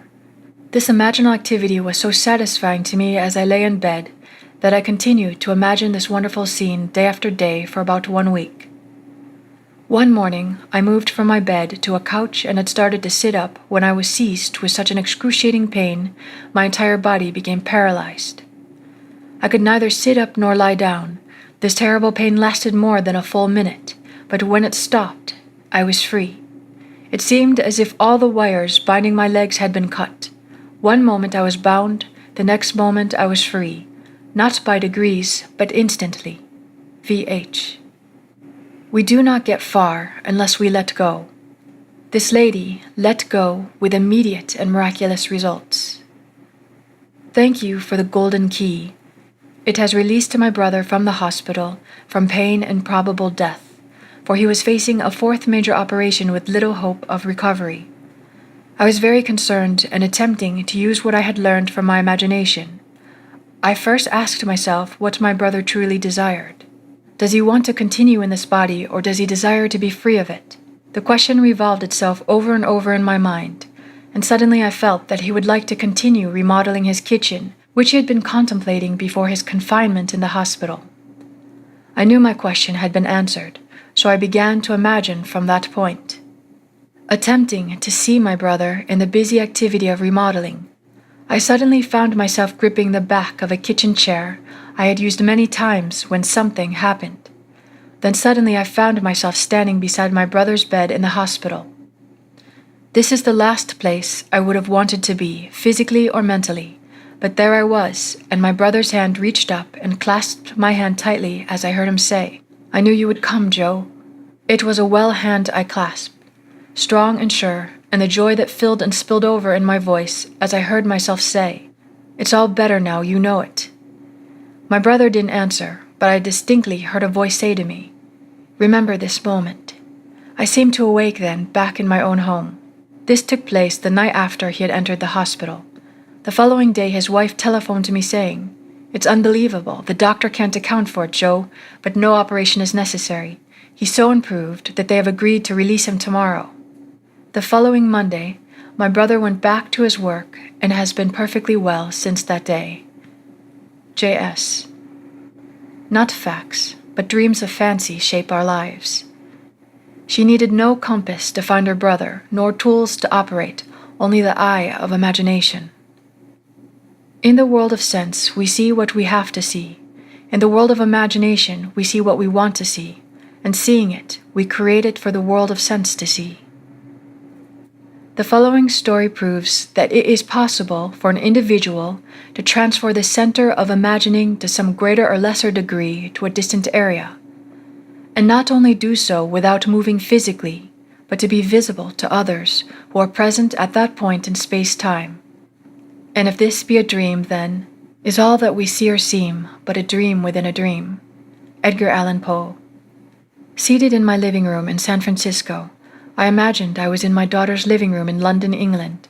I surrounded myself so completely with that room, which I knew intimately, that I suddenly found myself actually standing in it. My daughter was standing by her fireplace, her face turned away from me. A moment later she turned and our eyes met. I saw such a startled, frightened expression on her face that I, too, became emotionally upset and immediately found myself back in my own living room in San Francisco. 5 days later, I received an airmail letter from my daughter, which had been written on the day of my experiment with imaginal travel. In her letter, she told me she had seen me in her living room that day, just as real as though I were actually standing there in the flesh. She confessed she had been very frightened and that before she could speak, I had vanished. The time of this visitation, as she gave it in her letter, was exactly the time I had begun the imaginative action, allowing, of course, for the difference in time between the 2 points. She explained that she told her husband of this amazing experience, and he insisted that she write to me immediately as he stated. "Your mother must have died or is dying." But I wasn't dead or dying, but very much alive and very excited by this marvelous experience. MLJ. The foregoing story proves that when we meet a person in the flesh, that his real self need not be present in space where his body is. It also shows that sense perception can be thrown into operation outside the normal physical means, and that the sense data produced is of the same kind as those which occur in normal perception. The idea in the mother's mind which started the whole process going was the very definite idea of being in the place where her daughter lived. And if the mother really was in that place, and if the daughter were present, then she would have to be perceptible to her daughter. We can only hope to understand this experience in imaginal and not in mechanical or materialistic terms. The mother imagined elsewhere as being here. London was just as here to her daughter living there as San Francisco was here to the mother living there. It hardly ever crosses our minds that this world might be different in essence from what common sense tells us it so obviously is. All these stories show us one thing, that an imaginal activity, implying the wish fulfilled, must start in the imagination apart from the evidence of the senses, in that journey that leads to the realization of desire. This concludes Chapter 8. Neville Goddard, The Law and the Promise, Chapter 9, Enter into excerpts. Imagination, it seems, will do nothing that we wish until we ever enter the image of the wish fulfilled. The secret of creation is the secret of imagining, first desiring and then assuming the feeling of the wish fulfilled until the dream of fancy, the void outside existence, is entered and englobes itself and becomes a womb, a dwelling place and garden fruitful 70-fold. Man by entering a state impregnates it and causes it to create what the union implies. On my way to the West Coast, I stopped in Chicago to spend the day with friends.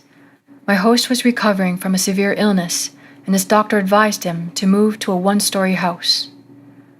Acting upon the doctor's advice, he had purchased a one-story house suited to his needs, but he now was confronted with the fact that there seemed to be no buyer for his large three-story home.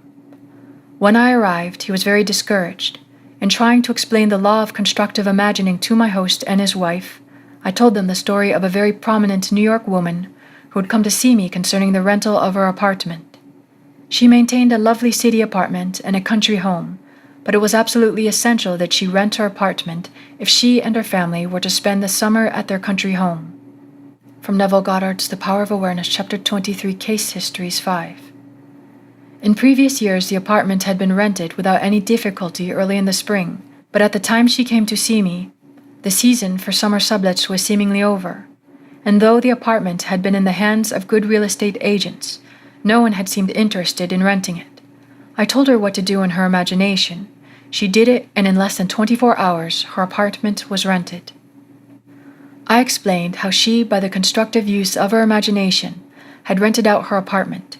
At my suggestion, before she went to sleep that night in her apartment in the city, she imagined she was lying in her bed in her country home. In her imagination, she viewed the world from the country house rather than from the city apartment. She smelled the fresh country air. She made this so real that she actually drifted off to sleep feeling that she was in the country. That was on a Thursday night. At 9 o'clock the following Saturday morning, she phoned me from her country home and told me that on Friday, a highly desirable tenant, who met all of her requirements, not only rented her apartment, but rented it on the one condition that he could move in that very day. I suggested to my friends that they build an imaginal structure as this woman had done, and that was to sleep imagining they were physically present in their new home, feeling they had sold their old home. I explained to them the wide difference between thinking of the image of their new house and thinking from the image of their new house. Thinking of it is a confession they are not in it. Thinking from it is proof they are in it. Entering into the image would give substance to the image. Their physical occupancy of the new house would follow automatically. I explained that what the world looks like depends entirely where man is when he makes his observation. And man, being all imagination, must be where he is in imagination. This concept of causation disturbed them, for it smacked of magic or superstition, but they promised they would try it. I left that night for California, and the following evening the conductor on the train in which I was traveling handed me a telegram. It read, "House sold midnight last." 1 week later, they wrote and told me that the very night I left Chicago, they fell asleep physically in the old house, but mentally in the new, viewing the world from the new home, imagining how things would sound if this were true. They were awakened that very night from their sleep to be told the house was sold. Not until the image is entered, until Eve is known, does the event burst upon the world. The wish fulfilled must be conceived in the imagination of man before the event can evolve out of what Blake calls the void. The next story proves that by imagining the focus of her imagining, Mrs. M.F. entered physically into where she had persisted in being imaginatively. Soon after our marriage, my husband and I decided that our greatest joint desire was a year in Europe. This objective may seem reasonable for a lot of people, but to us, tied to a narrow sphere of limited finances, it seemed not only unreasonable, but completely ridiculous. Europe might as well have been another planet. But I have heard your teaching, so I persisted in falling asleep in England. Why England necessarily, I cannot tell, except that I had seen a current motion picture featuring the area around Buckingham Palace, and had completely fallen in love with the scene. All I did in my imagination was to stand quietly outside the great iron gates and feel the cold metal bars gripped tightly in my hands as I viewed the palace. For many, many nights I felt an intense joy at being there and fell asleep in this happy state. Soon after, my husband met a stranger at a party who within 1 month was instrumental in securing a teaching fellowship for him at a great university. Imagine my excitement when I heard the university was in England. Tied to a narrow sphere? Within another month, we were crossing the Atlantic, and our supposedly insurmountable difficulties melted as though they had never existed. We had our year in Europe, one of the happiest years of my life. M.F. What the world looks like depends entirely on where man is when he makes his observations, and man being all imagination must be where he is in imagination. My home is old, but it is mine. I wanted the exterior painted and the interior redecorated, yet I had no money to accomplish either objective. You told us to live as though our desire is already a reality, and this I began to do, imagining my old house with a brand new coat of paint, new furnishings, new decoration, and all the trimmings. I walked in my imagination through the newly decorated rooms. I walked around the outside admiring the fresh paint, and at the end of my imaginal act, I handed the contractors a check for payment in full. I entered this imaginal scene faithfully as often as I could during the day and each night before I fell asleep. Within 2 weeks, I received a registered letter from Lords of London telling me I'd inherited $7,000 from a woman I had never met. I had known her brother slightly almost 40 years before, and had performed a small service 15 years ago for the lady when this brother had died in our country, and she had written me asking for particulars regarding his death, which I was able to provide. I had not heard from her since that time. Now here was the check for $7,000, more than enough to cover the cost of my house restoration, plus many, many other things I desired. ECA. Unless the individual imagines himself, someone else, or somewhere else, the present conditions and circumstances of his life will continue in being, and his problems recur, for all events renew themselves from his constant images. By him they were made, by him they continue into being, and by him they can cease to be. This concludes Chapter 9. Neville Goddard, The Law and the Promise, Chapter 10. Things which do not appear, excerpts. This grandmother is daily treading the winepress for her little granddaughter. She writes, "This is one of those things that makes my family and friends say, we just don't understand it. Kim is 2.5 years old now. I took care of her for a month after she was born and did not see her again until a year ago, and then only for 2 weeks. However, during this past year, every day, I have taken her on my lap, in my imagination, and cuddled her and talked to her. In these imaginal acts, I go over all the wonderful things about Kim. God is growing through me, God is loving through me, etc. At first, I would get the response of a very young child. When I started, God is growing through me, she would reply, me. Now, as I start, she completes the whole sentence. Another thing that has happened is, as the months have passed, as I take her, in my imagination, on my lap, she has grown constantly larger and heavier. Kim hasn't even seen a picture of me in this past year. At the most, I could only be a name to her.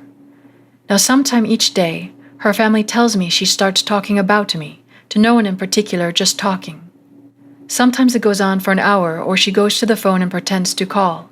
In her monologue are such bits as, "My Didi loves me, my Didi always comes to see me every day." Even though I know what I have been doing in my imagination, it has caused me to wonder much. UK.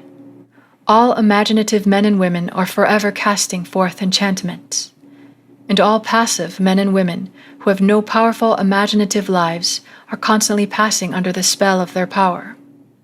There is no form in nature which is not produced by and sustained by some imaginal activity. Therefore, any change in the imaginal activity must result in a corresponding change in form. To imagine a substitute image for unwanted or defective content is to create it. If only we persist in our ideal imaginal activity and do not let lesser satisfactions suffice, ours shall be the victory. When I read in Seedtime Harvest the story of the school teacher who, through her imagination and daily revision, transformed a delinquent pupil into a lovely girl, I decided to do something about a young boy in my husband's school. To get all the problems involved would take pages, for my husband had never had such a difficult child nor such a trying parent situation. The lad was too young to be expelled, yet the teachers refused to have him in their classes. To make matters worse, the mother and grandmother literally camped on the school grounds, making trouble for everyone. I wanted to help the boy, but I also wanted to help my husband. So nightly, I constructed 2 scenes in my imagination. 1, I saw a perfectly normal, happy child. 2, I heard my husband say, "I can't believe it, dear, but you know R is acting like a normal boy now, and it is heaven not having those 2 women around." About 2 months of persisting in my imaginal play, night after night, my husband came home and said, "It's like heaven around school." Not exactly the same words, but close enough for me. The grandmother had become involved in something that took her out of town, and the mother had to accompany her.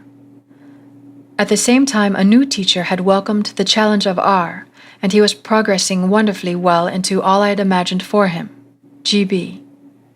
It is useless to hold standards that we do not apply. Unlike Portia, who said, "I can easier teach 20 what were good to be done than to be one of the 20 to follow mine own teaching." William Shakespeare, The Merchant of Venice. GB followed her own teaching. It is fatally easy to make the acceptance of the imaginal faith a substitute for living by it. This concludes Chapter 10.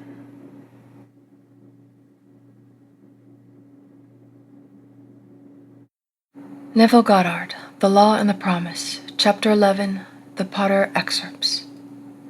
Through the use of her imagination, this talented young artist had made her dream a reality.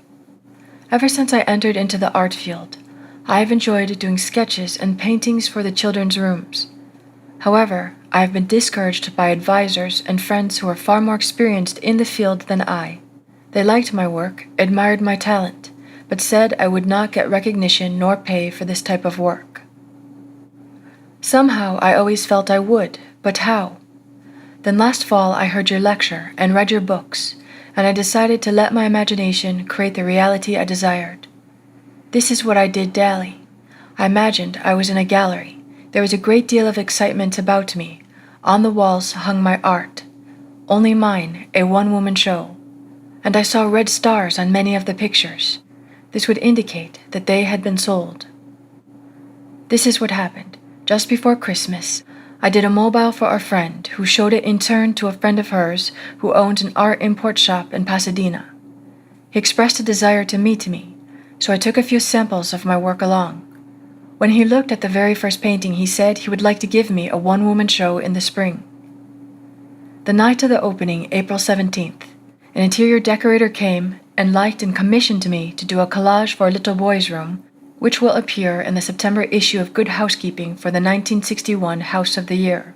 Later, during the showing, another decorator came and admired my work so much, he asked if he might arrange for me to meet the right interior decorators and the right owners of galleries who would buy and display my work properly. Incidentally, the show was a financial success for the owner of the gallery as well as for me. The interesting thing about this is that seemingly these three men came to me out of the blue. Certainly, I made no effort during the time of my imagining to contact anyone. But now I am getting recognition and have a market for my work. And now I know without a shadow of a doubt that there is a no when you seriously apply this principle that imagining creates reality. G.L. Only the indolent mind would fail to rise to this challenge. The purpose of life is the creative realization of desire. Man lacking desire could not exist efficiently in a world of continuous problems requiring continuing solutions. A desire is an awareness of something we lack or need to make life more enjoyable. Desires always have some personal gain in view. The greater the anticipated gain, the more intense the desire. There is no really unselfish desire. Even when our desire is for another, we are still seeking to gratify desire. To attain our desire, we should imagine scenes implying their fulfillment, and enact the scenes in our imagination, if only momentarily, with a joy sufficiently felt within its limits to make it natural. It is like a child dressing up and playing queen. We must imagine we are what we would like to be. We must play it in imagination first, not as a spectator, as an actor. This lady imaginatively played queen by being where she wanted to be in her imagination. She was the true actor in this theater. My desire was to attend a matinee performance of a famous pantomimist currently playing in one of the largest theaters of our city. Because of the intimate nature of this art, I wanted to sit in the orchestra, but I didn't see even the price of a balcony ticket. That night I determined to have this pleasure for myself. In my imagination, I fell asleep watching the wondrous performer. In my imaginal act, I sat in an orchestra center seat, heard the applause as the curtain rose and the artist came on stage, and I actually felt the intense excitement of this experience. The next day, the day of my matinee performance, my financial condition had not changed. I had exactly $1.37 in my purse. I knew I must use the dollar to buy gas for my car, which would leave me with 37 cents. But I also knew I had faithfully slept in the feeling of being at that performance. So I dressed myself for the theater. While changing articles from one purse to another, I found a dollar bill and 45 cents in change hidden in the pocket of my seldom-used opera purse. I grinned to myself, realizing that gasoline money had been given to me, so would the balance of my theater ticket be given to me. Gaily, I finished dressing and left for the theater. Standing before the ticket window, my confidence dwindled as I gazed at the prices and saw $3.75 for orchestra seats. With a feeling of dismay, I turned away quickly and walked across the street to a cafe for a cup of tea. I had spent 16 cents on my tea before I remembered seeing the price of balcony seats on the ticket window list. Hurriedly, I counted my change and found I had $1.66 left. Running back to the theater, I bought the cheapest seat available, which cost $1.55. With 1 dime left in my purse, I went through the entrance and the usher tore my ticket in half, saying, "Upstairs left, please." The performance was about to begin, but ignoring the usher's instructions, I walked into the main floor ladies' restroom. Still determined to sit in the orchestra section, I sat down, closed my eyes, and kept my mind inward, riveted on the stage from the direction of the orchestra. At that moment, a group of women walked into the restroom, all talking at once, but I heard only one conversation as a woman speaking to her companion said, "But I waited and waited until the last moment. Then she called and said she couldn't make it. I would have given her ticket away, but it's too late now." Not realizing it, I handed the usher both tickets, and he tore them in half before I could stop him. I almost laughed aloud. Getting up, I walked over to this lady and asked if I might use the extra ticket she had, instead of the balcony seat I had bought. She was charming and kindly invited me to join her party. The ticket she handed me was for the orchestra section, center seat, 6 rows from the stage. I sat in that seat only moments before the curtain rose on a performance I had witnessed the night before from that seat, in my imagination. J.R. We must actually be in imagination. It is one thing to think of the end, and another thing to think from the end. To think from the end to enact the end is to create reality. The inner actions must correspond to the actions we would physically perform after these things would be. Edward Thomas, The New House. To live wisely, we must be aware of our imaginal activity, and see to it that it is faithfully shaping the end we desire. The world is clay, our imagination is the powder. I run a small business solely owned, and a few years ago it seemed that my venture would end in failure. For some months sales had fallen steadily, and I found myself in a financial jam, along with thousands of other small businessmen, as this period spanned one of our country's minor recessions. I was badly in debt and needed at least $3,000 almost immediately. My auditors advised me to close my doors and try to salvage what I could. Instead, I turned to my imagination. I knew your teaching, but had never actually attempted to solve any problem in this manner. I was frankly skeptical of the entire idea that imagination can create reality, but I was also desperate, and desperation forced me to test your teaching. I imagined my office receiving $4,000 unexpectedly and remittances due. This money would have to come from new orders, as my accounts receivable were practically non-existent. But this seemed far-fetched, as I hadn't received this much in sales during the last 4 months or more. Nevertheless, I kept my imaginal picture of receiving this amount of money steadily before me for 3 days. Earlier the 4th morning, a customer I had not heard from in 4 months called me on the telephone, asking me to come and see him personally. I was to bring a quotation previously given him for machinery needed by his factory. The quotation was months old, but I dug it out of my files and lost no time in arriving at his office that day. I wrote out the order, which he signed, but I saw no immediate help for me in the transaction, as the equipment he wanted would take from 4 to 6 months for factory delivery, and of course, my customer did not have to pay for it until delivered. I thanked him for the order and rose to leave. He stopped me at the door and handed me a check for a little over $4,000, saying, "I want to pay for the merchandise now in advance. For tax purposes, you know, you don't mind." No, I didn't mind.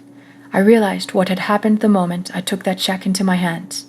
Within 3 days, my imaginal act had done for me what I hadn't been able to do in months of desperate financial shuffling. I know now that imagination could have brought $40,000 into my business just as easily as 4,000. LNC. This concludes Chapter 11.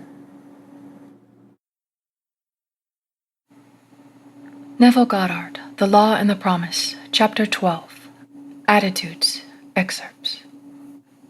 The following story is by one who believes that imagining creates reality, and acting on this belief changed his attitude towards a stranger and bore witness to this change in reality. More than 20 years ago, when I was a green farm boy newly arrived in Boston to attend school, a panhandler asked me for money for a meal. Although the money I had was pitifully insufficient for my own needs, I gave him what was in my pocket. A few hours later, the same man, by this time staggeringly drunk, stopped me again and asked for money. I was so outraged to think the money I could so ill afford had been put to such use, I made myself a solemn pledge that I would never again listen to the plea of a street beggar. Through the years, I kept my pledge, but every time I refused anyone, my conscience needled me. I felt guilty even to the point of developing a sharp pain in my stomach, but I couldn't bring myself to unbend. The early part of this year, a man stopped me as I was walking my dog and asked money so he could eat. True to the old pledge, I refused him. His manner was gracious as he accepted my refusal.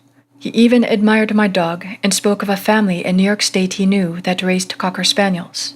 This time my conscience was really picking me. As he went on his way, I determined to remake that scene as I wished it had been.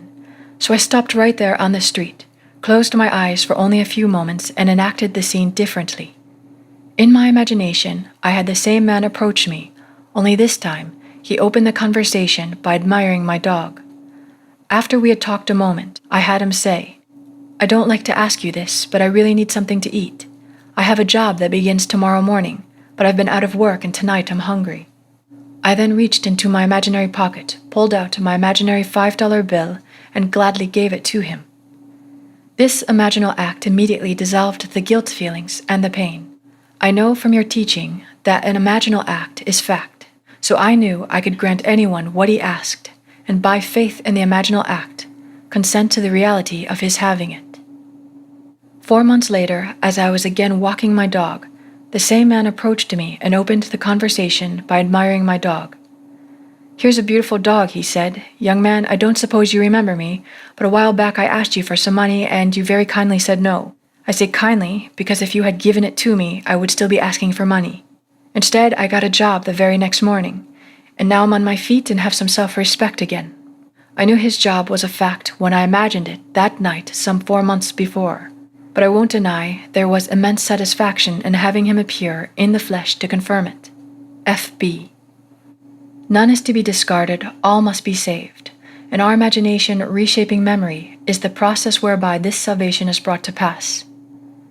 To condemn the man for having lost his way is to punish the already punished. "O whom should I pity if I pity not the sinner who has gone astray?" William Blake, Jerusalem. Not what the man was, but what he may become should be our imaginal activity.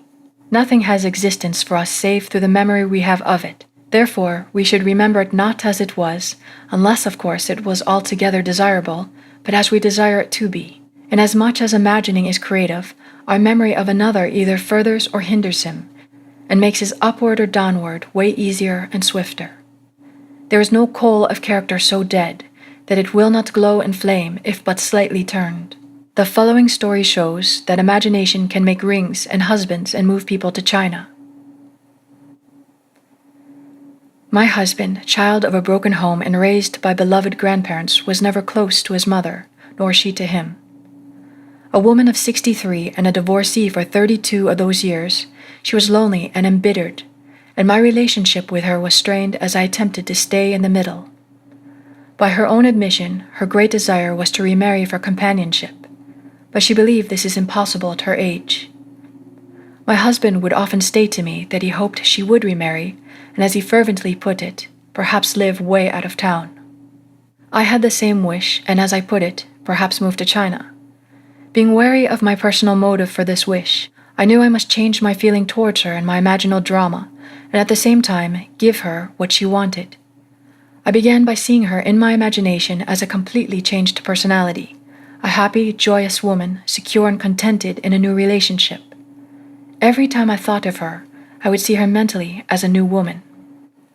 About 3 weeks later, she came to our house for a visit, bringing a friend she had met many months previously. The man had recently become a widower. He was her age, secure financially, and had grown children and grandchildren. We liked him, and I was excited because it was obvious they liked each other. But my husband still thought it was impossible. I didn't.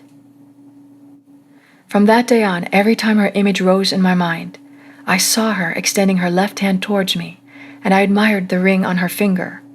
1 month later, she and her friend came to visit us, and as I walked forward to greet them, she proudly extended her left hand. The ring was on her finger. 2 weeks later, she was married, and we haven't seen her since. She lives in a brand new home, way out of town, and as her new husband dislikes the long drive to our house, she might as well have moved to China. J.B. There is a wide difference between the will to resist an activity and the decision to change it. He who changes an activity acts, whereas he who resists an activity reacts. One creates, the other perpetuates. Nothing is real beyond the imaginative patterns we make of it. Memory, no less than desire, resembles a daydream. Why make it a daymare? Man can only forgive if he treats memory as a daydream and shapes it to his heart's desire. R.K. learned that we may rob others of their abilities by our attitudes towards them. He changed his attitude and thereby changed a fact. I am not a money lender, nor am I in the investment business as such, but a friend and business acquaintance came to me for a substantial loan in order to expand his plant. Because of personal friendship, I granted the loan with reasonable interest rates and gave my friend the right of renewal at the end of 1 year. I granted the loan with reasonable interest rates and gave my friend the right of renewal at the end of 1 year. When the first year term expired, he was behind in his interest payments and requested a 30-day extension on the note. I granted this request, but at the end of 30 days he was still unable to meet the note and asked for an additional extension. As I previously stated, I am not in the business of lending money. Within 20 days, I needed full payment of the loan to meet debts of my own, but I consented again to extend the note, although my own credit was now in serious jeopardy. The natural thing to do was to apply legal pressure to collect, and a few years ago I would have done just that. Instead, I remembered your warning not to rob others of their ability, and I realized that I had been robbing my friend of his ability to pay what he owed. For 3 nights I constructed a scene in my imagination in which I heard my friend tell me that unexpected orders had flooded his desk so rapidly he was now able to pay the loan in full. The 4th day, I received a telephone call from him. He told me that by what he called a miracle, he had received so many orders, and big ones too, he was now able to pay back my loan including all interest due, and in fact had just mailed a check to me for the entire amount. RK. There is nothing more fundamental to the secret of imagining than the distinction between imagining and the state imagined. Mental things are alone real. Everything possible to be believed is an image of truth. William Blake. This concludes Chapter 12.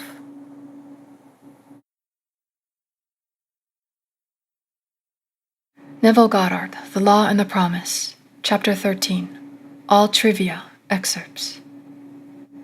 We must use our imagination to achieve particular ends, even if the ends are all trivia. Because men do not clearly define and imagine particular ends, the results are uncertain, while they might be perfectly certain. To imagine particular ends is to discriminate clearly. How do we distinguish the oak from the beech, the horse from the ox, but by the bounding outline? William Blake, Human Form Divine. Life on earth is a kindergarten for image-making. The bigness or littleness of the object to be created is not in itself important. The following stories are concerned with the acquiring of seemingly little things, or toys as I call them, but they are important because of the clear imaginal images that created the toys. The author of the first story is one of whom it is said, "She has everything." This is true. She has financial, social, and intellectual security. She writes, "As you know, through your teaching and through my practice of that teaching, I have completely changed myself and my life. 2 weeks ago, when you spoke of toys, I realized I had never used my imagination for the getting of things, and I decided it would be fun to try it. You told of a young woman who was given a hat by merely wearing that hat in her imagination. The last thing on earth I needed was a hat, but I wanted to test my imagination for this getting of things. So I selected a hat pictured in a fashion magazine. I cut the picture out and stuck it on the mirror of my dressing table. I studied the picture carefully. Then I shut my eyes, and in my imagination, I put that hat on my head and wore it as I walked out of the house. I did this just once. The following week, I met some friends for luncheon, and one of them was wearing the hat. We all admired it. The very next day, I received a parcel by special delivery messenger. The hat was in the parcel.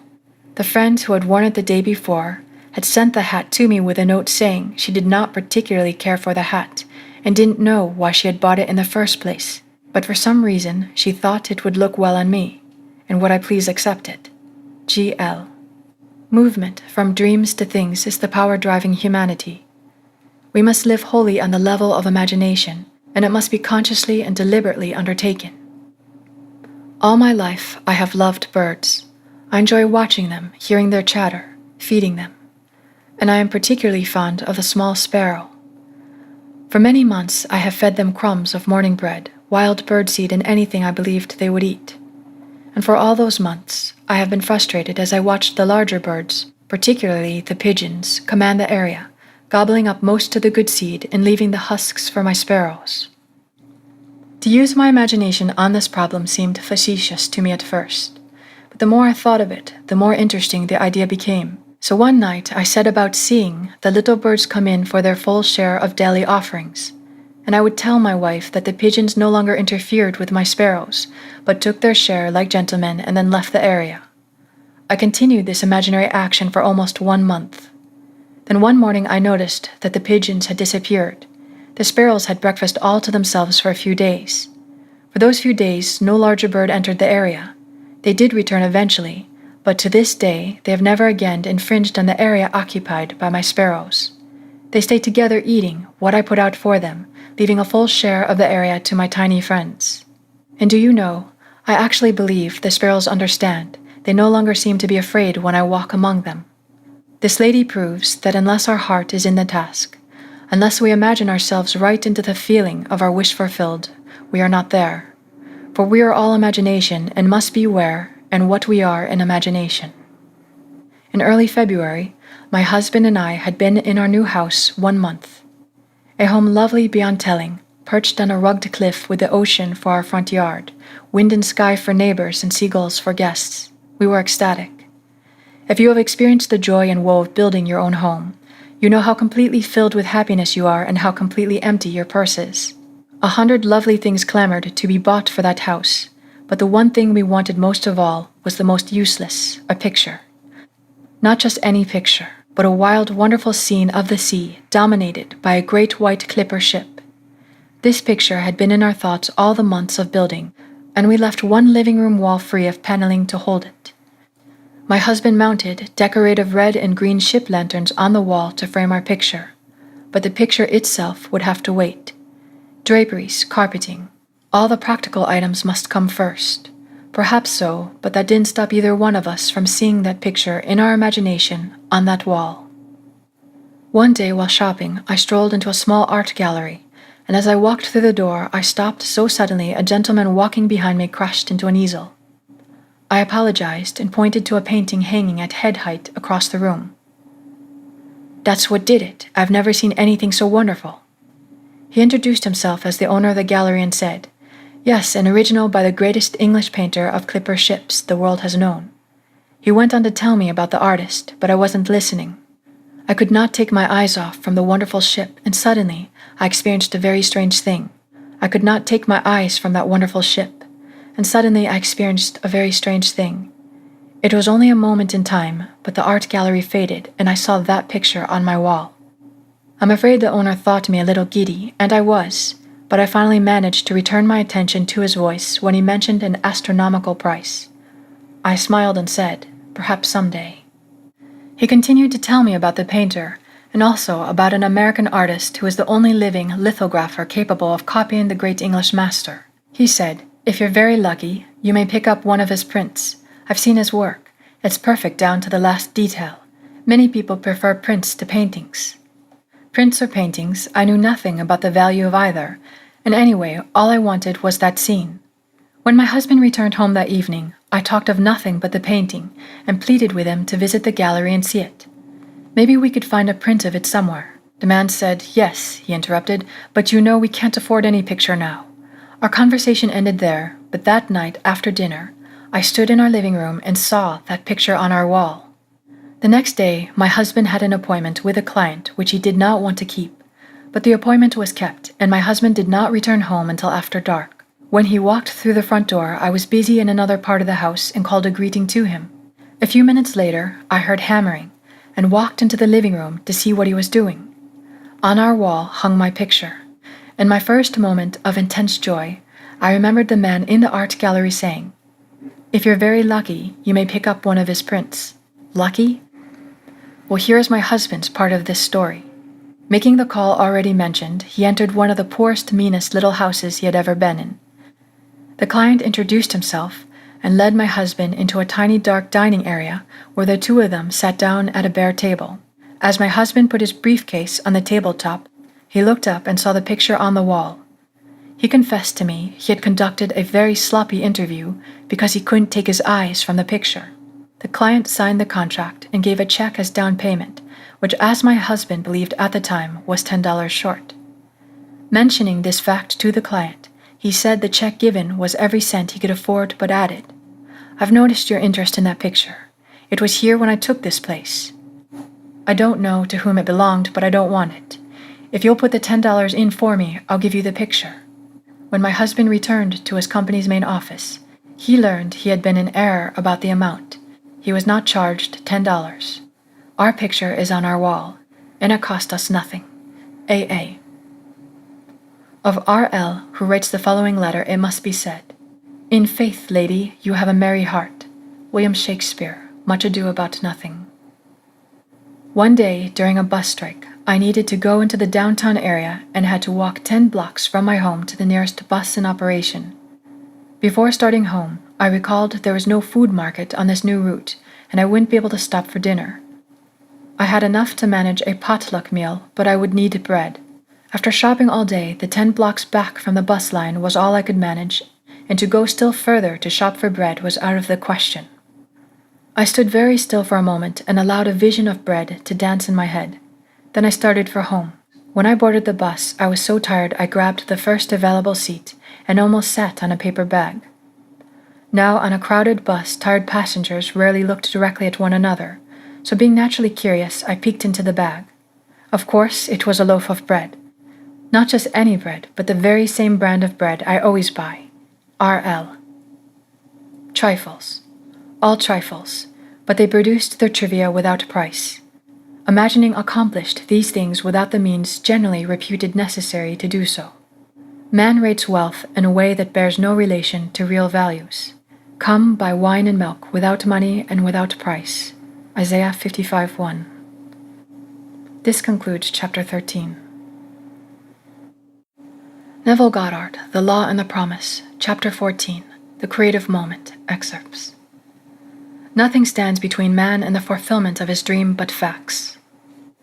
And facts are the creations of imagining. If man changes his imagining, he will change the facts. This story tells of a young woman who found the moment, and by acting out her dream of fancy, brought the future into the instant, not realizing what she had done until the final scene.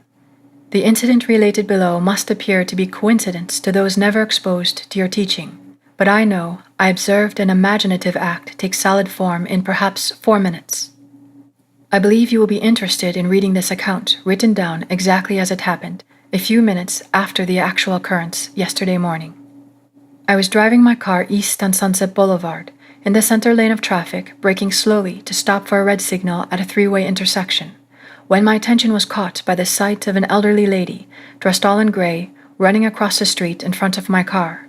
Her arm was raised, signaling to the driver of a bus which was beginning to pull away from the curb. She was obviously attempting to cross in front of the bus to delay it. The driver slowed his vehicle and I thought would allow her to enter. Instead, as she jumped onto the curb, the bus pulled away, leaving her standing just in the act of lowering her arm. She turned and walked swiftly towards a nearby phone booth. As my signal changed to green and I put my car in motion, I wished I had been behind the bus and had been able to offer her a ride. Her extreme agitation was obvious even from the distance I was away from her. My wish instantly fulfilled itself in a mental drama, and as I drove away, the fancy played itself out in the following scene. I opened the car door and a lady dressed in gray stepped in, smilingly relieved and thanking me profusely. She was out of breath from running and said, "I only have a few blocks to go. I'm meeting a few friends and I was so afraid they would leave without me when I missed my bus." I let my imaginary lady out a few blocks farther on, and she was delighted to observe her friends still waiting for her. She thanked me again and walked away. The entire mental scene was spanned in the time it takes to drive 1 block at a normal rate of speed. The fancy satisfied my feeling regarding the real incident, and I immediately forgot it. 4 blocks further, I was still in the center lane and again had to stop for a red signal. My attention at this time was turned inward on something I have now forgotten, when suddenly someone tapped on the closed window of my car, and I looked up to see a lovely appearing elderly lady with gray hair dressed all in gray. Smiling, she asked if she might ride a few blocks with me as she had missed her bus.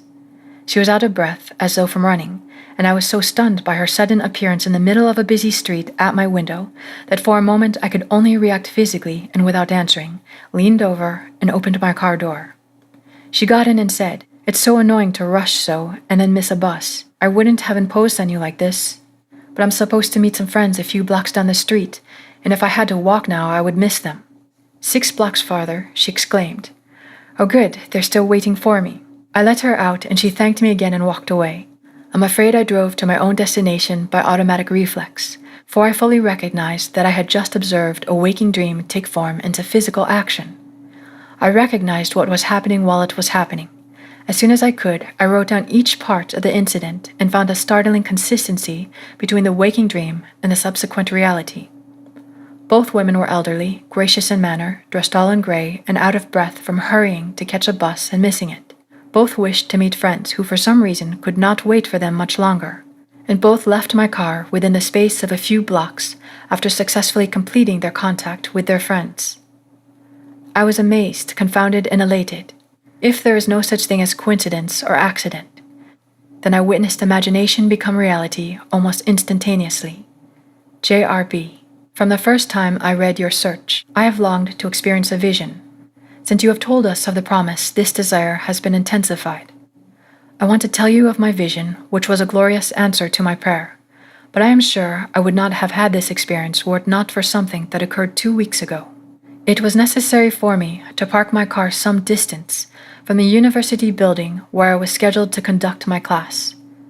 As I left my car, I was conscious of the stillness about me. The street was completely deserted, no one was in sight. Suddenly, I heard a most frightful cursing voice. I looked towards the sound and saw a man brandishing a cane, yelling between the vile words, "I'll kill you, I'll kill you." I continued on as he approached me, for at that moment I thought, now I can test what I have professed to believe. If I do believe, we are one. The Father, this derelict, and I, no harm can come to me. At that moment I had no fear. Instead of seeing a man coming towards me, I felt a light. He stopped yelling, dropped his cane, and walked quietly, as we passed with less than a foot between us. Having tested my faith at that moment, everything about me had seemed more alive than before, flowers brighter and trees greener. I have had a sense of peace and the oneness of life I have not known before. Last Friday I drove to our country home. Nothing was unusual about the day or evening. I worked on a manuscript and, not being tired, did not try to fall off to sleep until around 2 the following morning. Then I turned off the light and drifted into the floating sensation, not asleep but drowsy, as I call it, half awake and half asleep. Often while in this state, lovely unknown faces float before me, but this morning the experience was different. A perfect face of a child came before me in profile. Then it turned and smiled at me. It was glowing with light and seemed to fill my own head with light. I was aglow and excited and thought, this must be the Christos, but something within me without sound said, no, this is you. I feel I will never be the same again, and one day I will experience the promise. GB. Our dreams will all be realized from the time that we know that imagining creates reality and act. But imagination seeks from us something much deeper and more fundamental than creating things. Nothing less indeed than the recognition of its own oneness with God. That what it does is, in reality, God Himself doing it in and through man who is all imagination. End of testimonies. This concludes chapter 14 and the Law and the Promise.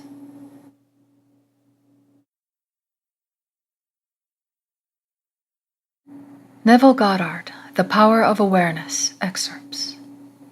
Chapter 1. Leave the mirror and change your face. Leave the world alone and change your conceptions of yourself. I am. The light is consciousness. Consciousness is one, manifesting in legions of forms or levels of consciousness. There is no one that is not all that is, for consciousness, though expressed in an infinite series of levels, is not divisional. There is no real separation or gap in consciousness. I am cannot be divided. I may conceive myself to be a rich man, a poor man, a beggar man, or a thief, but the center of my being remains the same, regardless of the concept I hold of myself. At the center of manifestation, there is only one I am, manifesting in legions of forms or concepts of itself, and I am that I am. I am is the self-definition of the Absolute, the foundation on which everything rests. I am is the first cause substance. I am is the self-definition of God. I am is a feeling of permanent awareness, the very center of consciousness in the feeling of I am. I may forget who I am, where I am, what I am, but I cannot forget that I am. The awareness of being remains regardless to the degree of forgetfulness of who, where, and what I am. I am is that which amidst unnumbered forms is ever the same. This great discovery of cause reveals that, good or bad, man is actually the arbiter of his own fate, and that it is his concept of himself that determines the world in which he lives, and his concept of himself is his reactions to life. In other words, if you are experiencing ill health, knowing the truth about cause, you cannot attribute the illness to anything other than to the particular arrangement of the basic cause substance, an arrangement which was produced by your reactions to life and is defined by your concept, I am unwell. This is why you are told, let the weak man say, I am strong. Joel 3:10. For by his assumption, the cause substance I am is rearranged and must therefore manifest that which its arrangement affirms. This principle governs every aspect of your life, be it social, foreign, intellectual, or spiritual. I am is that reality to which, whatever happens, we must turn for an explanation of this phenomena of life. It is I am's concept of itself that determines the form and scenery of its existence. Everything depends upon its attitude towards itself, that which it will not affirm as true of itself cannot awaken in its world. That is, your concept of yourself, such as I am strong, I am secure, I am loved, determines the world in which you live. In other words, when you say I am a man, I am a father, I am an American, you are not defining different I ams. You are defining different concepts or arrangements of the one cause substance, the one I am. Even in the phenomena of nature, if the tree were articulate, it would say, I am a tree, an apple tree, a fruitful tree. When you know that consciousness is the one and only reality, conceiving itself to be something good, bad, or indifferent, and becoming that which it conceived itself to be, you are free from the tyranny of second causes, free from the belief that there are causes outside of your own mind that can affect your life. In the state of consciousness of the individual is found the explanation of the phenomena of life. If man's concept of himself were different, everything in this world would be different. His concept of himself being what it is, everything in his world must be as it is. Thus, it is abundantly clear that there is only one I am, and you are that I am. And while I am is infinite, you, by your concept of yourself, are displaying only a limited aspect of infinite I am. This concludes Chapter 1.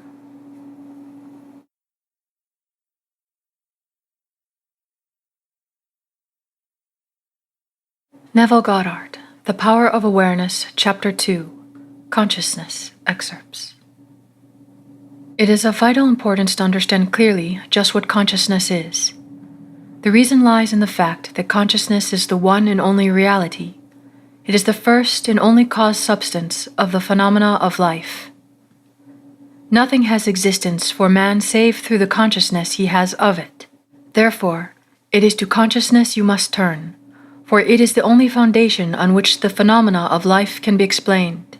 If we accept the idea of a first cause, it would follow that the evolution of that cause could never result in anything foreign to itself. That is, if the first cause substance is light, all its evolutions, fruits, and manifestations would remain light. The first cause substance being consciousness, all its evolutions, fruits, and phenomena must remain consciousness. All that could be observed would be a higher or lower form or variation of the same thing. In other words, if your consciousness is the only reality, it must also be the only substance. Consequently, what appears to you as circumstances, conditions, and even material objects is really only the product of your own consciousness. Nature, then, as a thing or a complex of things external to your mind, must be rejected. You and your environment cannot be regarded as existing separately. You and your world are one. Therefore, you must turn from the objective appearance of things to the subjective center of things, your consciousness, if you truly desire to know the cause of the phenomena of life, and how to use this knowledge to realize your fondest dreams. In the midst of the apparent contradictions, antagonisms, and contrasts of your life, there is only one principle at work, only your consciousness operating. Difference does not consist in variety of substance, but in variety of arrangement of the same cause substance, your consciousness. The world moves with motiveless necessity.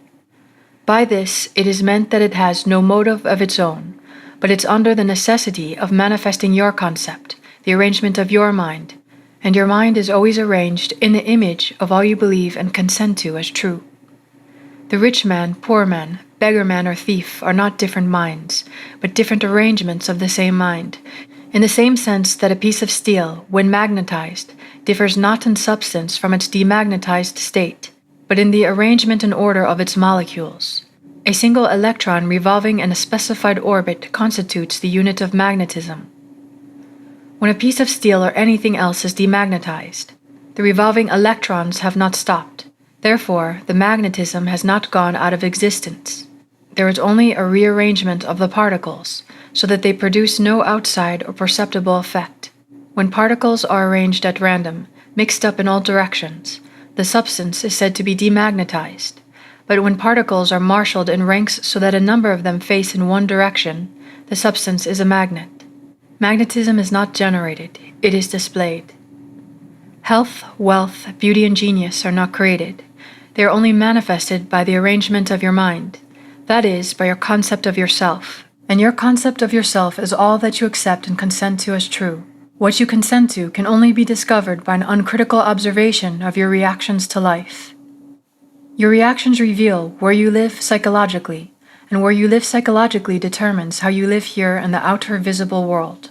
The importance of this in your daily life should be immediately apparent.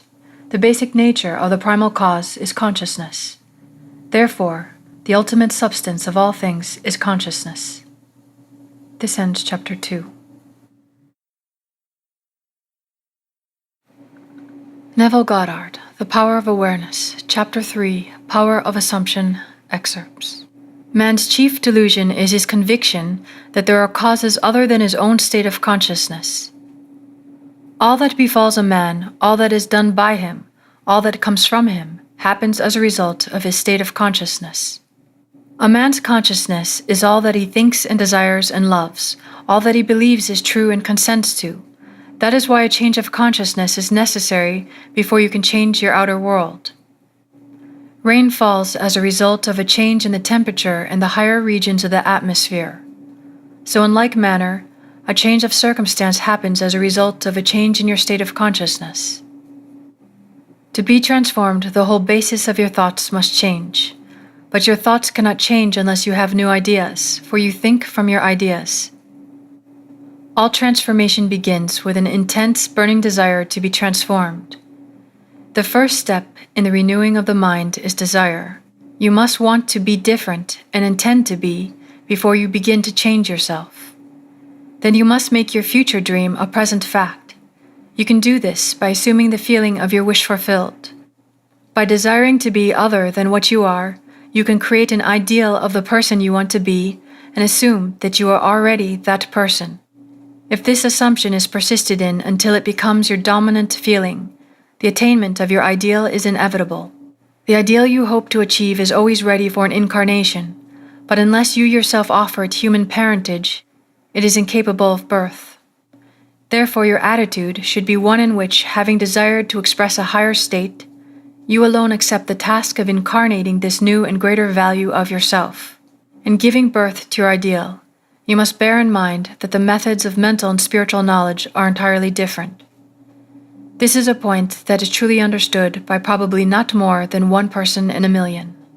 You know a thing mentally by looking at it from the outside, by comparing it with other things, by analyzing it and defining it, by thinking of it. Whereas you can know a thing spiritually only by becoming it, only by thinking from it. You must be the thing itself and not merely talk about it or look at it. You must be like the moth in search of his idol, the flame, who spurred with true desire, plunging at once into the sacred fire, folding his wings within till he became one color and one substance with the flame. He only knew the flame who in it burned, and only he could tell who ne'er to tell returned. Bird Parliament by Fariduddin Attar. Translation by Edward Fitzgerald, 1889. William Ralph Ing, Faith, Personal Religion, and the Life of Devotion. Just as the moth in his desire to know the flame was willing to destroy himself, so must you, in becoming a new person, be willing to die to your present self. You must be conscious of being healthy if you are to know what health is. You must be conscious of being secure if you are to know what security is. You must assume that you are already what you want to be, and then live by faith in this assumption, which is not yet incarnate in the body of your life, in confidence that this new value or state of consciousness will become incarnated through your absolute fidelity to the assumption that you are that which you desire to be. This is what wholeness means, what integrity means. They mean submission of the whole self to the feeling of the wish fulfilled and certainty that the new state of consciousness is the renewing of mind which transforms. There is no order in nature corresponding to this willing submission of the self to the ideal beyond the self. Therefore, it is the height of folly to expect the incarnation of a new and greater concept of self to come about by natural evolutionary process. That which requires a state of consciousness to produce its effect obviously cannot be effected without such a state of consciousness, and in your ability to assume the feeling of a greater life, to assume a new concept of yourself, you possess what the rest of nature does not possess: imagination, the instrument by which you create your world. Your imagination is the instrument, the means, whereby your redemption from slavery, sickness, and poverty is effected. If you refuse to accept the responsibility of the incarnation of a new and higher concept of yourself, then you reject the means, the only means, whereby your redemption, that is, the attainment of your ideal, can be effected. Imagination is the only redemptive power in the universe. However, your nature is such that it is optional to you whether you remain in your present concept of yourself, a hungry being longing for freedom, health, and security, or choose to become the instrument of your own redemption, imagining yourself as that which you want to be, and thereby satisfying your hunger and redeeming yourself. O be strong then and brave, pure, patient, and true. The work that is yours let no other hand do, for the strength for all need is faithfully given from the fountain within you, the kingdom of heaven. This concludes Chapter 4.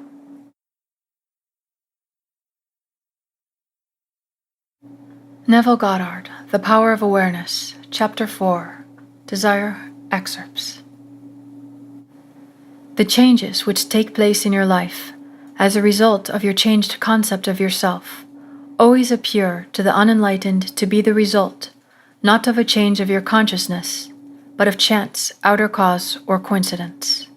However, the only fate governing your life is the fate determined by your own concepts, your own assumptions, for an assumption, though false, if persisted in, will harden into fact. The ideal you seek and hope to attain will not manifest itself, will not be realized by you until you have imagined that you are already that ideal.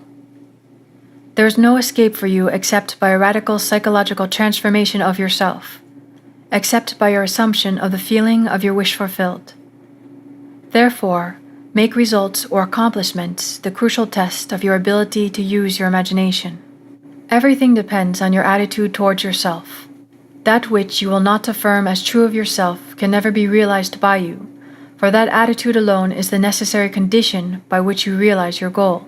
All transformation is based upon suggestion, and this can work only where you lay yourself completely open to an influence.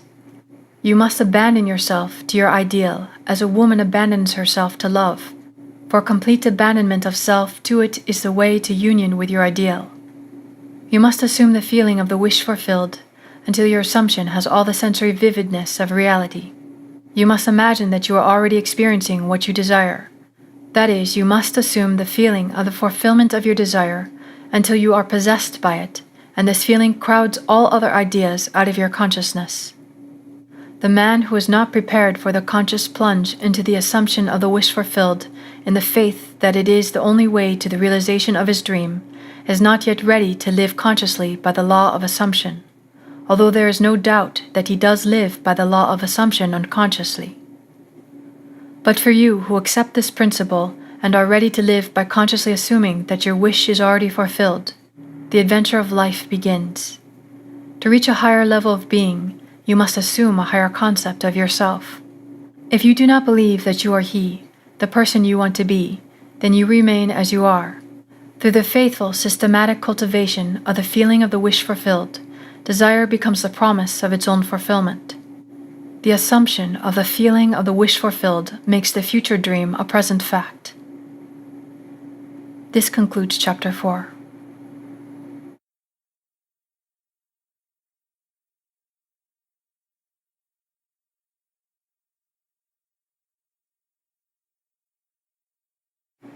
Neville Goddard, The Power of Awareness, Chapter 5, The Truth That Sets You Free, Excerpts.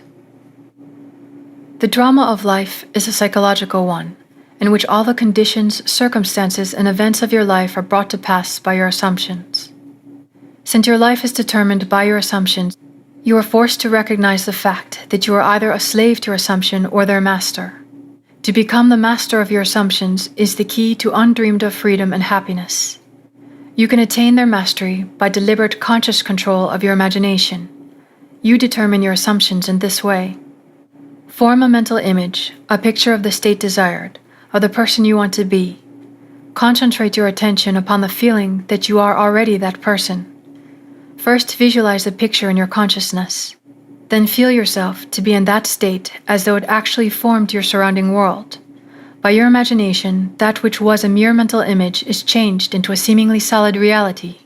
The great secret is a controlled imagination and a well-sustained attention firmly and repeatedly focused on the object to be accomplished.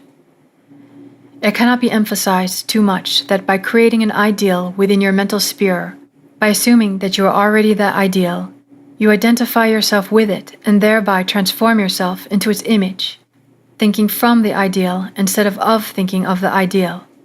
Every state is already there as mere possibilities as long as we think of them, but as overpoweringly real when we think from them.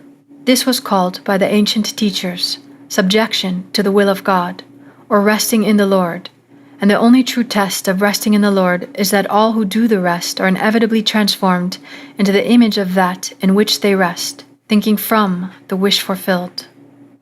You become according to your resigned will, and your resigned will is your concept of yourself and all that you consent to and accept as true. You assuming the feeling of your wish fulfilled and continuing therein, take upon yourself the results of that state. Not assuming the feeling of your wish fulfilled, you are ever free of the results. When you understand the redemptive function of imagination, you hold in your hands the key to the solution of all your problems. Every phase of your life is made by the exercise of your imagination. Determined imagination alone is the means of your progress, of the fulfilling of your dreams. It is the beginning and end of all creating. The great secret is a controlled imagination, and a well-sustained attention firmly and repeatedly focused on the feeling of the wish fulfilled, until it fills the mind and crowds all other ideas out of the consciousness. The truth that sets you free is that you can experience in imagination what you desire to experience in reality, and by maintaining this experience in imagination, your desire will become an actuality. You are limited only by your uncontrolled imagination and lack of attention to the feeling of your wish fulfilled. When the imagination is not controlled and the attention is not steadied on the feeling of the wish fulfilled, then no amount of prayer or piety or invocation will produce the desired effect.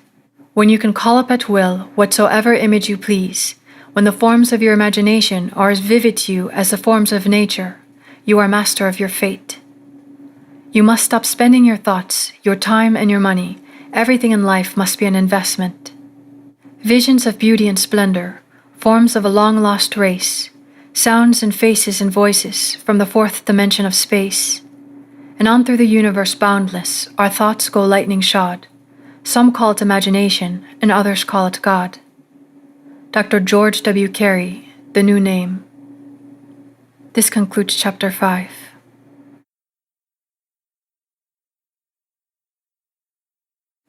Neville Goddard, The Power of Awareness, Chapter 6, Attention Excerpts.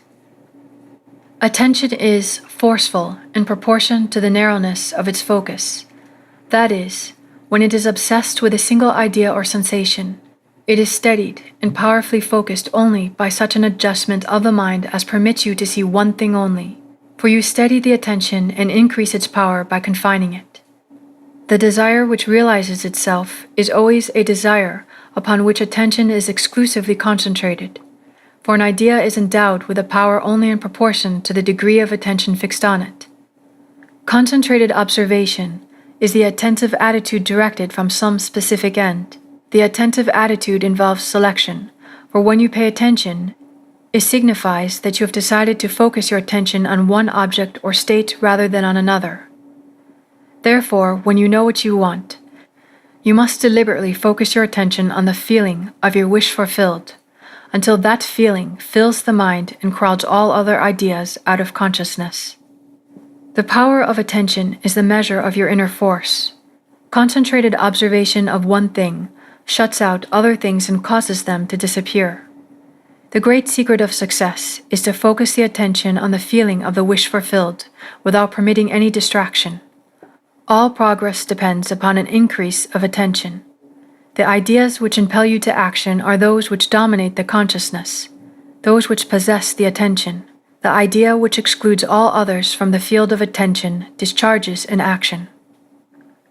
To the unenlightened man, this will seem to be all fantasy, yet all progress comes from those who do not take the accepted view, nor accept the world as it is. As was stated heretofore, if you can imagine what you please, and if the forms of your thought are as vivid as the forms of nature, you are, by virtue of the power of your imagination, master of your fate. Your imagination is you yourself, and your world as the imagination sees it is the real world. When you set out to master the movements of attention, which must be done if you would successfully alter the course of observed events, it is then you realize how little control you exercise over your imagination and how much it is dominated by sensory impressions and by drifting on the tides of idle moods. To aid in mastering and control of your attention, practice this exercise. Night after night, just before you drift off to sleep, strive to hold your attention on the activities of the day in reverse order. Focus your attention on the last thing you did, that is, getting into bed, and then move it backwards in time over the events until you reach the first event of the day, getting out of bed. This is no easy exercise, but just as specific exercises greatly help in developing specific muscles, this will greatly help in developing the muscle of your attention. Your attention must be developed, controlled, and concentrated in order to change your concept of yourself successfully, and thereby change your future. Imagination is able to do anything, but only according to the inner direction of your attention. If you persist night after night, sooner or later you will awaken in yourself a center of power and become conscious of your greater self, the real you. Attention is developed by repeated exercise or habit. Through habit, an action becomes easier, and so in course of time gives rise to the facility or faculty which can then be put to higher uses. When you attain control of the internal direction of your attention, you will no longer stand in shallow water, but will launch out into the deep of life. You will walk in the assumption of the wish fulfilled as on a foundation more solid even than earth. This concludes Chapter 6.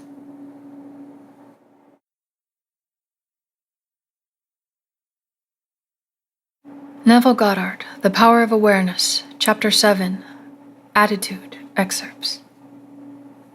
Experiments recently conducted by Merle Lawrence, Princeton, and Adalbert Ames, Dartmouth, in the latter's psychology laboratory at Hanover, New Hampshire, prove that what you see when you look at something depends not so much on what is there as on the assumption that you make when you look. Since what we believe to be the real physical world is actually only an assumptive world, it is not surprising that these experiments prove that what appears to be solid reality is actually the result of expectations or assumptions. Your assumptions determine not only what you see, but also what you do, for they govern all your conscious and subconscious movements towards the fulfillment of themselves. Only a century ago, this truth was stated by Emerson as follows: "As the world was plastic and fluid in the hands of God, so it is ever so much of His attributes as we bring to it. To ignorance and sin it is flint. They adapt themselves to it as they may, but in proportion as a man has anything in him divine, and firmament flows before him, takes his signet and form." Your assumption is the hand of God molding the firmament into the image of that which you assume. The assumption of the wish fulfilled is the high tide which lifts you easily off the bar of the senses where you have so long lain stranded. It lifts the mind into prophecy in the full right sense of the word, and if you have that controlled imagination and absorbed attention, which it is possible to attain, you may be sure that all your assumption implies will come to pass. When William Blake wrote, "What seems to be is to those to whom it seems to be," he was only repeating the eternal truth. There is nothing unclean to itself, but to him that esteemeth anything to be unclean, to him it is unclean. Romans 14:14. It is not superior insight, but ignorance of the law of assumption, If you read into the greatness of men some littleness with which you may be familiar, or into some situation or circumstance an unfavorable conviction, your particular relationship to another influences your assumption with respect to that other and makes you see him in that which you do see. If you can change your opinion of another, then what you now believe of him cannot be absolutely true, but it is only relatively true. The following is an actual case history illustrating how the law of assumption works. One day, a costume designer described to me her difficulties in working with a prominent theatrical producer. She was convinced that he unjustly criticized and rejected her best work, and that often he was deliberately rude and unfair to her.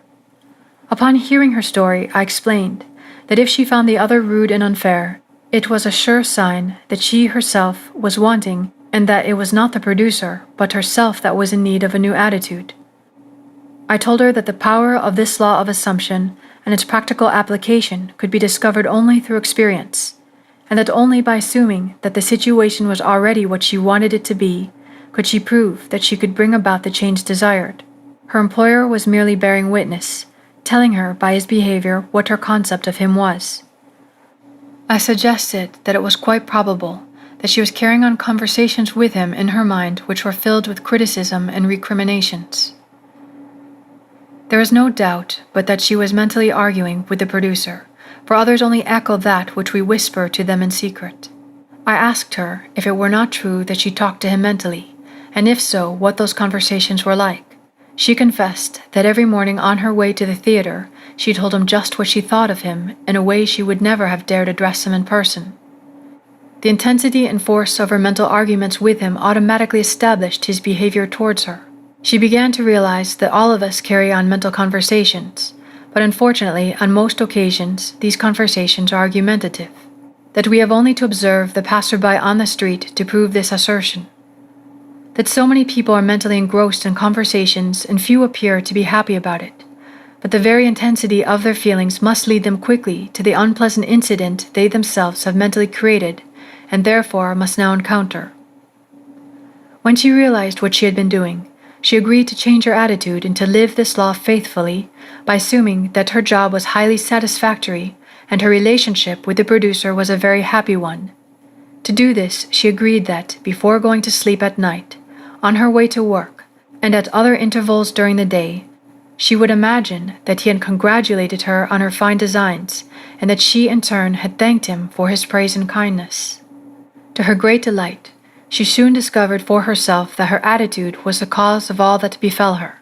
The behavior of her employer miraculously reversed itself.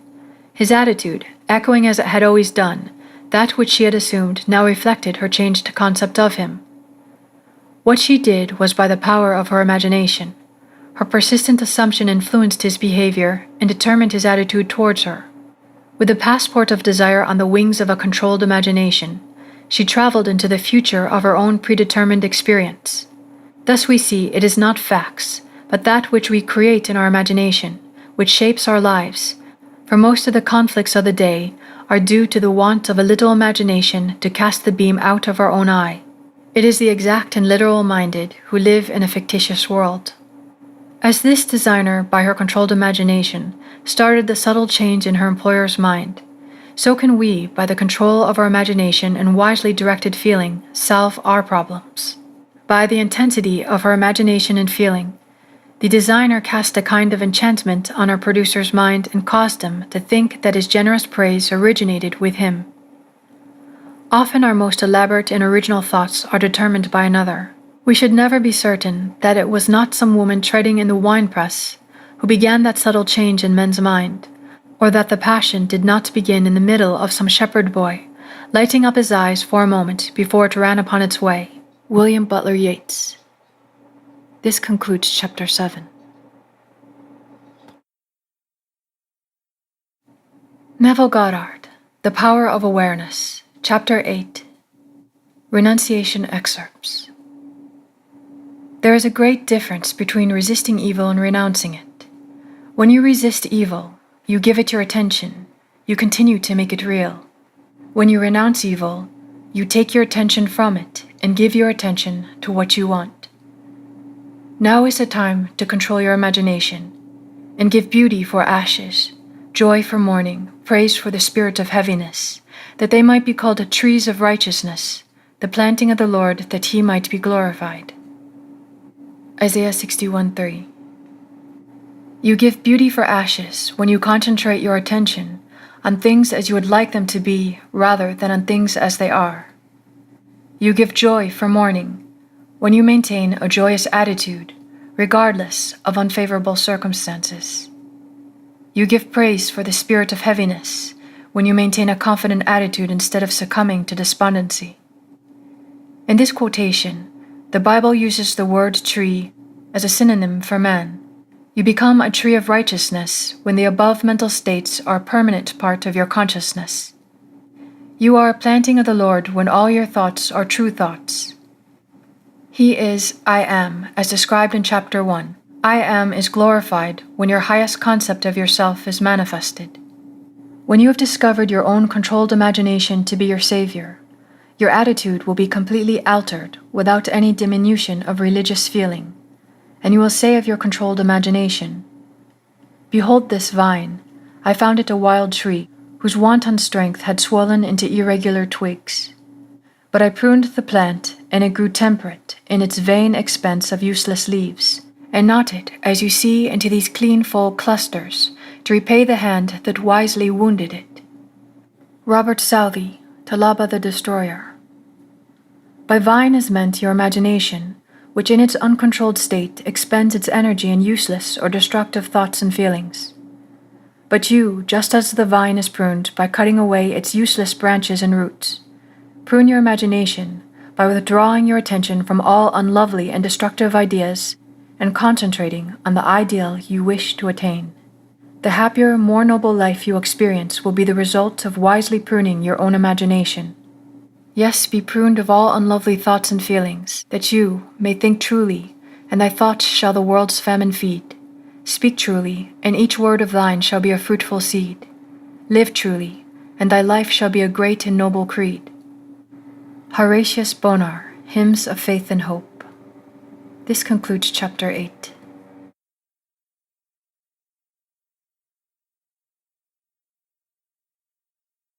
Neville Goddard, The Power of Awareness, Chapter 9, Preparing Your Place, Excerpts.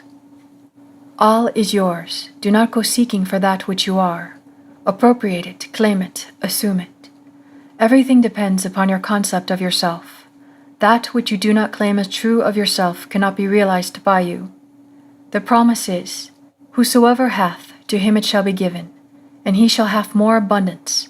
But whosoever hath not, from him shall be taken away even that which he seemeth to have. Matthew 25:29, Luke 8:18. Hold fast in your imagination to all that is lovely and of good report, for the lovely and the good are essential in your life if it is to be worthwhile. Assume it. You do this by imagining that you already are what you want to be, and already have what you want to have. As a man thinketh in his heart, so is he. Proverbs 23:7. Be still and know that you are that which you desire to be, and you will never have to search for it. In spite of your appearance of freedom of action, you obey, as everything else does, the law of assumption. Whatever you may think of the question of free will, the truth is your experience throughout your life are determined by your assumptions, whether conscious or unconscious. An assumption builds a bridge of incidents that leads inevitably to the fulfillment of itself. Man believes the future to be the natural development of the past, but the law of assumption clearly shows that it is not the case. Your assumption places you psychologically where you are not physically. Then your senses pulls you back from where you were psychologically to where you are physically. It is these psychological forward motions that produce your physical forward motions in time. Precognition permeates all the scriptures of the world. In my Father's house are many mansions. If it were not so, I would have told you. I go to prepare a place for you, and if I go and prepare a place for you, I will come again and receive you unto myself, that where I am, there ye may be also. And now I have told you before it came to pass, that when it is come to pass ye might believe. John 14:2-3:29. The I in this quotation is your imagination, which goes into the future, into the one of the many mansions. Mansion is the state desired. Telling of an event before it occurs physically is simply feeling yourself into the state desired until it has the tone of reality. You go and prepare a place for yourself by imagining yourself into the feeling of your wish fulfilled. Then you speed from this state of the wish fulfilled, where you have not been physically, back to where you were physically a moment ago. Then, with an irresistible forward movement, you move forward across a series of events to the physical realization of your wish, that where you have been in imagination, there you will be in the flesh also. This concludes Chapter 9.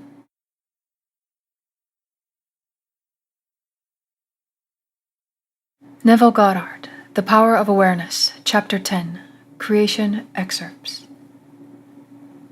Creation is finished. Creativeness is only a deeper receptiveness for the entire contents of all time and all space, while experienced in a time sequence actually coexist in an infinite, in eternal now. In other words, all that you have ever been or ever will be, in fact all that mankind ever was or ever will be, exists now. This is what is meant by creation, and the statement that creation is finished means nothing is ever to be created, it is only to be manifested.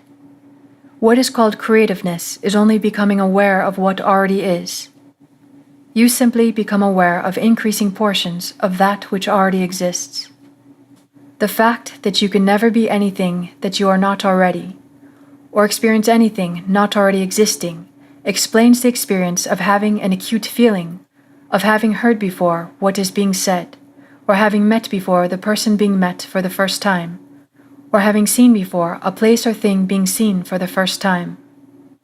The whole of creation exists in you, and it is your destiny to become increasingly aware of its infinite wonders, and to experience even greater and grander portions of it. If creation is finished, and all events are taking place now, the question that springs naturally to the mind is, what determines your time track? That is, what determines the events which you encounter? And the answer is your concept of yourself. Concepts determine the route that attention follows. Here is a good test to prove this fact. Assume the feeling of your wish fulfilled, and observe the route that your attention follows. You will observe that as long as you remain faithful to your assumption, so long will your attention be confronted with images clearly related to that assumption. For example, if you assume that you have a wonderful business, you will notice how in your imagination, your attention is focused on incident after incident relating to that assumption. Friends congratulate you, tell you how lucky you are. Others are envious and critical. From there, your attention goes to larger offices, bigger bank balances, and many other similarly related events. Persistence in this assumption will result in actually experiencing in fact that which you have assumed. Persistence in this assumption will result in actually experiencing in fact that which you assumed. The same is true regarding any concept. If your concept of yourself is that you are a failure, you would encounter in your imagination a whole series of incidents in conformance to that concept. Thus it is clearly seen how you, by your concept of yourself, determine your present, that is, the particular portion of creation which you now experience, and your future, that is, the particular portion of creation which you will experience. This concludes Chapter 10. Neville Goddard, The Power of Awareness, Chapter 11, Interference, Excerpts. You are free to choose the concept you will accept of yourself. Therefore, you possess the power of intervention, the power which enables you to alter the course of your future. The process of rising from your present concept to a higher concept of yourself is the means of all true progress. The higher concept is waiting for you to incarnate it into the world of experience. Now unto him that is able to do exceeding abundantly above all that we ask or think, according to the power that worketh in us, unto him be glory. Ephesians 3:20. Him that is able to do more than you can ask or think is your imagination, and the power that worketh in us is your attention. Understanding imagination to be him that is able to do all that you ask, and attention to be the power by which you create your world, you can now build your ideal world. Imagine yourself to be the ideal you dream of and desire. Remain attentive to this imagined state, and as fast as you completely feel that you are already this ideal, it will manifest itself as reality in your world. He was in the world, and the world was made by him, and the world knew him not. John 1:10. The mystery hid from the ages, Christ in you, the hope of glory. Colossians 1:26-27. The he in the first of these quotations is your imagination. As previously explained, there is only one substance. This substance is consciousness. It is your imagination which forms this substance into concepts, which concepts are then manifested as conditions, circumstances, and physical objects. Thus imagination made your world. This supreme truth, but with few exceptions, man is not conscious of. The mystery, Christ in you, referred to in the second quotation, is your imagination by which your world is molded. The hope of glory is your awareness of the ability to rise perpetually to higher levels. Christ is not to be found in history, nor in external forms. You find Christ only when you become aware of the fact that your imagination is your only redemptive power. When this is discovered, the towers of dogma will have heard the trumpets of truth, and like the walls of Jericho, crumble to dust.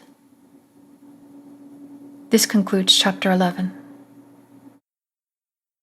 Neville Goddard, The Power of Awareness, Chapter 12, Subjective Control Excerpts. Your imagination is able to do all that you ask in proportion to the degree of your attention.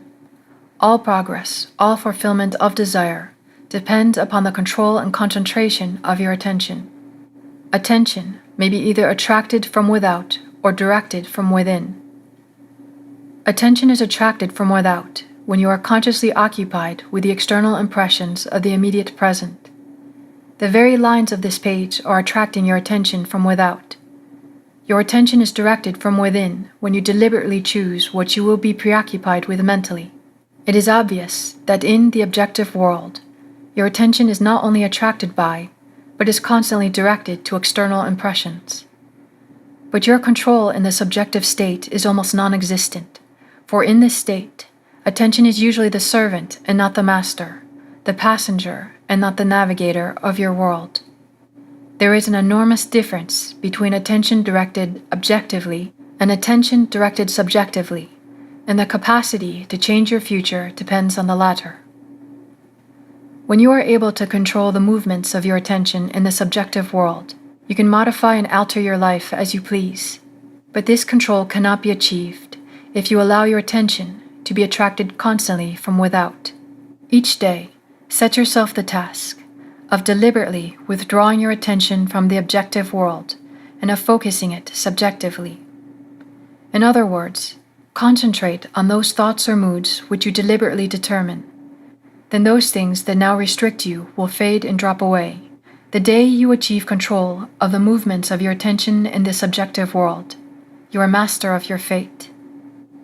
You will no longer accept the dominance of outside conditions or circumstances. You will not accept life on the basis of the world without. Having achieved control of the movement of your attention, and having discovered the mystery hid from the ages, that Christ in you is your imagination, you will assert the supremacy of imagination and put all things in subjection to it. This concludes Chapter 12. Neville Goddard, The Power of Awareness, Chapter 13, Acceptance, Excerpts. However much you seem to be living in a material world, you are actually living in a world of imagination. The outer, physical events of life are the fruit of forgotten blossom times, results of previous and usually forgotten states of consciousness. They are the ends running true to the oft-times forgotten imaginative origins. Whenever you become completely absorbed in an emotional state, you are, at that moment, assuming the feeling of this state fulfilled. If persisted in, whatsoever you are intensely emotional about, you will experience in your world. These periods of absorption, of concentrated attention, are the beginnings of the things you harvest. It is in such moments that you are exercising your creative power, the only creative power there is. At the end of these periods or moments of absorption, you speed from these imaginative states, where you have not been physically, to where you were physically an instant ago. At the end of these periods or moments of absorption, you speed from these imaginative states where you have not been physically to where you were physically an instant ago. In these periods, the imagined state is so real that when you return to the objective world and find that it is not the same as the imagined state, it is an actual shock. You have seen something in imagination with such vividness that you now wonder whether the evidence of your senses can now be believed. And like Keats, you ask, was it a vision or a waking dream? Fled is that music, do I wake or sleep? This shock reverses your time sense. By this is meant that instead of your experience resulting from your past, it now becomes the result of being in imagination where you have not yet been physically. In effect, this moves you across a bridge of incident to the physical realization of your imagined state. The man who at will can assume whatever state he pleases has found the keys to the kingdom of heaven. The keys are desire, imagination, and a steadily focused attention on the feeling of the wish fulfilled. To such a man, any undesirable objective fact is no longer a reality, and the ardent wish no longer a dream. Prove me now herewith, saith the Lord of hosts, if I will not open you the windows of heaven and pour you out a blessing, that there shall not be room enough to receive it. Malachi 3:10. The windows of heaven may not be opened and the treasure seized by a strong will, but they open of themselves and present their treasures as a free gift, a gift that comes when absorption reaches such a degree that it results in a feeling of complete acceptance. The passage from your present state to the feeling of your wish fulfilled is not across a gap. There's continuity between the so-called real and unreal. To cross from one state to the other, you simply extend your feelers, trust your touch, and enter fully into the spirit of what you are doing. Not by might nor by power, but by my spirit, saith the Lord of hosts. Zechariah 4:6. Assume the spirit, the feeling of the wish fulfilled, and you will have opened the windows to receive the blessing. To assume a state is to get into the spirit of it. Your triumphs will only be a surprise, only to those who did not know your hidden passage from the state of longing to the assumption of the wish fulfilled. The Lord of hosts will not respond to your wish until you have assumed the feeling of already being what you want to be, for acceptance is the channel of his action. Acceptance is the Lord of hosts in action. This concludes chapter 13. Neville Goddard, The Power of Awareness, Chapter 14, The Effortless Way, excerpts. The principle of least action governs everything in physics, from the path of a planet to the path of a pulse of light. Least action is the minimum of energy multiplied by the minimum of time. Therefore, in moving from your present state to the state desired, you must use the minimum of energy and take the shortest possible time. Your journey from one state of consciousness to another is a psychological one. So to make the journey, you must employ the psychological equivalent of the least action, and the psychological equivalent is mere assumption. The day you fully realize the power of assumption, you discover that it works in complete conformity with this principle. It works by means of attention minus effort. Thus, with least action, through an assumption, you hurry without haste and reach your goal without effort. Because creation is finished, what you desire already exists. It is excluded from view because you can only see the contents of your own consciousness. It is the function of an assumption to call back the excluded view and restore full vision. It is not the world, but your assumption that change. An assumption brings the invisible into sight. It is nothing more or less than seeing with the eye of God, i.e., imagination. For the Lord seeth not as man seeth. For man looketh on the outward appearance, but the Lord looketh on the heart. Samuel 16:7. The heart is the primary organ of sense, hence the first cause of experience. When you look on the heart, you are looking at your assumptions. Assumptions determine your experience.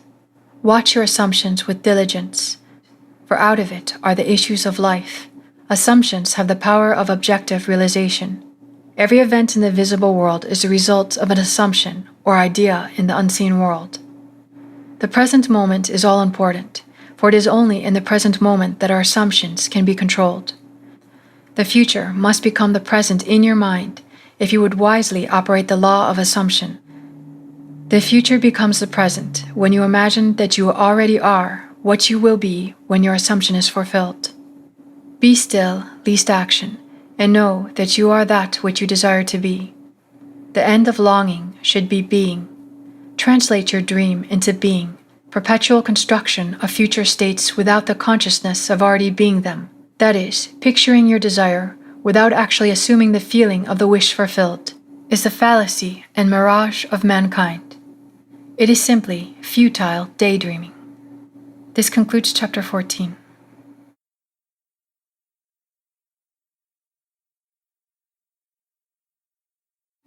Neville Goddard, The Power of Awareness, Chapter 15, The Crown of the Mysteries, Excerpts. The assumption of the wish fulfilled is the ship that carries you over the unknown seas to the fulfillment of your dream.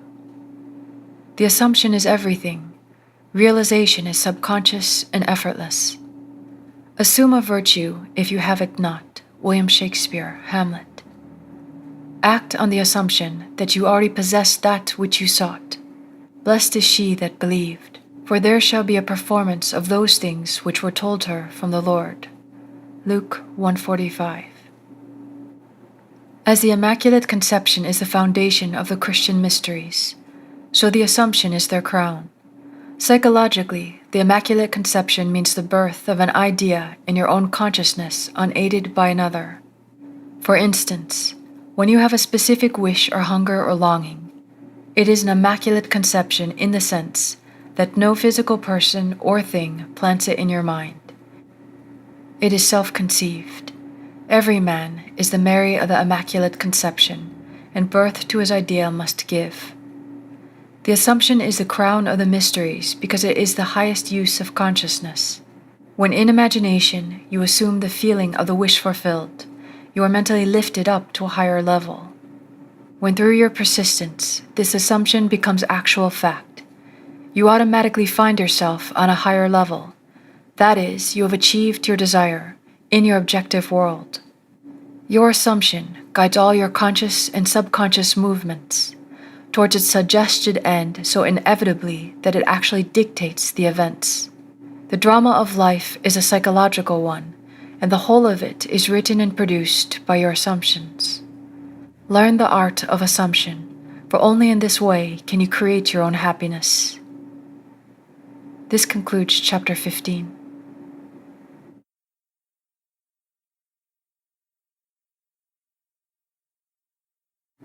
Neville Goddard, The Power of Awareness, Chapter 16, Personal Impotence, Lecture Excerpts. Self-surrender is essential, and by that is meant the confession of personal impotence. I can of mine own self do nothing, John 5:30. Since creation is finished, it is impossible to force anything into being. The example of magnetism previously given is a good illustration. You cannot make magnetism, it can only be displayed. You cannot make the law of magnetism. If you want to build a magnet, you can do so only by conforming to the law of magnetism. In other words, you surrender yourself or yield to the law. In like manner, whether you use the faculty of assumption, you are conforming to a law just as real as the law governing magnetism. You can neither create nor change the law of assumption. It is in this respect that you are impotent. You can only yield or conform, and since all of your experiences are the results of your assumptions, consciously or unconsciously, the value of consciously using the power of assumption surely must be obvious. Willingly identify yourself with that which you most desire, knowing that it will find expression through you. Yield to the feeling of the wish fulfilled, and be consumed as its victim. Then rise as the prophet of the law of assumption. This concludes chapter 16.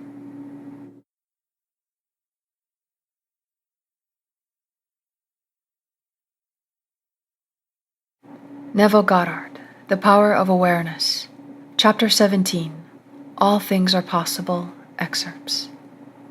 It is of great significance that the truth of the principles outlined in this book have been proven time and time again by the personal experiences of the author. Throughout the past 25 years, he has applied these principles and proved them successful in innumerable instances. He attributes to an unwavering assumption of his wish already being fulfilled every success that he has achieved. He was confident that by these fixed assumptions, his desires were predestined to be fulfilled. Time and again he assumed the feeling of his wish fulfilled, and continued in his assumption until that which he desired was completely realized. Live your life in a sublime spirit of confidence and determination. Disregard appearances, conditions, in fact, all evidence of your senses that deny the fulfillment of your desire. Rest in the assumption that you are already what you want to be, for in that determined assumption, you and your infinite being are merged in creative unity, and with your infinite being, God, all things are possible. God never fails. For who can stay his hand or say unto him, "What doest thou?" Daniel 4:35. Through the mastery of your assumptions, you are in very truth enabled to master life. It is thus that the ladder of life is ascended, thus the ideal is realized. The clue to the real purpose of life is to surrender yourself to your ideal with such awareness of its reality that you begin to live the life of the ideal and no longer your own life as it was prior to this surrender. He calleth things that are not seen as though they were, and the unseen becomes seen. Romans 4:17. Each assumption has its corresponding world. If you are truly observant, you will notice the power of your assumptions to change circumstances which appear wholly immutable. You, by your conscious assumptions, determine the nature of the world in which you live. Ignore the present state and assume the wish fulfilled. Claim it, it will respond. The law of assumption is the means by which the fulfillment of your desires may be realized. Every moment of your life, consciously or unconsciously, you are assuming a feeling. You can no more avoid assuming a feeling than you can avoid eating and drinking. All you can do is control the nature of your assumptions. Thus it is clearly seen that the control of your assumption is the key that you now hold to an ever-expanding, happier, more noble life. This concludes Chapter 17.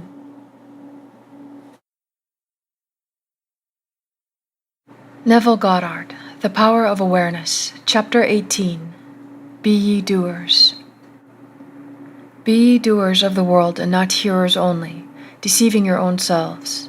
For if any be a hearer of the word and not a doer, he is like unto a man beholding his natural face in a glass, and goeth his way, and straightway forgetteth what manner of man he was.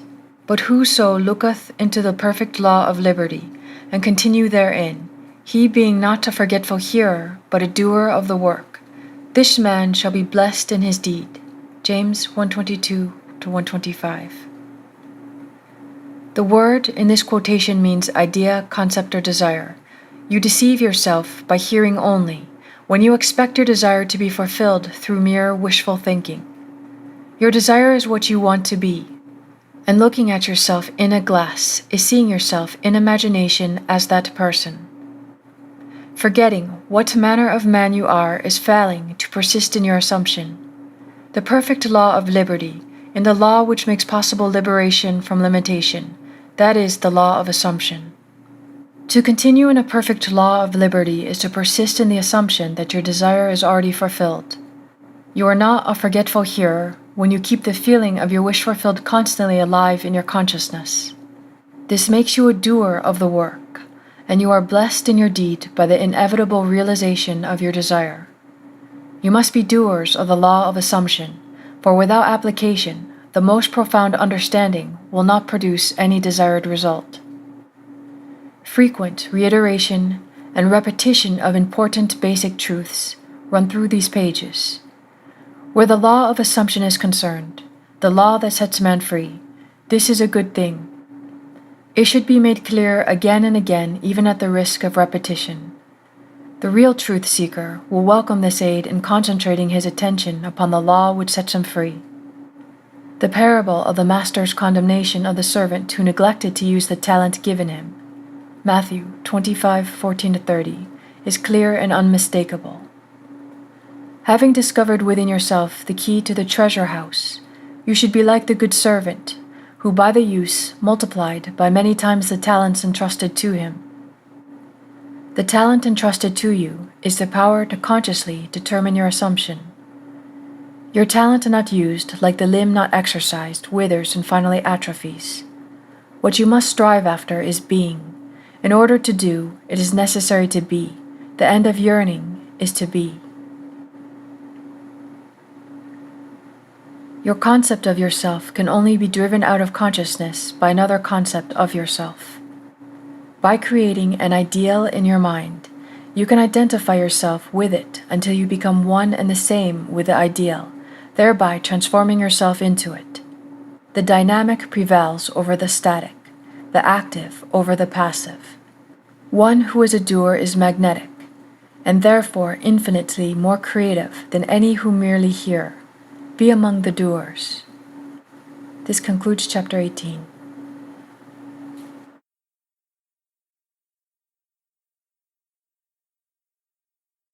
Neville Goddard, The Power of Awareness, chapter 19. Essentials, excerpts. The essential points in the successful use of the law of assumption are these. First and above all, yearning, longing, and tense burning desire. With all your heart, you must want to be different from what you are. Intense burning desire, combined with intention to make good, is the mainspring of action, the beginning of all successful ventures. In every great passion which achieves its objective, desire is concentrated and intentioned. You must first desire and then intend to succeed. As the hart panteth after the water brooks, so panteth my soul after thee, O God. Psalm 42:1. Blessed are they that hunger and thirst after righteousness, for they shall be filled. Matthew 5:6.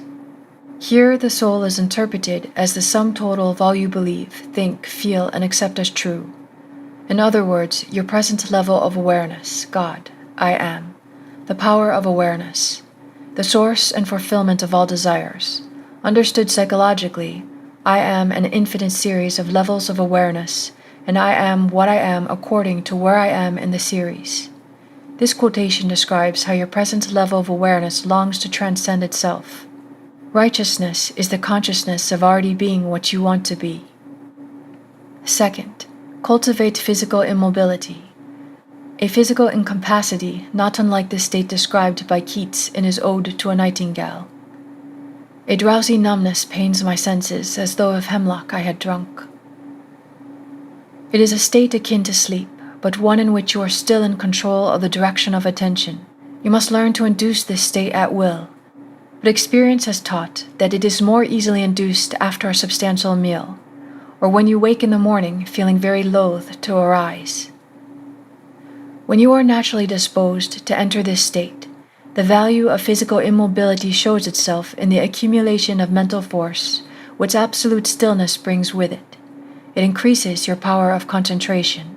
Be still and know that I am God. Psalm 46:10.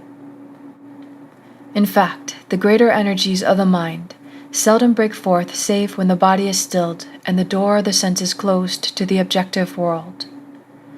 The third and last thing to do is to experience in your imagination what you would experience in reality had you achieved your goal. You must gain it in imagination first, for imagination is the very door to the reality of that which you seek.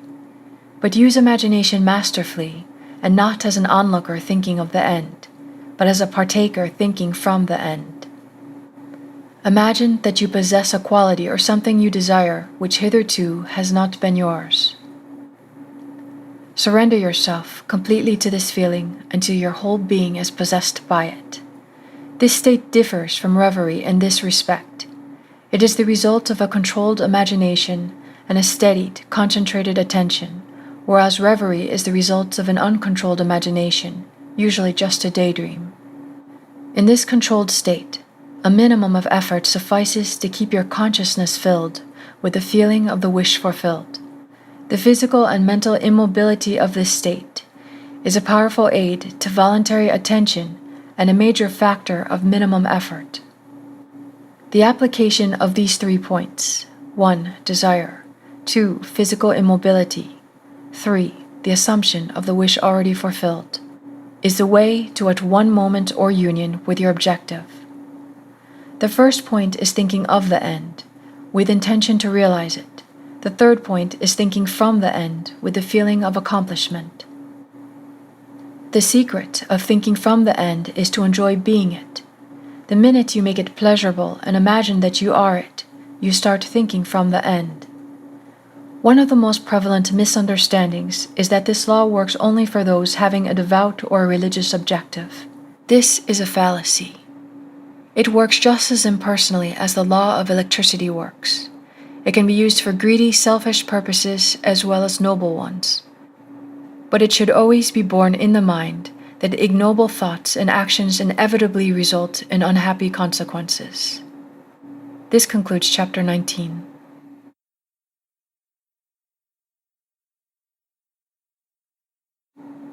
Neville Goddard, The Power of Awareness, Chapter 20, Righteousness, excerpts. Sin means to miss the mark. Not to attain your desire, not to be the person you want to be is sinning.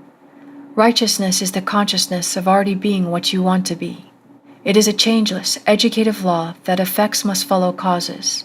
Only by righteousness can you be saved from sinning.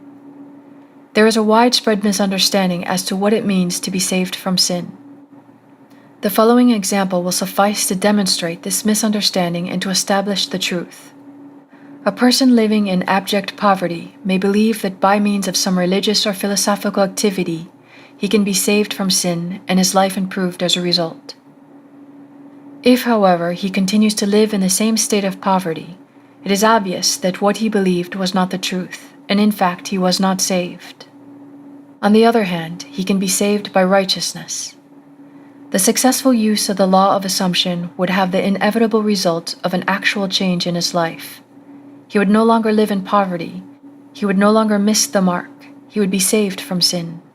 Except your righteousness shall exceed the righteousness of the scribes and Pharisees, ye shall in no wise enter into the kingdom of heaven. Matthew 5:20.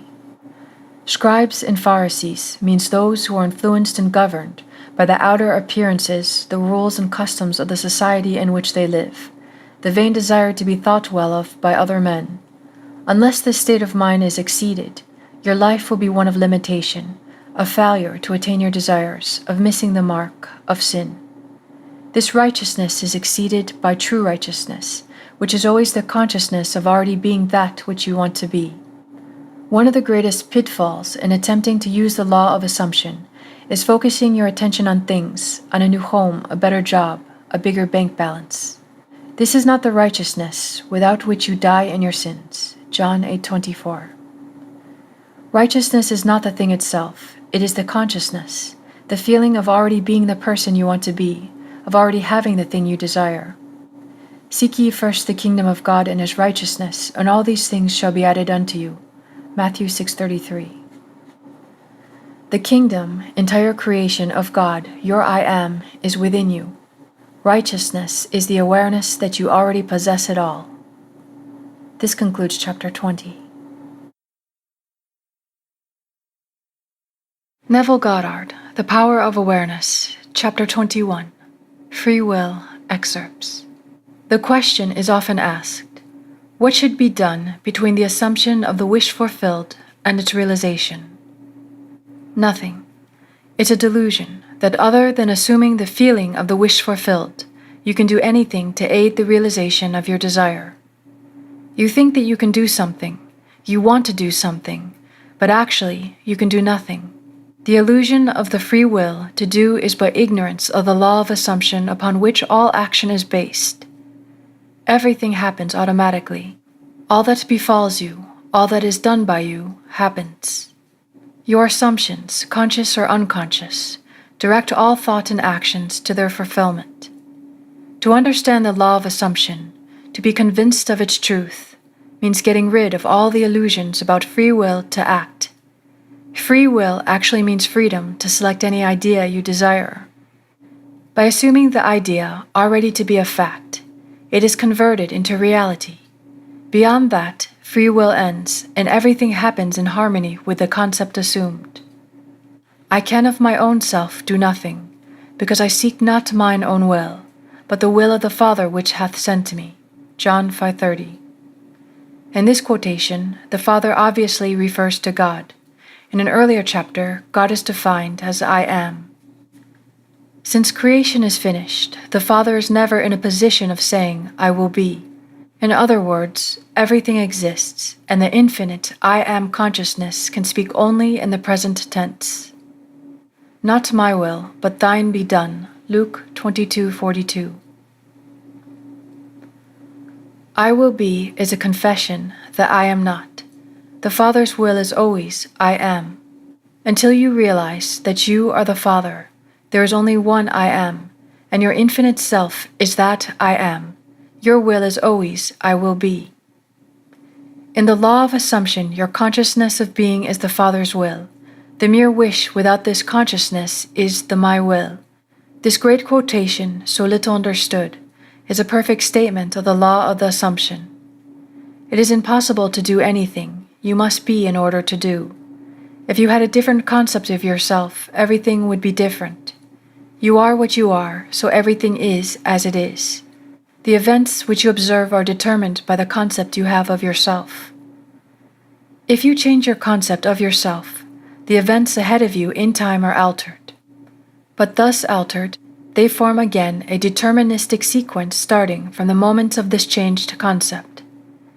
You are a being with powers of intervention, which enable you, by a change of consciousness, to alter the course of observed events, in fact, to change your future. Deny the evidence of the senses, and assume the feeling of the wish fulfilled. Inasmuch as your assumption is creative and forms an atmosphere, your assumption, if it be a noble one, increases your assurance and helps you to reach a higher level of being. If, on the other hand, your assumption be an unlovely one, it hinders you and makes your downward way swifter. Just as the lovely assumptions create a harmonious atmosphere, so the hard and bitter feelings create a hard and bitter atmosphere. Whatsoever things are pure, just, lovely, of good report, think of these things. Philippians 4:8. This means to make your assumption the highest, noblest, happiest concepts. There is no better time to start than now. The present moment is always the most opportune, in which to eliminate all unlovely assumptions and to concentrate only on the good. As well as yourself, claim for others their divine inheritance. See only their good and the good in them. Stir the highest in others to confidence and self-assertion by your sincere assumption of their good, and you will be their prophet and their healer, for an inevitable fulfillment awaits all sustained assumptions. You win by assumption what you can never win by force. An assumption is a certain motion of consciousness. This motion, like all motion, exercises an influence on the surrounding substance, causing it to take the shape of, echo, and reflect the assumption. A change of fortune is a new direction and outlook, merely a change in arrangement of the same mind substance, consciousness. If you would change your life, you must begin at the very source with your own basic concept of self. Outer change, becoming part of organizations, political bodies, religious bodies, is not enough. The cause goes deeper. The essential change must take place in yourself, in your own concept of self. You must assume that you are what you want to be and continue therein, for the reality of your assumption has its being in complete independence of objective fact, and will clothe itself in flesh if you persist in the feeling of the wish fulfilled. When you know that assumptions, if persisted in, harden into facts, then events which seem to be uninitiated mere accidents will be understood by you to be the logical and inevitable effects of your assumption. The important thing to bear in mind is that you have infinite free will in choosing your assumptions, but no power to determine conditions and events. You can create nothing, but your assumption determines what portion of creation you will experience. This concludes Chapter 21. Neville Goddard, The Power of Awareness, Chapter 22, Persistence, Excerpts. It is not enough to feel yourself into the state of the answered prayer. You must persist in that state.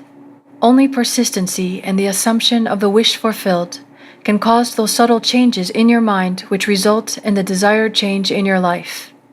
It matters not whether they be angels, Alicia, or reluctant judges.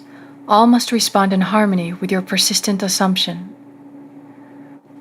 When it appears that other people other than yourself in your world do not act towards you as you would like, it is not due to reluctance on their part, but a lack of persistence in your assumption of your life already being as you want it to be.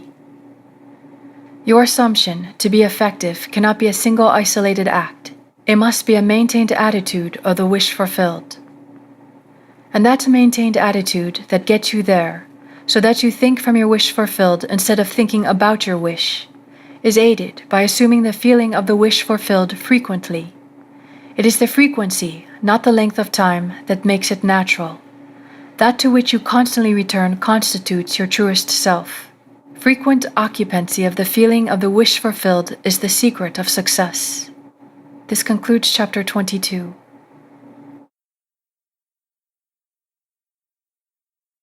Neville Goddard, Testimonies.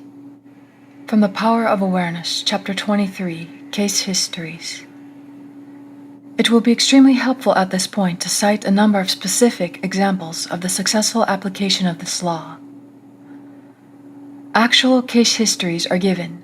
In each case, the problem is clearly defined, and the way the imagination was used to attain the required state of consciousness is fully described. In each of these cases, the author of this book was either personally concerned or was told the facts by the person involved. This is a story with every detail of which I am personally familiar. In the spring of 1943, a recently drafted soldier was stationed in a large army camp in Louisiana. He was intensely eager to get out of the army, but only in an entirely honorable way. The only way he could do this was to apply for a discharge. The application then required the approval of his commanding officer to become effective. Based on Army regulations, the decision of the commanding officer was final and could not be appealed. The soldier, following all the necessary procedure, applied for a discharge. Within 4 hours, this application was returned, marked disproved. Convinced he could not appeal the decision to any higher authority, military or civilian, he turned within to his own consciousness, determined to rely on the law of assumption. The soldier realized that his consciousness was the only reality, that his particular state of consciousness determined the events he would encounter. That night, in the interval between getting into bed and falling asleep, he concentrated on consciously using the law of assumption. In imagination, he felt himself to be in his own apartment in New York City. He visualized his apartment, that is, in his mind's eye, he actually saw his own apartment, mentally picturing each one of the familiar rooms with the furnishings vividly real. Mentally picturing each one of the familiar rooms with all the furnishings vividly real. With this picture clearly visualized and lying flat on his back, he completely relaxed physically. In this way, he induced a state bordering on sleep, at the same time retaining control of the direction of his attention. When his body was completely immobilized, he assumed that he was in his own room and felt himself to be lying in his own bed, a very different feeling from that of lying in an army cot. In imagination, he rose from the bed, walked from room to room, touching various pieces of furniture. He then went to the window and, with his hands resting on the sill, looked out on the street on which his apartment faced. So vivid was all this in his imagination that he saw in detail the pavement, the railings, the trees, and the familiar red brick of the building on the opposite side of the street. He then returned to his bed and felt himself drifting off to sleep. He knew that it was most important in the successful use of this law that at the actual point of falling asleep, his consciousness be filled with the assumption that he was already what he wanted to be. All that he did in imagination was based on the assumption that he was no longer in the army. Night after night in imagination, he felt himself honorably discharged back in his home, seeing all the familiar surroundings and falling asleep in his own bed. This continued for 8 nights. For 8 days, his objective experience continued to be directly opposite to a subjective experience in consciousness each night, before going to sleep. On the 9th day, orders came from the battalion headquarters for the soldier to fill out a new application for his discharge. Shortly after this was done, he was ordered to report to the colonel's office. During the discussion, the colonel asked him if he was still desirous of getting out of the army. Upon receiving an affirmative reply, the colonel said that he personally disagreed, and while he had strong objections to disapproving of the discharge, he decided to overlook these objections and to approve it. Within a few hours, the application was approved, and the soldier, now a civilian, was on a train bound for home. 2. This is a striking story of an extremely successful businessman demonstrating the power of imagination and the law of assumption. I know this family intimately, and all the details were told to me by the son describing herein. The story begins when he was 20 years old. He was next to the oldest in a large family of 9 brothers and 1 sister. The father was one of the partners in a small merchandising business. In his 18th year, the brother referred to in this story left the country in which they lived and traveled 2,000 miles to enter college and complete his education. Shortly after his first year in college, he was called home because of a tragic event in connection with his father's business. Through the machinations of his associates, the father was not only forced out of his business, but was the object of false accusations impugning his character and integrity. At the same time, he was deprived of his rightful share in the equity of the business. The result was he found himself largely discredited and almost penniless. It was under these circumstances that the son was called home from college. He returned, his heart filled with one great resolution. He was determined that he would become outstandingly successful in business. The first video thing he and his father did was to use the little money they had to start their own business. They rented a small store on a side street not far from the large business, of which the father had been one of the principal owners. There they started a business bent upon real service to the community. It was shortly thereafter that the son, with instinctive awareness that it was bound to work, deliberately used his imagination to attain an almost fantastic objective. Every day, on the way to and from work, he passed the building of his father's former business, the biggest business of its kind in the country. It was one of the largest buildings with the most prominent location in the heart of the city. On the outside of the building was a huge sign on which the name of the firm was painted in large bold letters. Day after day, as he passed by, a great dream took shape in the son's mind. He thought of how wonderful it would be if it was his family that had this great building, his family that owned and operated this great business. One day, as he stood gazing at the building, in his imagination, he saw a completely different name on the huge sign across the entrance. Now the large letters spelled out his family name. In these case histories, actual names are not used. For the sake of clarity, in the story we will use hypothetical names and assume that the son's family name was Goddard. When the sign read F.N. Moth and Company, in imagination, he actually saw the name letter by letter, N. Goddard and Sons. He remained looking at the sign with his eyes wide open, imagining that it read N. Goddard and Sons. Twice a day, week after week, month after month, for 2 years, he saw his family name over the front of that building. He was convinced that if he felt strongly enough that a thing was true, it was bound to be the case. And by seeing in imagination his family name on the sign, which implied that they owned the business, he became convinced that one day they would own it. During this period, he told only one person what he was doing. He confided in his mother, who with loving concern tried to discourage him in order to protect him from what might be a great disappointment. Despite this, he persisted day after day. 2 years later, the large company failed, and the coveted building was up for sale. On the day of the sale, he seemed no nearer ownership than he had been 2 years before when he began to apply the law of assumption.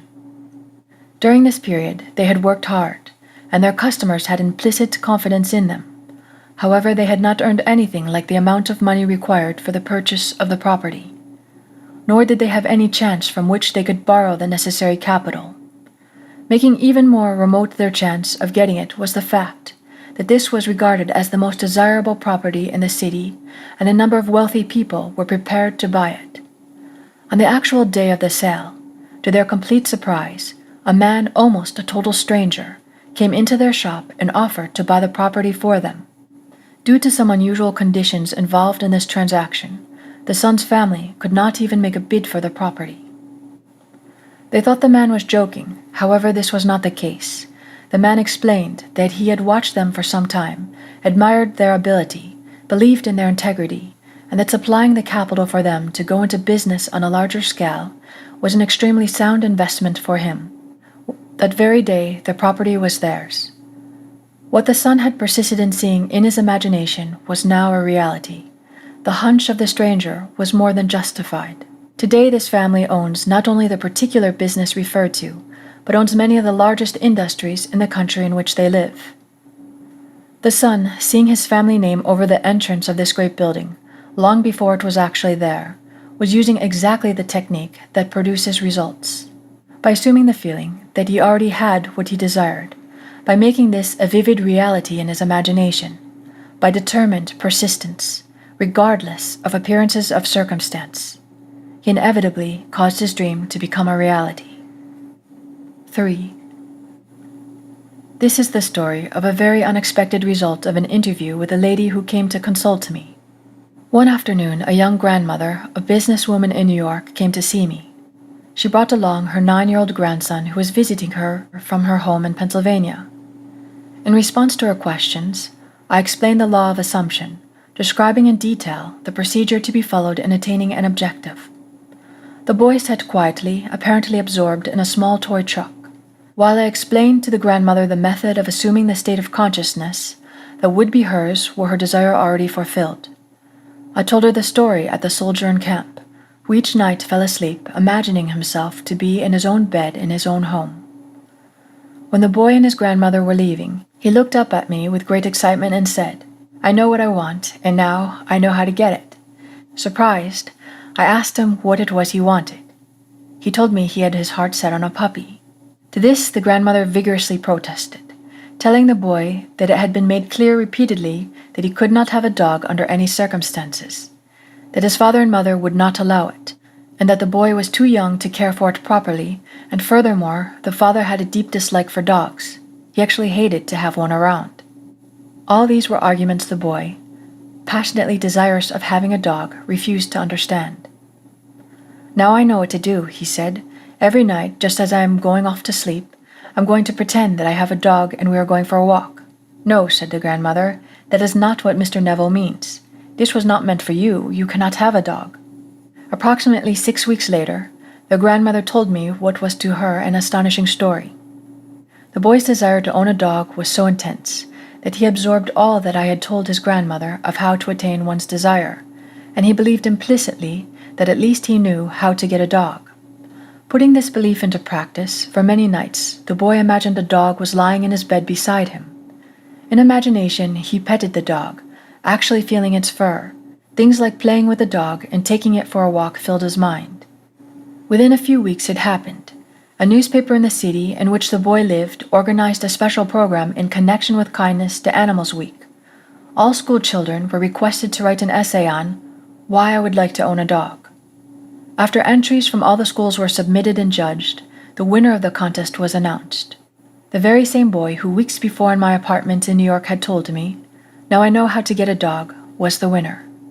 In an elaborate ceremony, which was publicized with stories and pictures in the newspaper, this boy was awarded a beautiful collie puppy.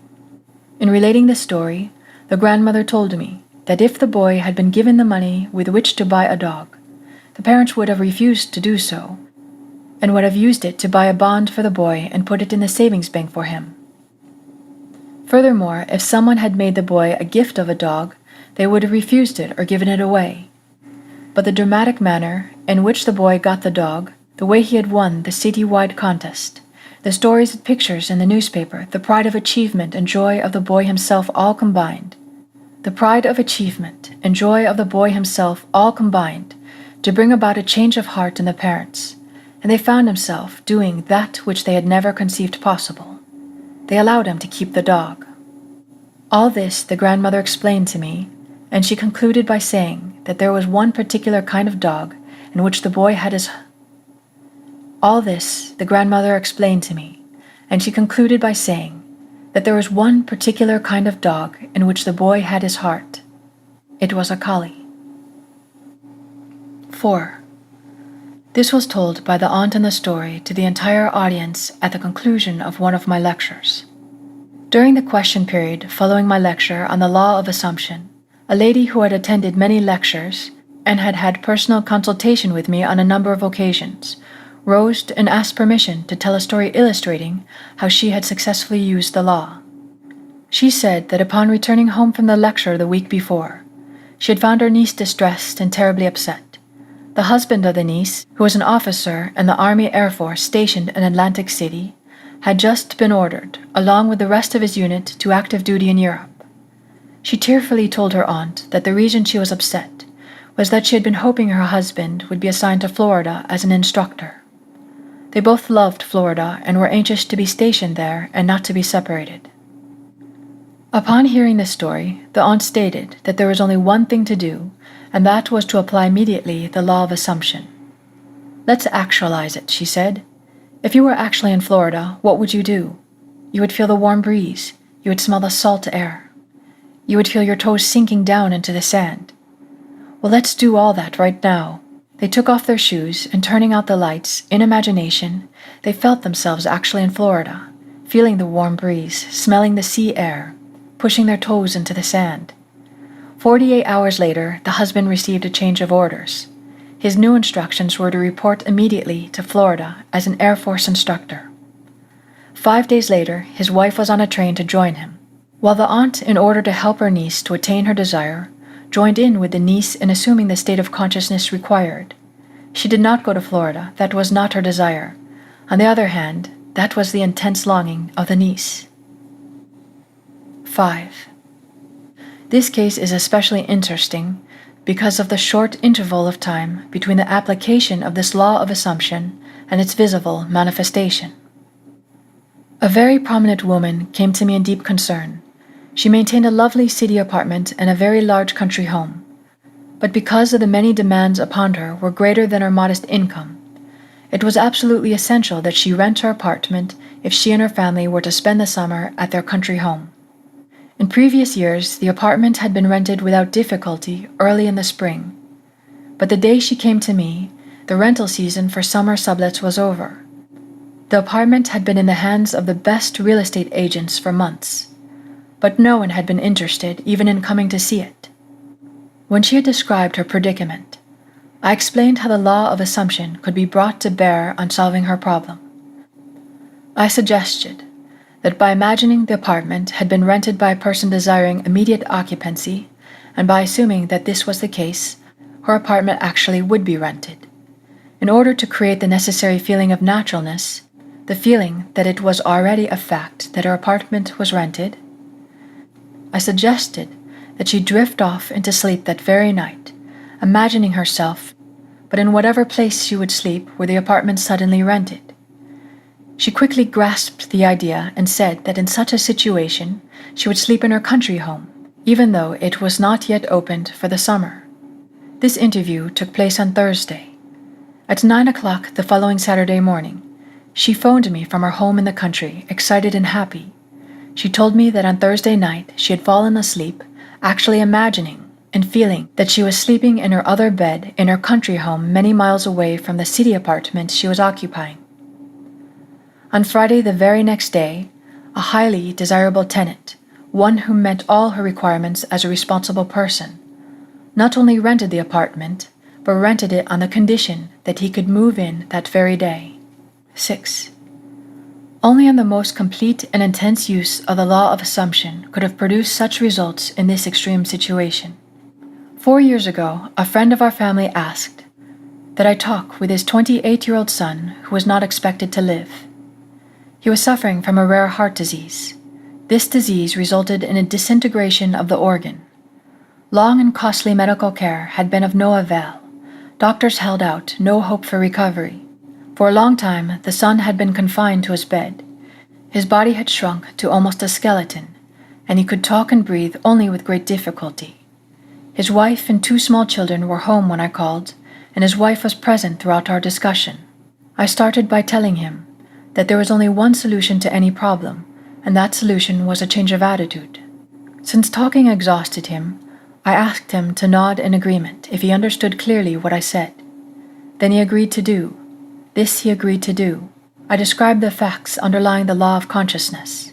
In fact, that consciousness was the only reality. I told him that the way to change any condition was to change his state of consciousness concerning it.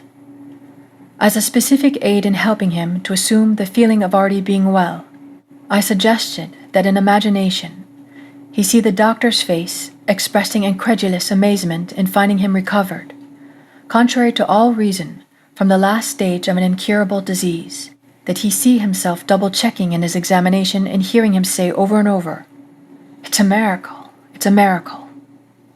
He not only understood all this clearly, but he believed it implicitly. He promised that he would faithfully follow this procedure. His wife, who had been listening intently, assured me that she too would diligently use the law of assumption and her imagination in the same way as her husband.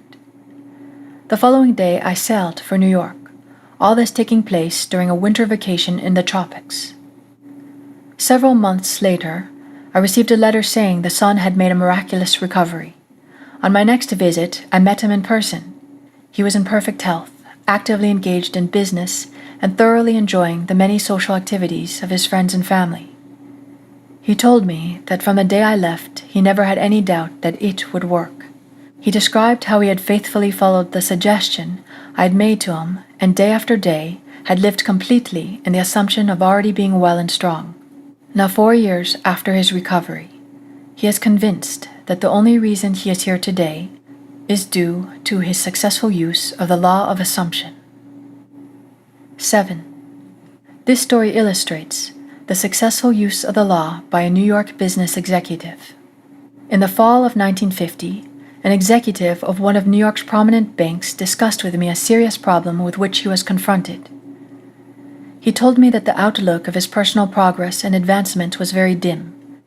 Having reached middle age and feeling that a marked improvement in position and income was justified, he had talked it out with his superiors.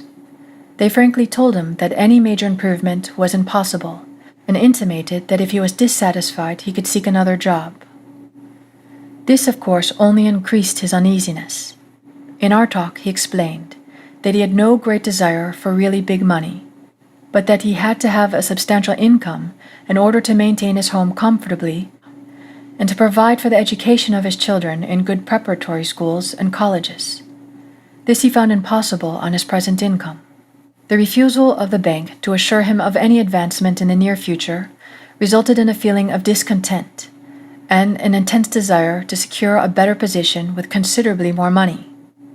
He confided in me that the kind of job he would like better than anything in the world was one in which he managed the investment funds of a large institution, such as a foundation or great university. In explaining the law of assumption, I stated that his present situation was only a manifestation of his concept of himself, and declared that if he wanted to change the circumstances in which he found himself, he could do so by changing his concept of himself. In order to bring about this change of consciousness, and thereby a change in his situation, I asked him to follow this procedure every night just before he fell asleep. In imagination, he was to feel he was retiring at the end of one of the most important and successful days of his life. He was to imagine that he had actually closed a deal that very day, to join the kind of organization he yearned to be with, and exactly the capacity he wanted. I suggested to him that if he succeeded in completely filling his mind with this feeling, he would experience a definite sense of relief. In this mood, his uneasiness and discontent would be a thing of the past. He would feel the contentment that comes with the fulfillment of desire. I wound up by assuring him that if he did this faithfully, he would inevitably get the kind of position he wanted. This was the first week of December. Night after night, without exception, he followed this procedure. Early in February, a director of one of the wealthiest foundations in the world asked this executive if he would be interested in joining the foundation in an executive capacity handling investments. After some brief discussion, he accepted. Today, at a substantially higher income, and with the assurance of steady progress, This man is in a position far exceeding all that he had hoped for. 8. The man and woman in this story have attended my lectures for a number of years. It is an interesting illustration of the conscious use of this law by two people concentrating on the same objective at one time. This man and wife were an exceptionally devoted couple. Their life was completely happy and entirely free from any problems or frustrations. For some time, they had planned to move into a larger apartment. The more they thought about it, the more they realized that what they had their hearts set on was a beautiful penthouse. In discussing it together, the husband explained that he wanted one with a huge window looking out on a magnificent view. The wife said she would like to have one side of the walls mirrored from top to bottom. They both wanted to have a wood-burning fireplace. It was a must that the apartment be in New York City. For months, they had searched for just such an apartment in vain. In fact, the situation in the city was such that the securing of any kind of apartment was almost an impossibility. They were so scarce that not only were there waiting lists for them, but all sorts of special deals, including premiums. The buying of furniture, etc., were involved. New apartments were being leased long before they were completed, many being rented from the blueprints of the building.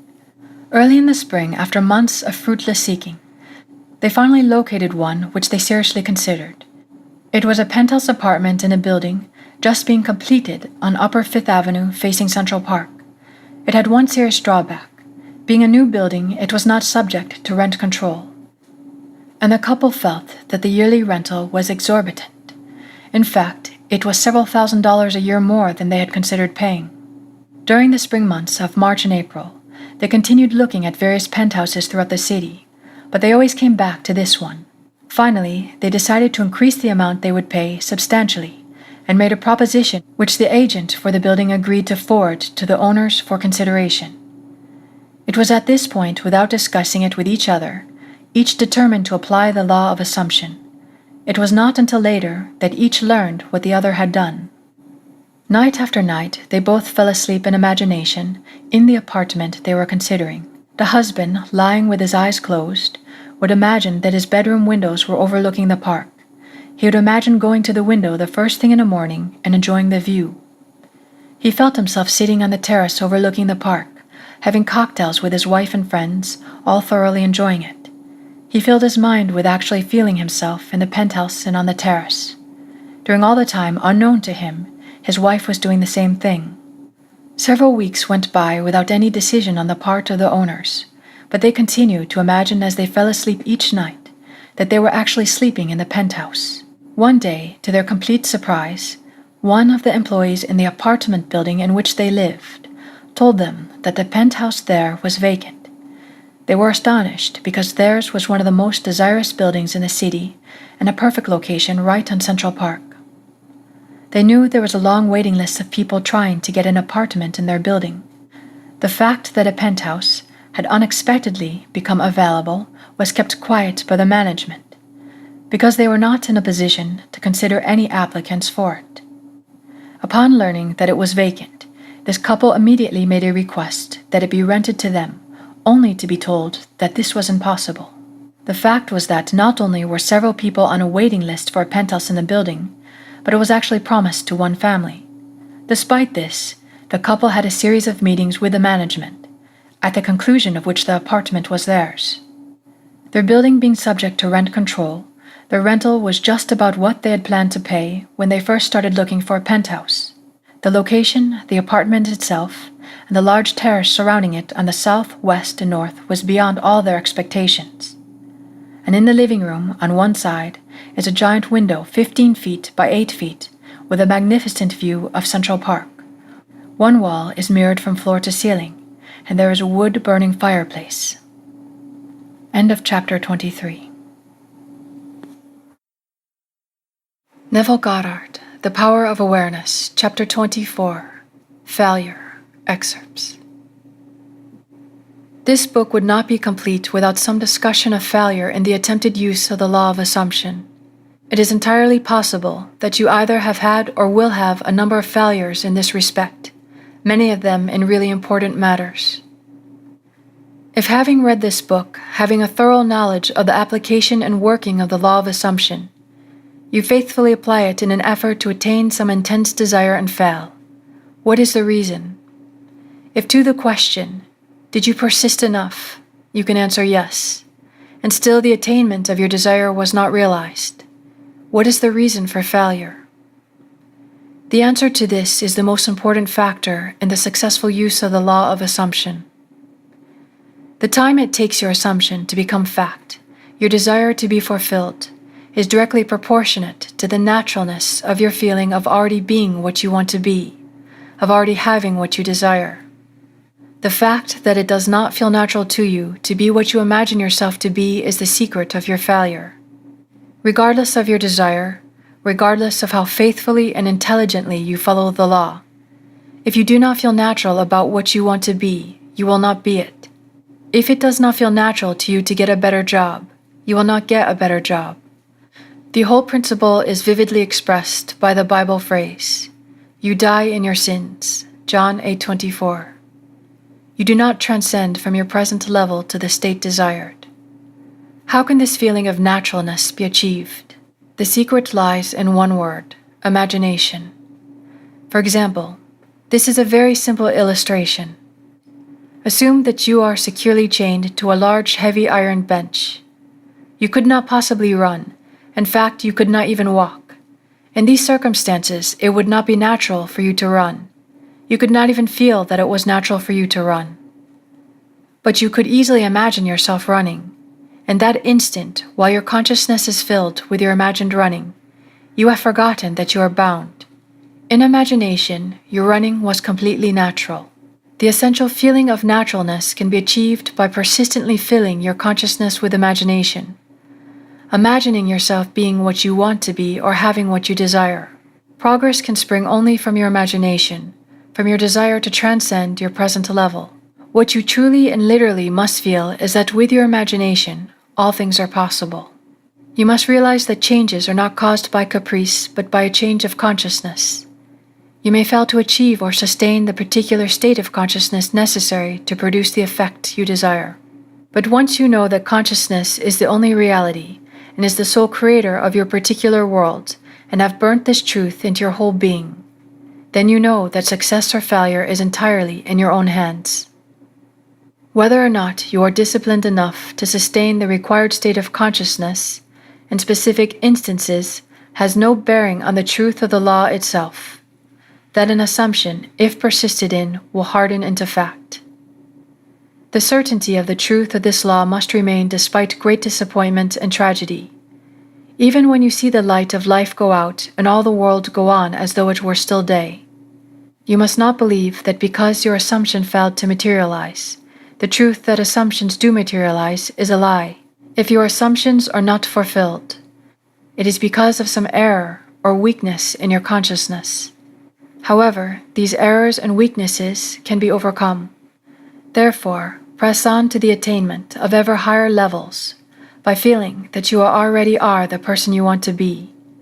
And remember that the time it takes your assumption to become reality is proportionate to the naturalness of being it. Man surrounds himself with the true image of himself. Every spirit builds itself a house, and beyond its house a world, and beyond its world a heaven. Know then that the world exists for you. For you the phenomenon is perfect. What we are, that only we can see.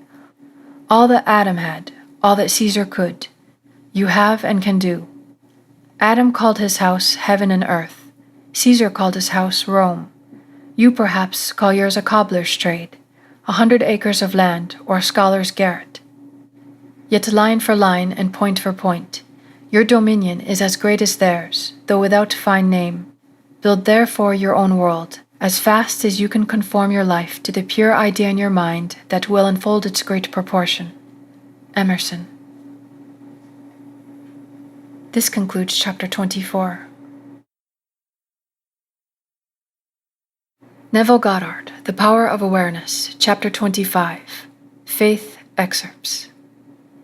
If there were not a deep-seated awareness that which you hoped for had substance and was possible of attainment, it would be impossible to assume the consciousness of being or having it. It is the fact that creation is finished, and everything exists that stirs you to hope. And hope in turn implies expectation, and without expectation of success, it would be impossible to use consciously the law of assumption. Evidence is a sign of actuality. Thus, this quotation means that faith is the awareness of the reality of that which you assume, a conviction of the reality of things which you do not see, the mental perception of the reality of the invisible. Consequently, it is obvious that a lack of faith means disbelief in the existence of that which you desire. Inasmuch as that which you experience is the faithful reproduction of your state of consciousness, lack of faith will mean perpetual failure in any conscious use of the law of assumption. In all the ages of history, faith has played a major role. It permeates all the great religions of the world. It is woven all through mythology, and yet today it is almost universally misunderstood. Contrary to popular opinion, the efficacy of faith is not due to the work of any outside agency. It is from first to last an activity of your own consciousness. The Bible is full of many statements about faith, of the true meaning of which few are aware. Here are some typical examples. Unto us was the gospel preached, as well as unto them. But the word preached did not profit them, not being mixed with faith in them that heard it. Hebrews 4:2. In this quotation, the us and them make clear that all of us hear the gospel. Gospel means good news. Very obviously, good news for you would be that you had attained your desire. This is always being preached to you by your infinite self. To hear that which you desire does exist, and you need only accept it in consciousness is good news. Not mixing with faith means to deny the reality of that which you desire. Hence there is no profit, attainment possible. O faithless and perverse generation, how long shall I be with you? Matthew 17:17. The meaning of faithless has been made clear. Perverse means turned the wrong way. In other words, the consciousness of not being what you want to be. To be faithless, that is, to disbelieve in the reality of that which you assume, is to be perverse. How long shall I be with you means that the fulfillment of your desire is predicted upon your change to the right state of consciousness. It is just as though that which you desire is telling you that it will not be yours until you turn from being faithless and perverse to righteousness. As already stated, righteousness is the consciousness of already being what you want to be. By faith he forsook Egypt, not fearing the wrath of the king, for he endured as seeing him who is invisible. Hebrews 11:27. Egypt means darkness, belief in many gods, causes. The king symbolizes the power of outside conditions or circumstances. He is your concept of yourself as already being what you want to be. Enduring as seeing him who is invisible means persisting in the assumption that your desire is already fulfilled. Thus this quotation means that by persisting in the assumption that you already are the person you want to be, you rise above all doubt, fear, and belief in the power of outside conditions or circumstances, and your world inevitably conforms to your assumption. The dictionary definitions of faith, the assent of the mind or understanding to the truth, unwavering adherence to principle, are so pertinent that they might well have been written with the law of assumption in mind. Faith does not question, faith knows. This concludes chapter 25.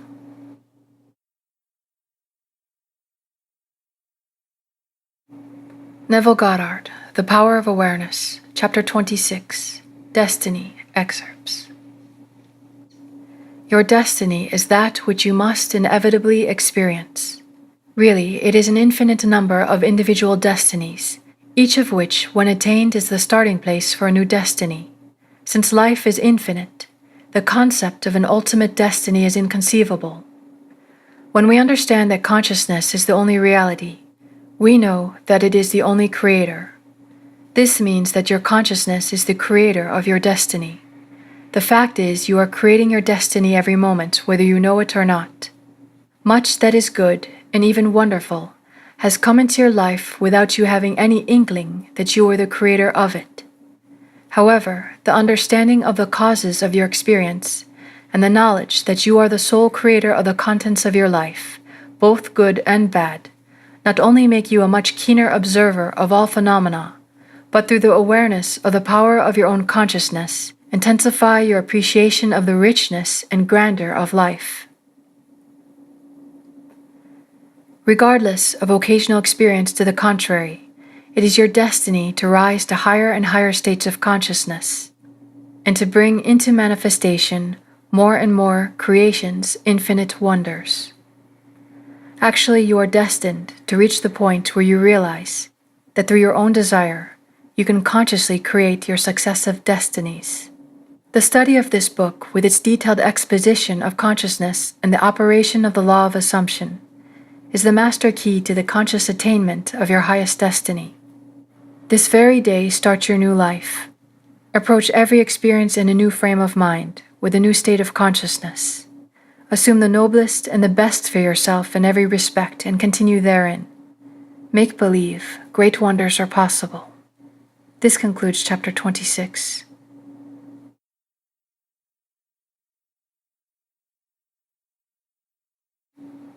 Neville Goddard, The Power of Awareness, Chapter 27, Reverence, Excerpts. In all creation, in all eternity, in all the realms of your infinite being, the most wonderful fact is that which is stressed in the first chapter of this book. You are God. You are the I am that I am. You are consciousness. You are the Creator.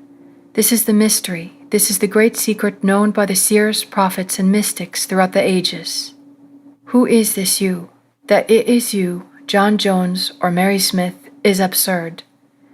It is the consciousness which knows that you are John Jones or Mary Smith. It is your greater self, your deeper self, your infinite being. Call it what you will. The important thing is that it is within you. It is you. It is your world. It is this fact that underlies the immutable law of assumption. It is upon this fact that your very existence is built. It is this fact that is the foundation of every chapter of this book. No, you cannot know this intellectually, you cannot debate it, you cannot substantiate it. You can only feel it. You can only be aware of it. Becoming aware of it, one great emotion permeates your being. You live with a perpetual feeling of reverence. The knowledge that your Creator is the very self of yourself, and never would have made you had He not loved you, must fill your heart with devotion. Yes, with adoration. One knowing glimpse of the world about you, at any single instant of time, is sufficient to fill you with profound awe and a feeling of worship. It is when your feeling of reverence is most intense that you are closest to God. And when you are closest to God, your life is richest. Our deepest feelings are precisely those we are least able to express. And even in the act of adoration, silence is our highest praise. This concludes chapter 27, and this also concludes The Power of Awareness. Prayer, The Art of Believing, by Neville Goddard, excerpts. Requested by Andromeda. Chapter 1, Law of Reversibility. If you knew how you would feel were you to realize your objective, then inversely, you would know what state you could realize were you to awaken in yourself such feeling. The injunction to pray believing that you already possess what you pray for is based upon a knowledge of the law of inverse transformation. If your realized prayer produces in you a definite feeling or state of consciousness, then inversely, that particular feeling or state of consciousness must produce your realized prayer. Because all transformations of force are reversible, you should always assume the feeling of your fulfilled wish. You should awaken within you the feeling that you are and have that which heretofore you desired to be and possess. This is easily done by contemplating the joy that would be yours were your objective an accomplished fact, so that you live and move and have your being in the feeling that your wish is realized. The feeling of the wish fulfilled, if assumed and sustained, must objectify that state that would have created it. This law explains why faith is the substance of things hoped for, the evidence of things not seen. Assume the feeling of your wish fulfilled, and continue feeling that it is fulfilled until that which you feel objectifies itself. If a physical fact can produce a psychological state can produce a physical fact, If the effect A can be produced by the cause B, then inversely the effect B can be produced by the cause A. Therefore I say unto you, what things soever ye desire, when ye pray, believe that ye have received them, and ye shall have them. Mark 11:24 ERV. This ends Chapter 1 excerpts. Prayer, The Art of Believing by Neville Goddard, excerpts. Chapter 2, Dual Nature of Consciousness.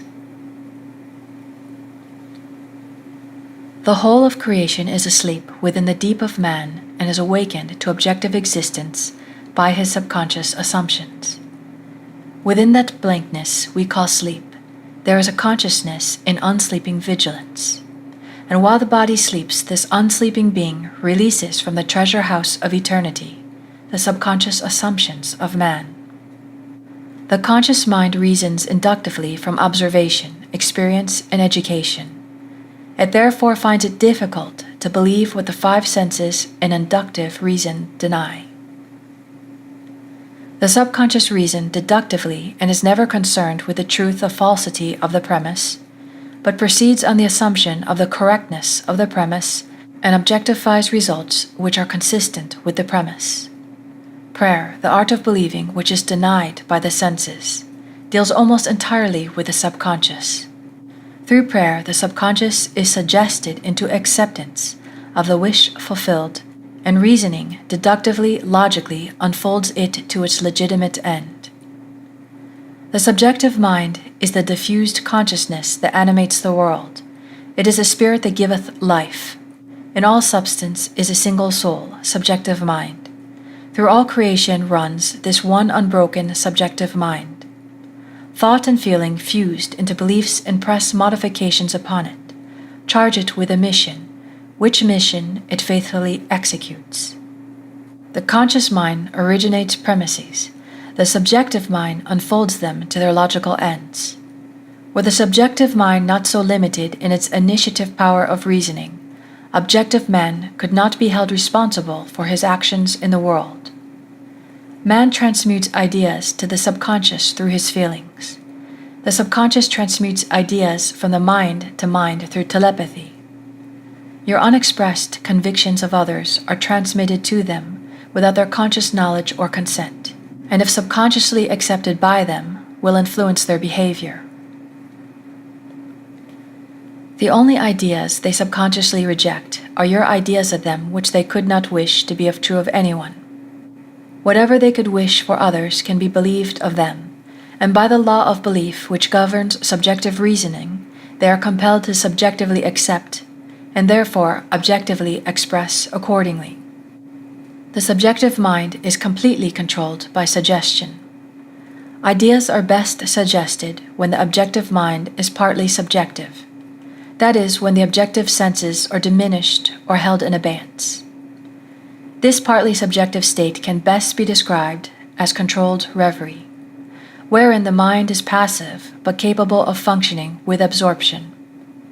It is a concentration of attention. There must be no conflict in your mind when you are praying.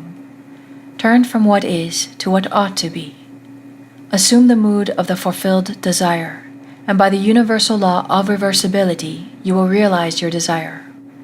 This concludes Chapter 2 excerpts.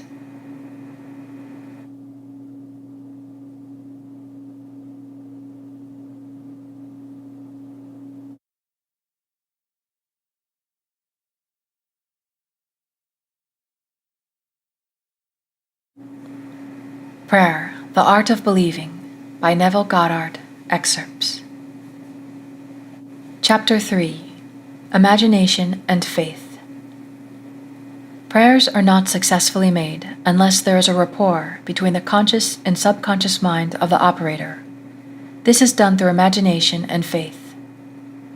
By the power of imagination, all men, certainly imaginative men, are forever casting forth enchantments, and all men, especially unimaginative men, are continually passing under their power. Can we ever be certain that it was not our mother, while darning our socks, who began that subtle change in our minds? If I can unintentionally cast an enchantment over persons, there is no reason to doubt that I am able to cast intentionally a far stronger enchantment. Everything that can be seen, touched, explained, argued over, is to the imaginative man nothing more than a means, for he functions by reason of his controlled imagination, in the deep of himself where every idea exists in itself and not in relation to something else. In him there is no need for the restraints of reason. For the only restraint he can obey is the mysterious instinct that teaches him to eliminate all moods other than the mood of the fulfilled desire. Imagination and faith are the only faculties of the mind needed to create objective conditions. The faith required for the successful operation of the law of consciousness is a purely subjective faith and is attainable upon the cessation of active opposition on the part of the objective mind of the operator. It depends on your ability to feel and accept as true what your objective senses deny. Neither the passivity of the subjective nor his conscious agreement with your suggestion is necessary. For without his consent or knowledge, he can be given a subjective order which he must objectively express. It is a fundamental law of consciousness that by telepathy we can have immediate communion with another. To establish rapport, you call the subject mentally. Focus your attention on him and mentally shout his name just as you would to attract the attention of anyone. Imagine that he answered and mentally hear his voice. Represent him to yourself inwardly in the state you want him to obtain. Then imagine that he is telling you in the tones of ordinary conversation what you want to hear. Mentally answer him. Tell him of your joy in witnessing his good fortune. Having mentally heard, with all the distinctness of reality, that which you wanted to hear, and having thrilled to the news heard, return to objective consciousness. Your subjective conversation must awaken what is affirmed. It is not a strong will that sends the subjective word on its mission, so much as it is clear thinking and feeling the truth of the state affirmed. When belief and will are in conflict, belief invariably wins. It is not what you want that you attract. You attract what you believe to be true. Therefore, get into the spirit of these mental conversations and give them the same degree of reality that you would give a telephone conversation. The acceptance of the end wills the means, and the wisest reflection could not devise more effective means than those which are willed by the acceptance of the end. Mentally talk to your friends as though your desires for them were already realized. Imagination is the beginning of the growth of all forms, and faith is the substance out of which they are formed.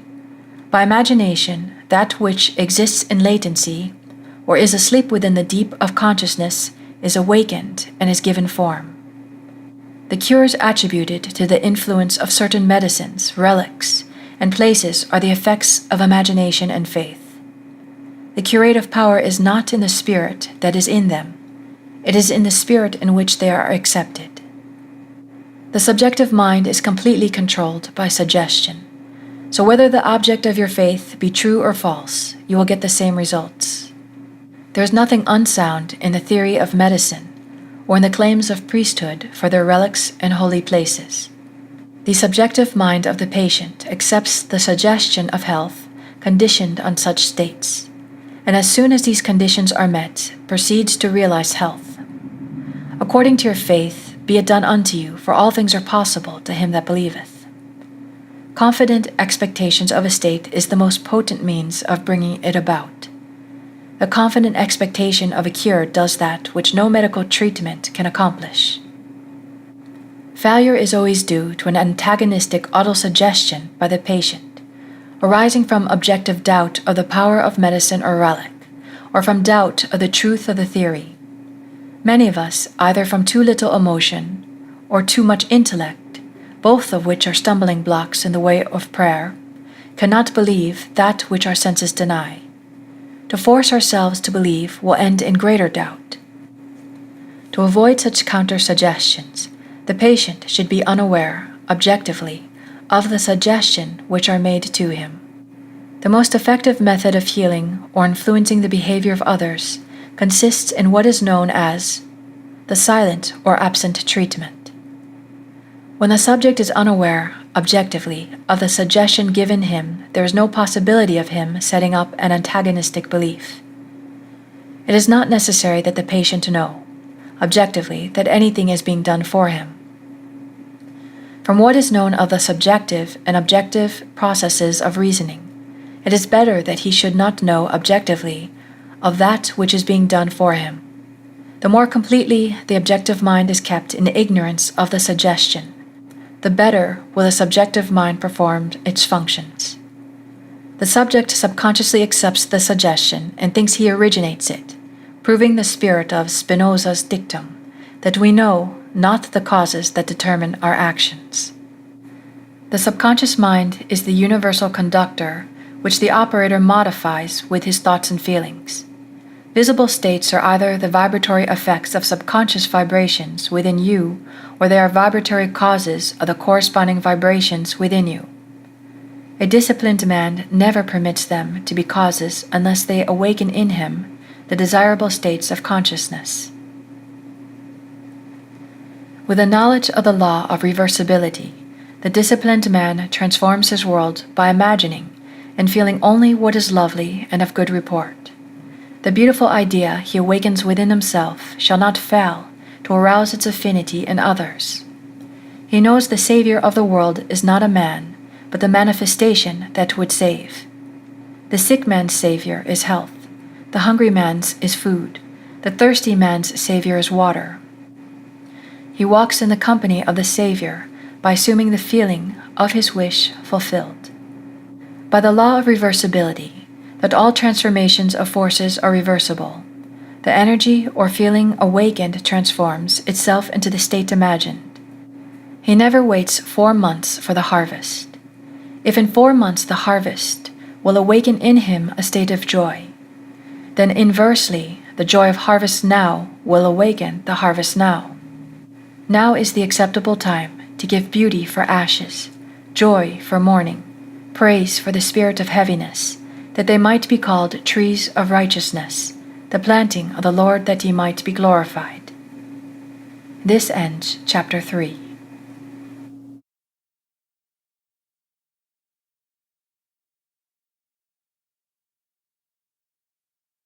Prayer, the Art of Believing, by Neville Goddard, excerpts. Chapter 4, Controlled Reverie. What you sincerely believe as true of another, you will awaken within him. No one need be entranced in the ordinary manner to be helped. If the subject is consciously unaware of the suggestion, and if the suggestion is given with conviction and confidently accepted by the operator as true, then you have the ideal setting for a successful prayer. Represent the subject to yourself mentally as though he had already done that which you desire him to do. Mentally speak to him and congratulate him on having done what you want him to do. Mentally see him in the state you want him to obtain. Within the circle of its action, every word subjectively spoken awakens objectively what it affirms. Incredulity on the part of the subject is no hindrance when you are in control of your reverie. Bold assertion by you, while you are in a partly subjective state, awakens what you affirm. Self-confidence on your part and a thorough belief in the truth of your mental assertion are all that is needed to produce results. Visualize the subject and imagine you hear his voice. This establishes contact with his subjective mind. Then imagine that he is telling you what you want to hear. If you want to send him words of health and wealth, then imagine that he is telling you, "I have never felt better and I've never had more." And mentally tell him of your joy in witnessing his good fortune. Imagine that you see and hear his joy. A mental conversation with the subjective image of another must be in a manner which does not express the slightest doubt as to the truth of what you hear and say. If you have the least idea that you do not believe what you have imagined, you have heard and seen, the subject will not comply, for your subjective mind will transmit only your fixed ideas. Only fixed ideas can awaken their vibratory correlates in those towards whom they are directed. In the controlled reverie, ideas must be suggested with the utmost care. If you do not control your imagination in the reverie, your imagination will control you. Whatever you suggest with confidence is law to the subjective mind. It is under obligation to objectify that which you mentally affirm. Not only does the subject execute the state affirmed, but he does it as though the decision had come of itself, or the idea had originated by him. Control of the subconscious is dominion over all. Each state obeys one's mind's control. Control of the subconscious is accomplished through control of your beliefs, which in turn is the all-potent factor in the visible states. Imagination and faith are the secrets of creation.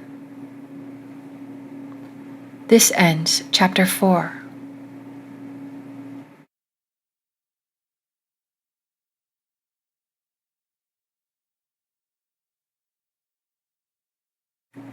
Prayer, the Art of Believing by Neville Goddard. Excerpts. Chapter 5. Law of Thought Transmission.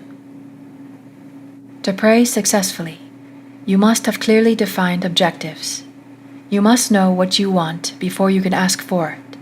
You must know what you want before you can feel that you have it. And prayer is the feeling of the fulfilled desire.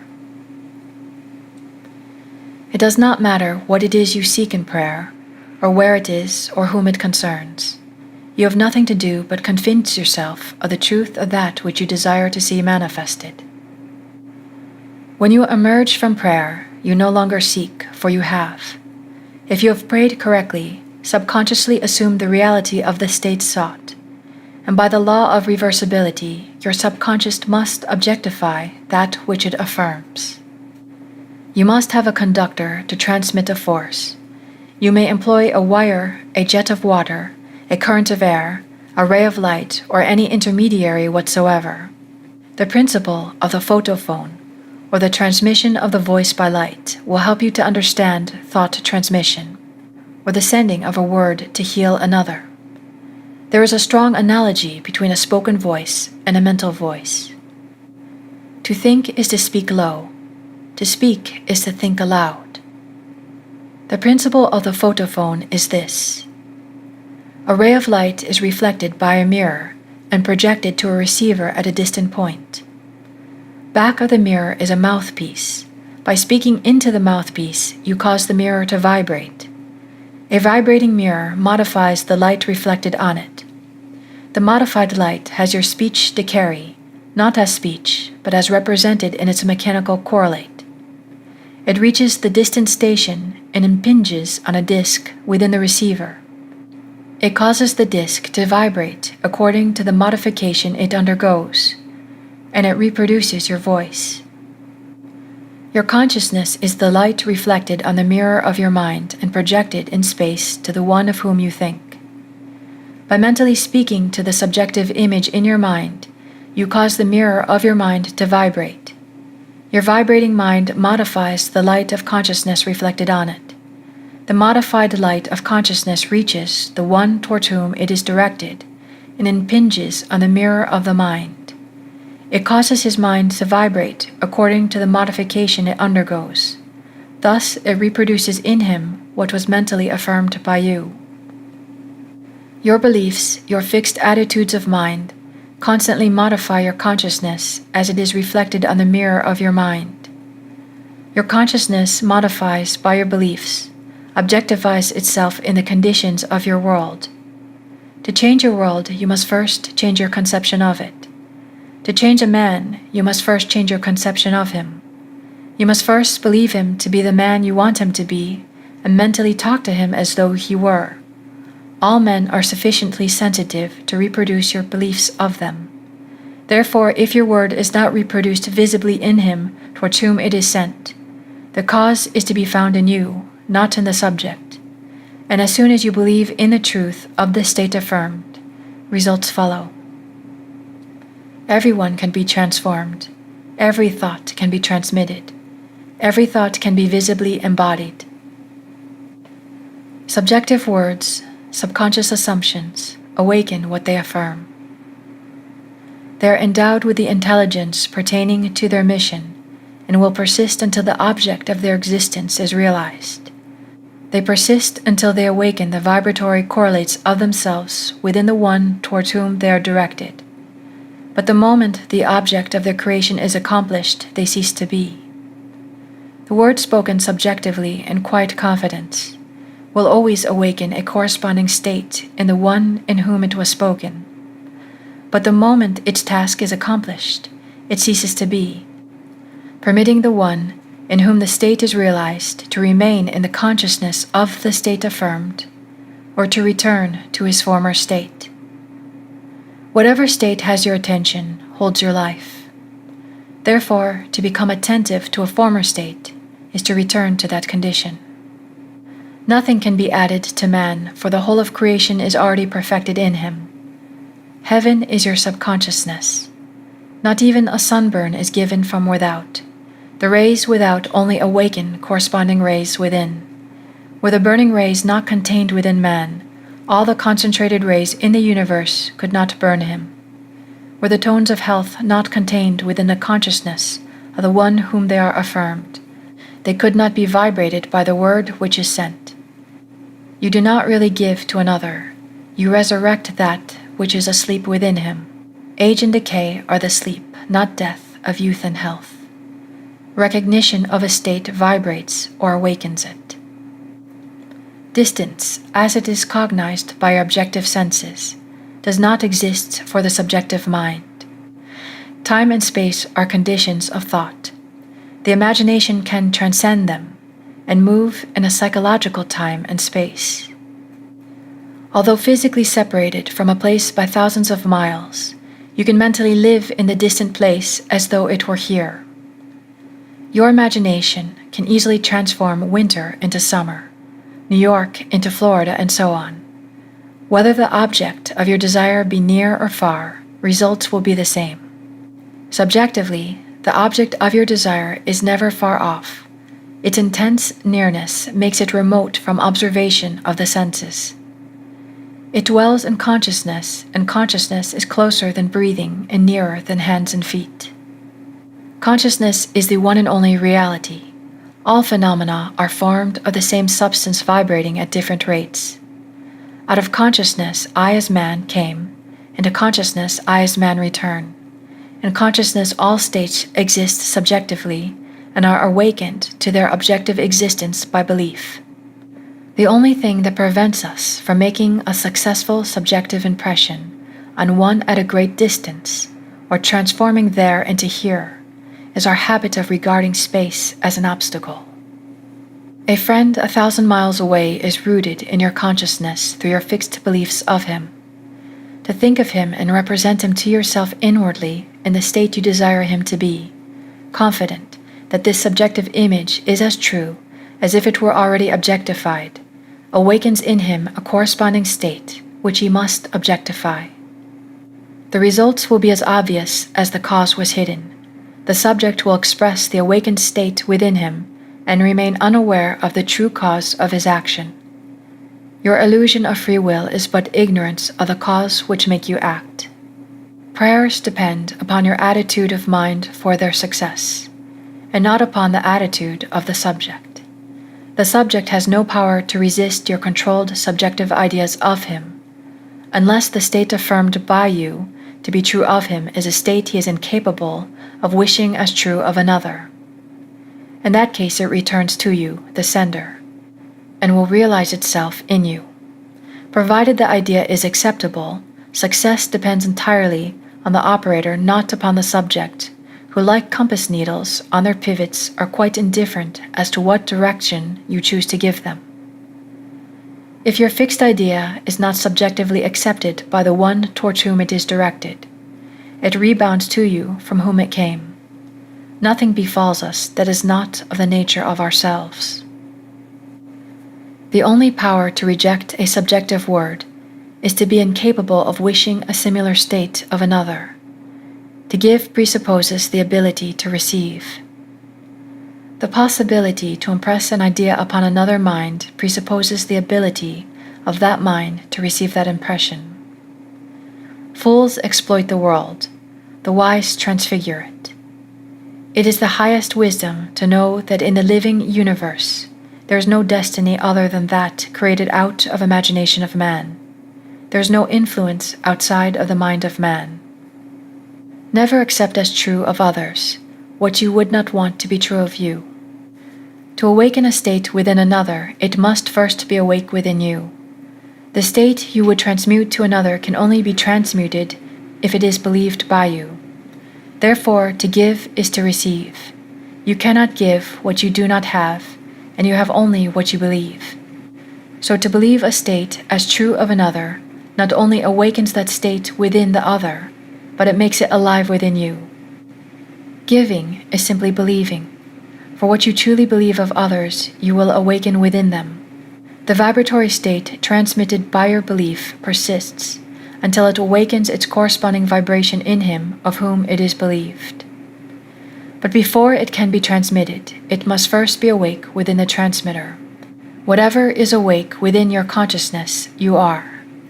Whether the belief pertains to self or another does not matter, for the believer is defined by the sum total of his beliefs or subconscious assumptions.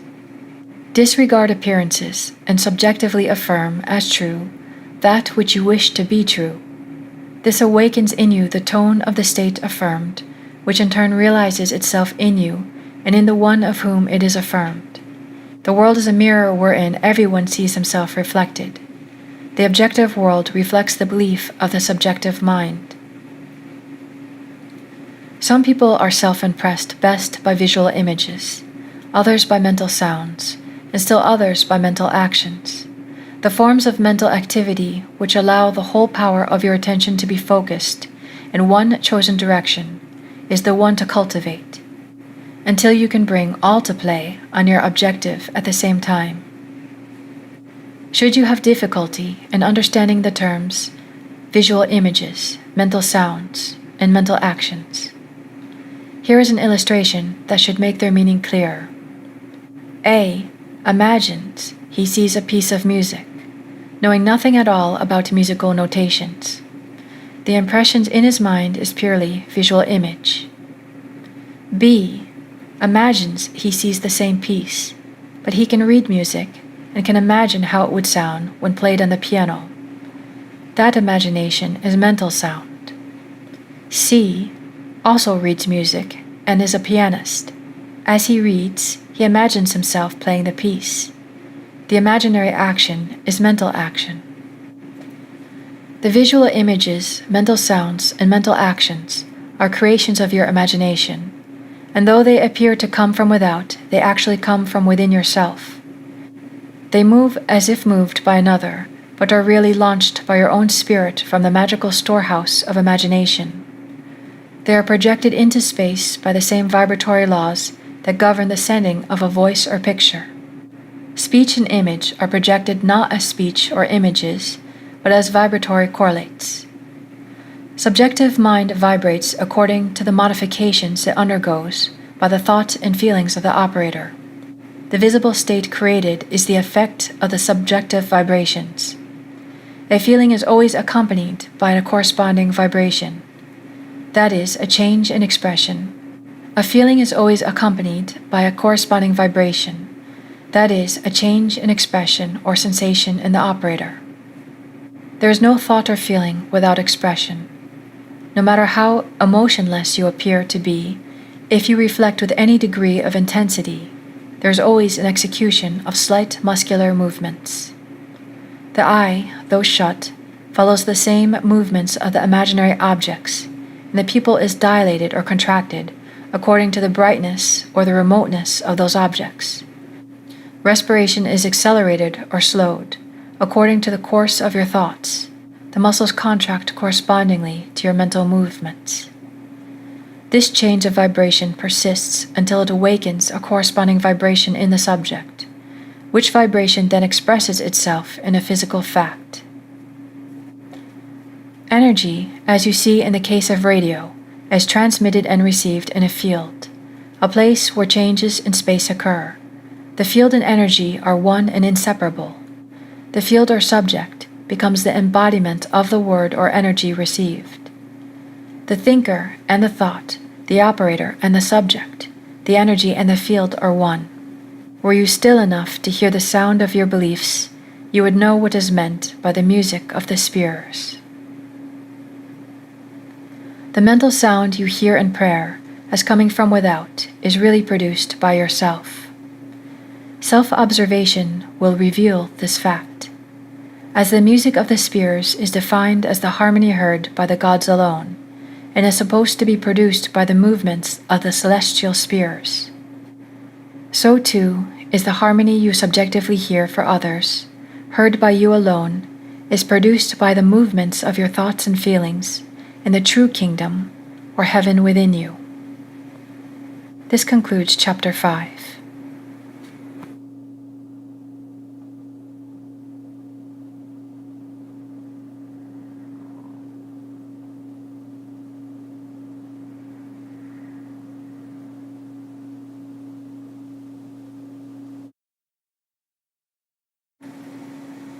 Prayer, The Art of Believing by Neville Goddard. Excerpts. Chapter 6. Good Tidings. A very effective way to bring good tidings to another is to call before your mind's eye the subjective image of the person you wish to help and have him affirm that which you desired him to do. Mentally hear him tell you he has done it. This awakens within him the vibratory correlates of the state affirmed, which vibration persists until its mission is accomplished. It does not matter that it is your desire to have done or whom you select to do it. As soon as you subjectively affirm that it is done, results follow.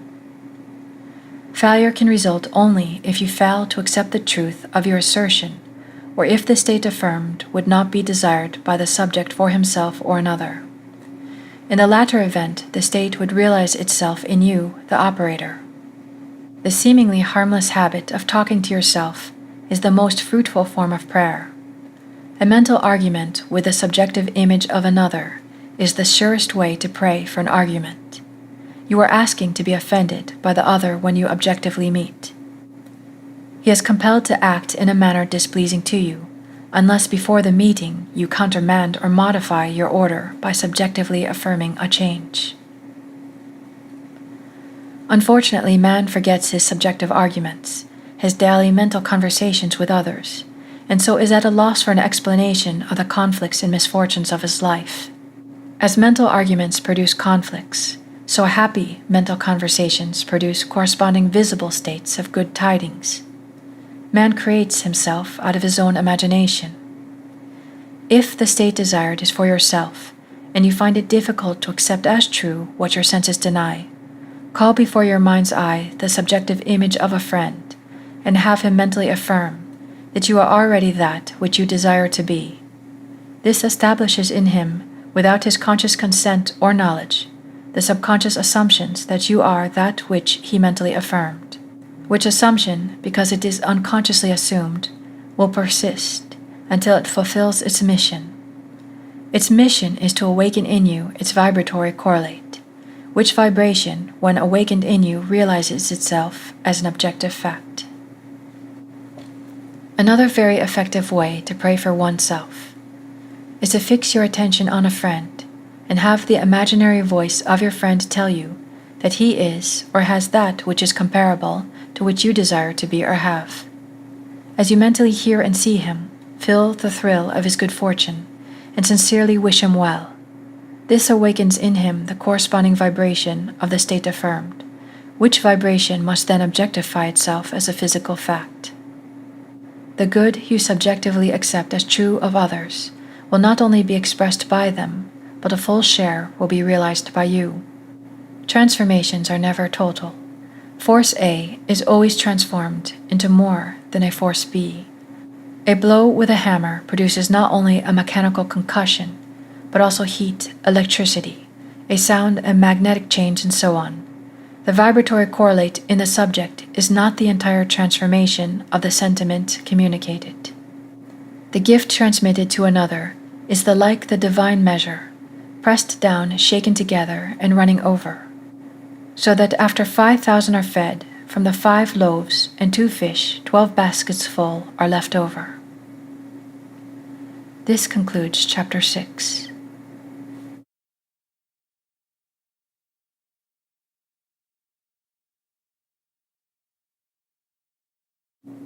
Prayer, the Art of Believing, by Neville Goddard, excerpts.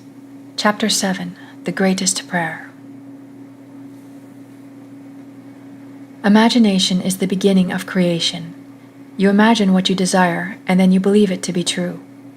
Every dream could be realized by those self-disciplined enough to believe it. People are what you choose to make them. A man is according to the manner in which you look at him. You must look at him with different eyes before he will objectively change. 2 men looked from prison bars. One saw the mud, and the other saw the stars.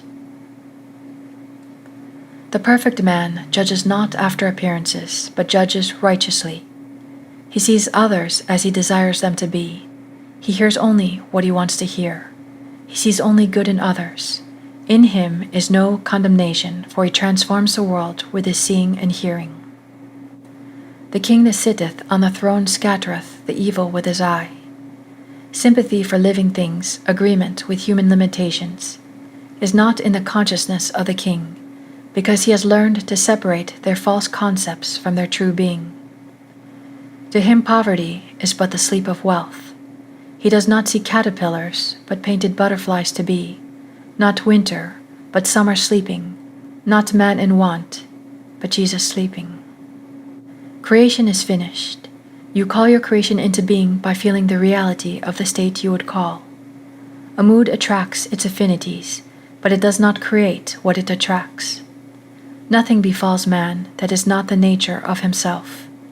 People emerge out of the mass betraying their close affinity to your moods as they are engendered. You meet them seemingly by accident, but find they are intimates of your moods. Because your moods continually externalize themselves, you could prophesy from your moods that you, without search, would soon meet certain characters and encounter certain conditions. Our behavior is influenced by our subconscious assumption respecting our own social and intellectual rank and that of the one we are addressing. Let us seek for and evoke the greatest rank, and the noblest of all is that which disrobes a man of his morality and clothes him with uncurbed immortal glory. Our subconscious assumptions continually externalize themselves that others may consciously see us as we subconsciously see ourselves, and tell us by their actions what we have subconsciously assumed of ourselves to be. Therefore, let us assume the feeling, I am Christ, until our conscious claim becomes our subconscious assumption, that we all, with open face, beholding as in a glass the glory of the Lord, are changed into the same image from glory to glory. Let God awake, and with his enemies be destroyed. There is no greater prayer for man. This ends chapter 7, and also Prayer, the Art of Believing by Neville Goddard. A request by Andrew Romeda. Thank you.